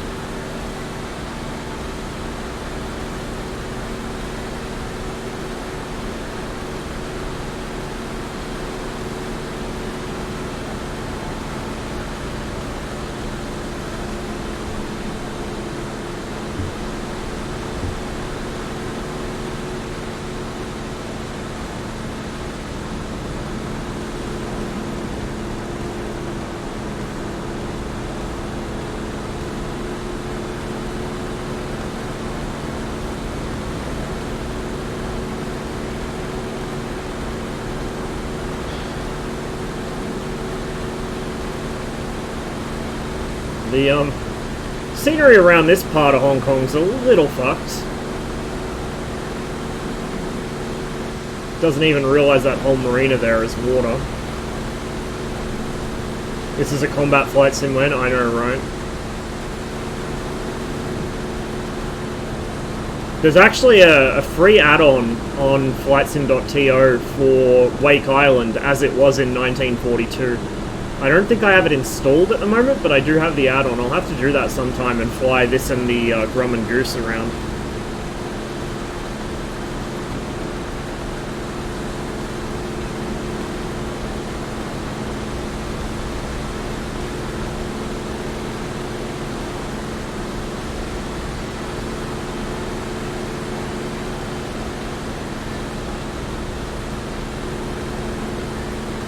.42 Midway as well. Ooh, I'll have to grab that for sure.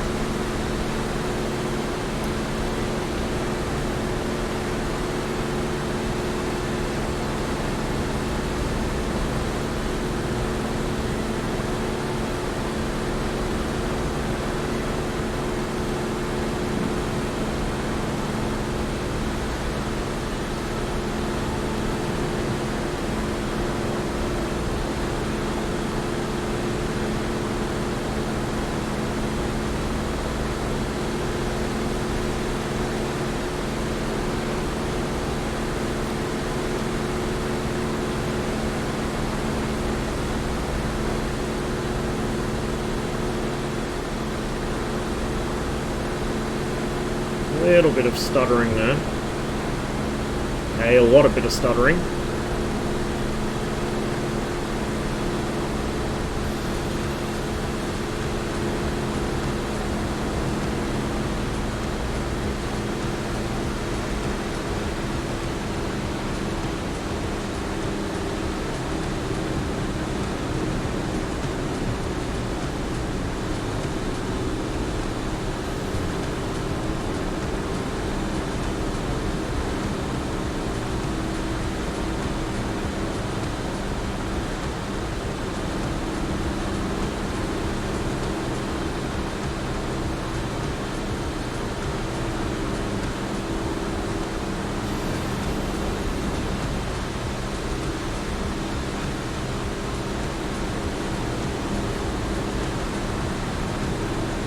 Hong Kong.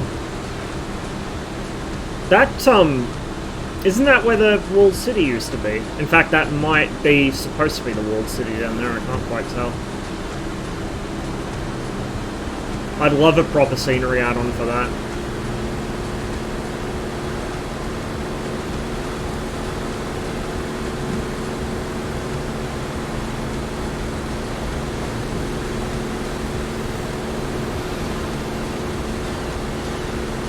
Please don't have a full collision volume.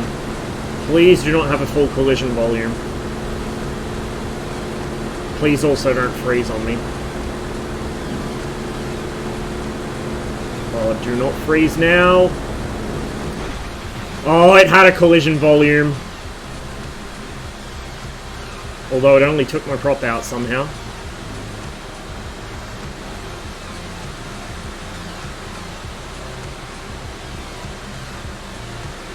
Is there a Toronto scenery out on? Probably. I don't have one, but there probably is. In fact, it may even be default photogrammetry. Conveniently, there is Kai Tak. We're going to be landing the wrong way along the runway, but whatever. Keep an eye on my speed.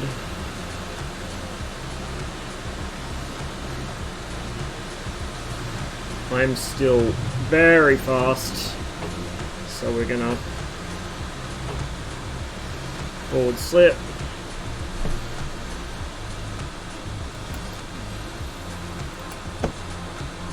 I don't think the flaps are even working on this at the moment. We're above our gear extension speed, but we need to get the gear down. There's the end of the runway.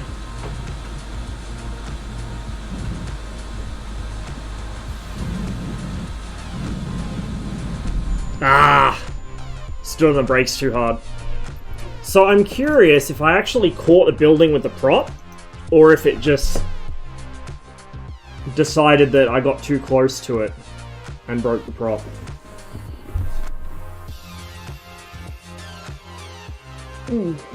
But I probably shouldn't have tried that with the low frame rate. That was a bad idea.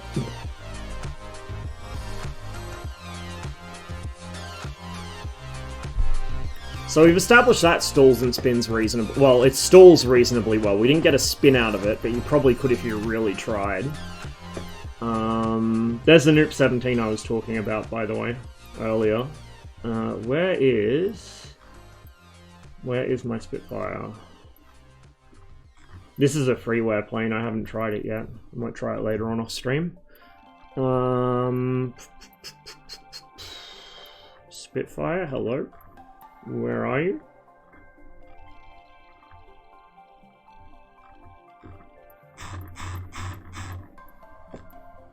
Probably down the bottom. This is freeware as well. The cockpit needs work though. A lot of the freeware stuff, even with decent flight models or whatever, the cockpit's usually either borrowed from an existing plane or it's just really barren, unfortunately.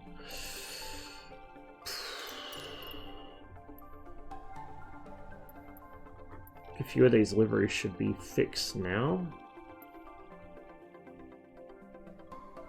This one. That one should work now.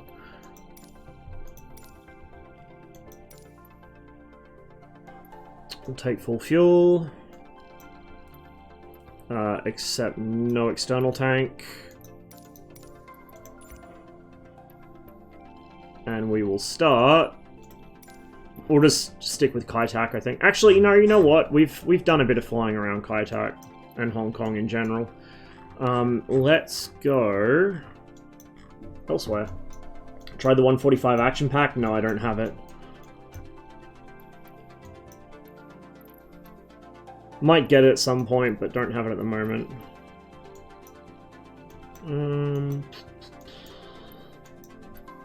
I'll go up to the UK with it. Best place for a Spitfire, I suppose. Let's actually, because I've got an add-on for this. Let's start up this end, maybe? Yeah.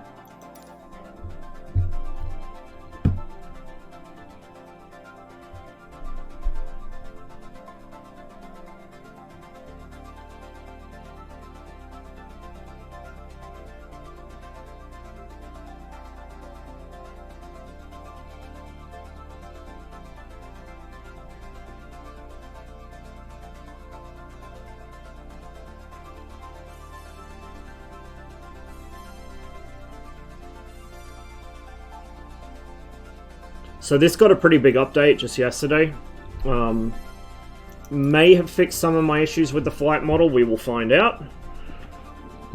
Oh, What the fuck is this? Get that out of my fucking cockpit. Disgusting. Give me a gun sight. Control column. Let's use the World War II pilot. Dynamic engine stresses. Yes, please.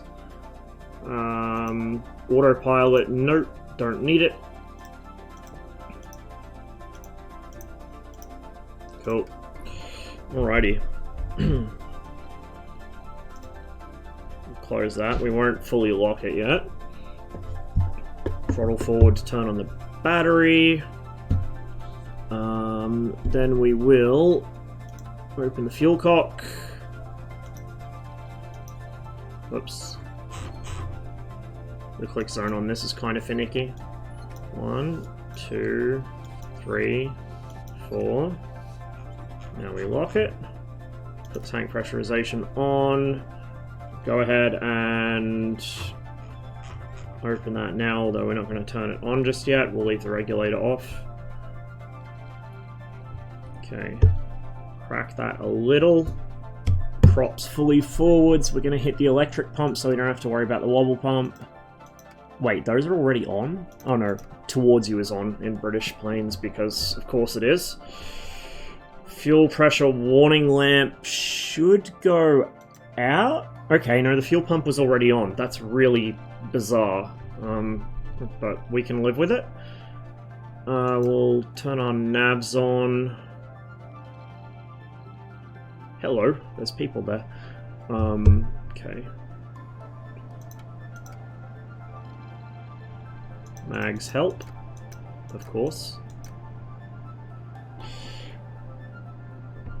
We need to... Okay, the brake is on, it looks like.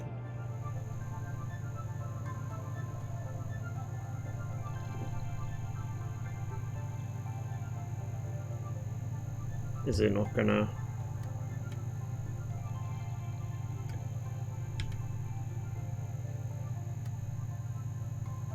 Interesting.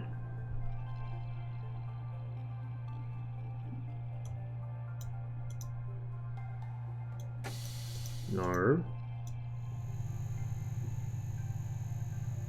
I thought you were supposed to be able to click between those to get it to press both at once, which is how you're supposed to start the aircraft, but we'll try this. Yeah, that's not going to work. Oh, it's not even animating now, what? Hello? Can we start our engine?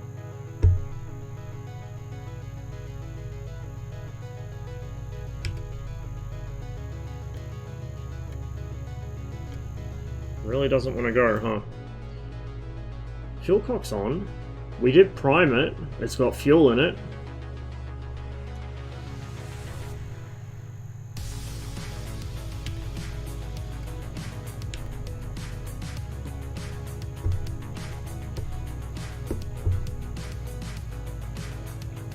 Doesn't want to start.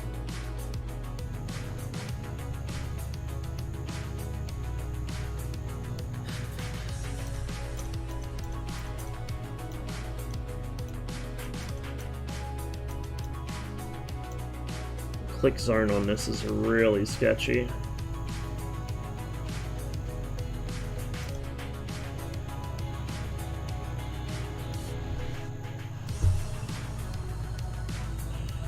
I'm at a loss as to why this aircraft is not starting. Give it a couple more primes maybe, but it should have had enough to...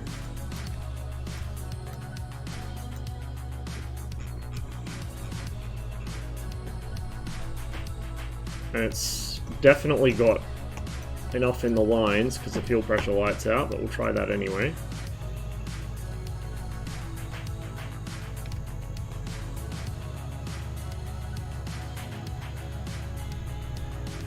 Weird. Very weird.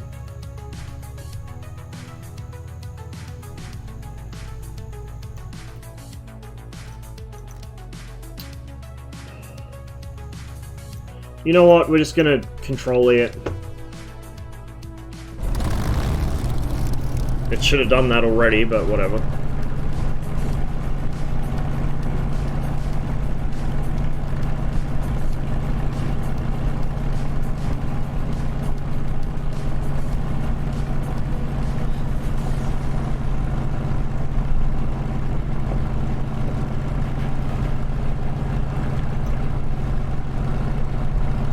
Well, no. Jesus, the brakes on this are sensitive.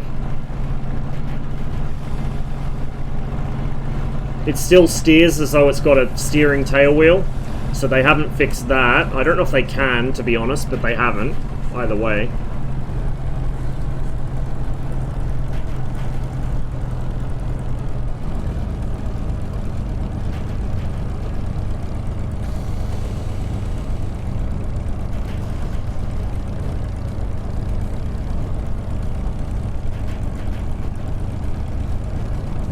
Lovely, typical English weather here today at Doxford.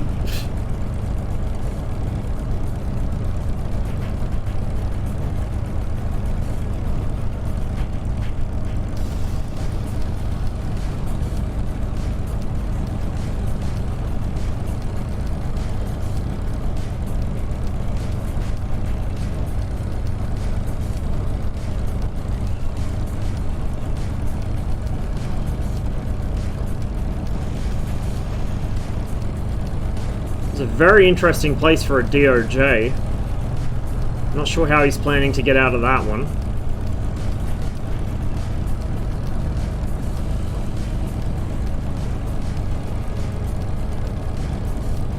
Very interesting place for a DOJ.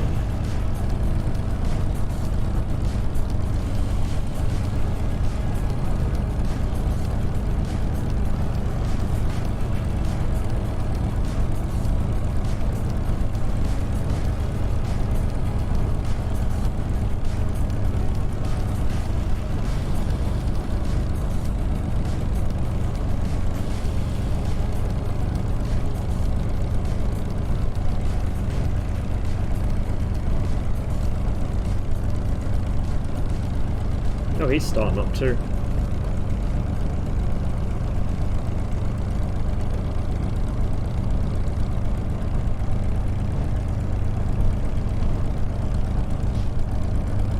Must be nice. I haven't even got mine yet.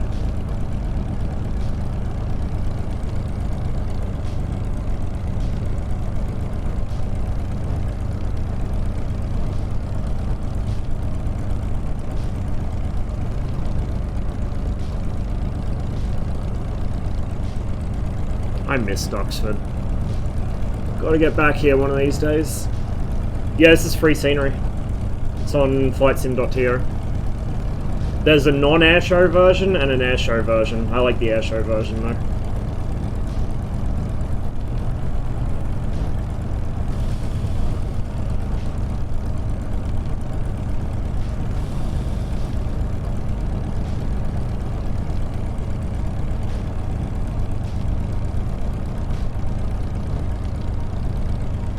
Tank assets could be better.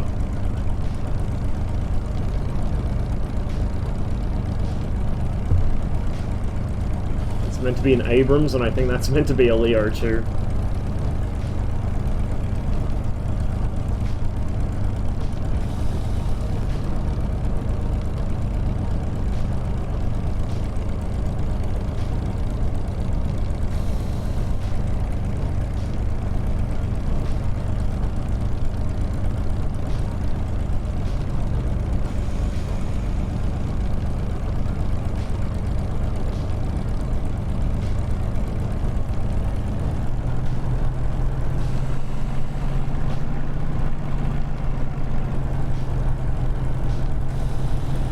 Try and taxi this the way it's supposed to be done with the toe brake, or not toe brakes, with the actual brake paddle, which I don't have bound in this at the moment.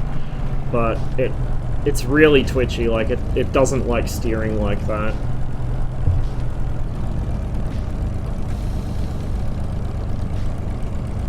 So we really need proper tail wheel simulation in this, like free castering tail wheel. Okay, flaps are up.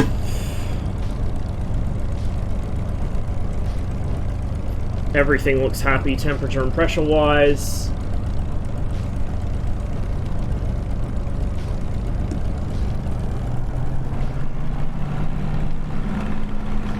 I need about... Oh, hang on. We're having issues. A bit of right rudder trim in and a bunch of nose down trim. The trim on this is really slow. Ooh, no. No.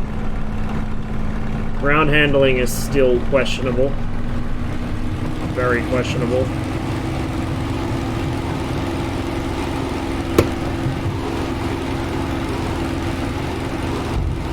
Wind sound is different, I think.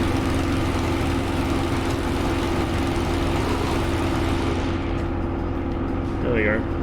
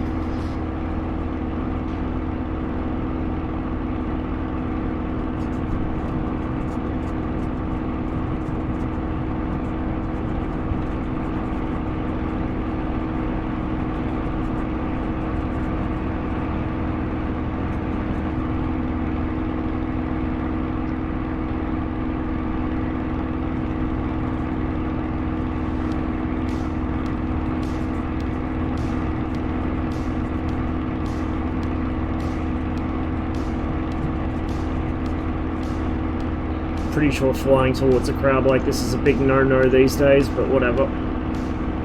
Who's gonna stop me?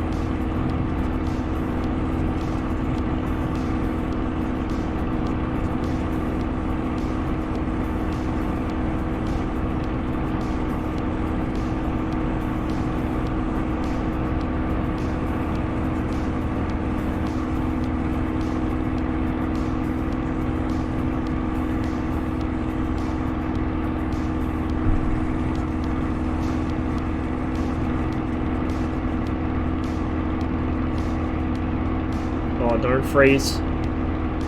I love when the sim stutters when I'm pointed at the ground at very high speed. It is my favorite thing.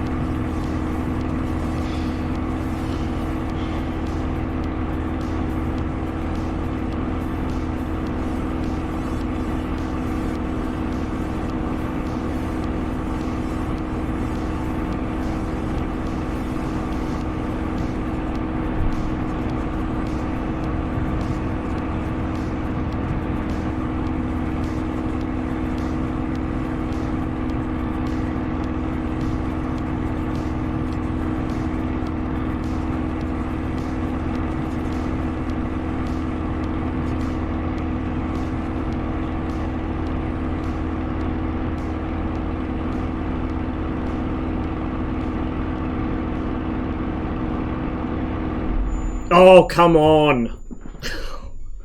Come on, man. Fuck.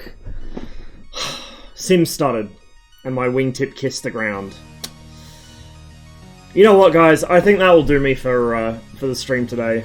I probably said it while I was muted, but I'm feeling a bit crook. So the longer the stream goes, probably the worse that's going to get. So I will probably next stream at some point during the week. I don't know when yet, because I've got to work it around my job. But maybe Monday night. So there'll be an armor stream Monday as usual, but it'll just be armor. And then maybe Monday night after work, or maybe Tuesday, like around the middle of the day, there might be another stream. But yeah, I'm going to find someone to raid, because I've been going for nearly 7 hours. And then I'm probably going to go chill out for a bit, maybe play some squad later. And, yeah. I'll catch you guys at some point next week. Yes, I do want to go back to the main menu. Let's see who's online, who I can raid with you guys. Thank you all very much for watching today. I know it was kind of a impromptu stream. It was a bit messy, but at least we got some decent flying in, and some not so decent flying.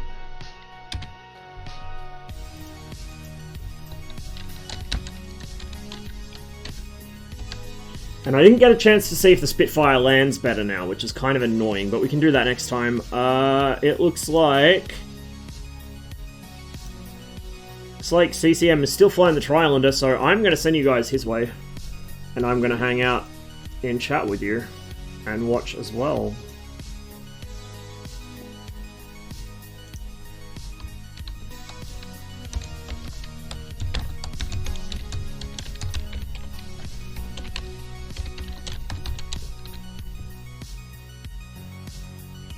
There we go. Thanks once again for watching, guys. Hope you'll have a wonderful rest of your day. Stay safe. And I will see you in CCM's chat, and then Monday for armor. Catch you later.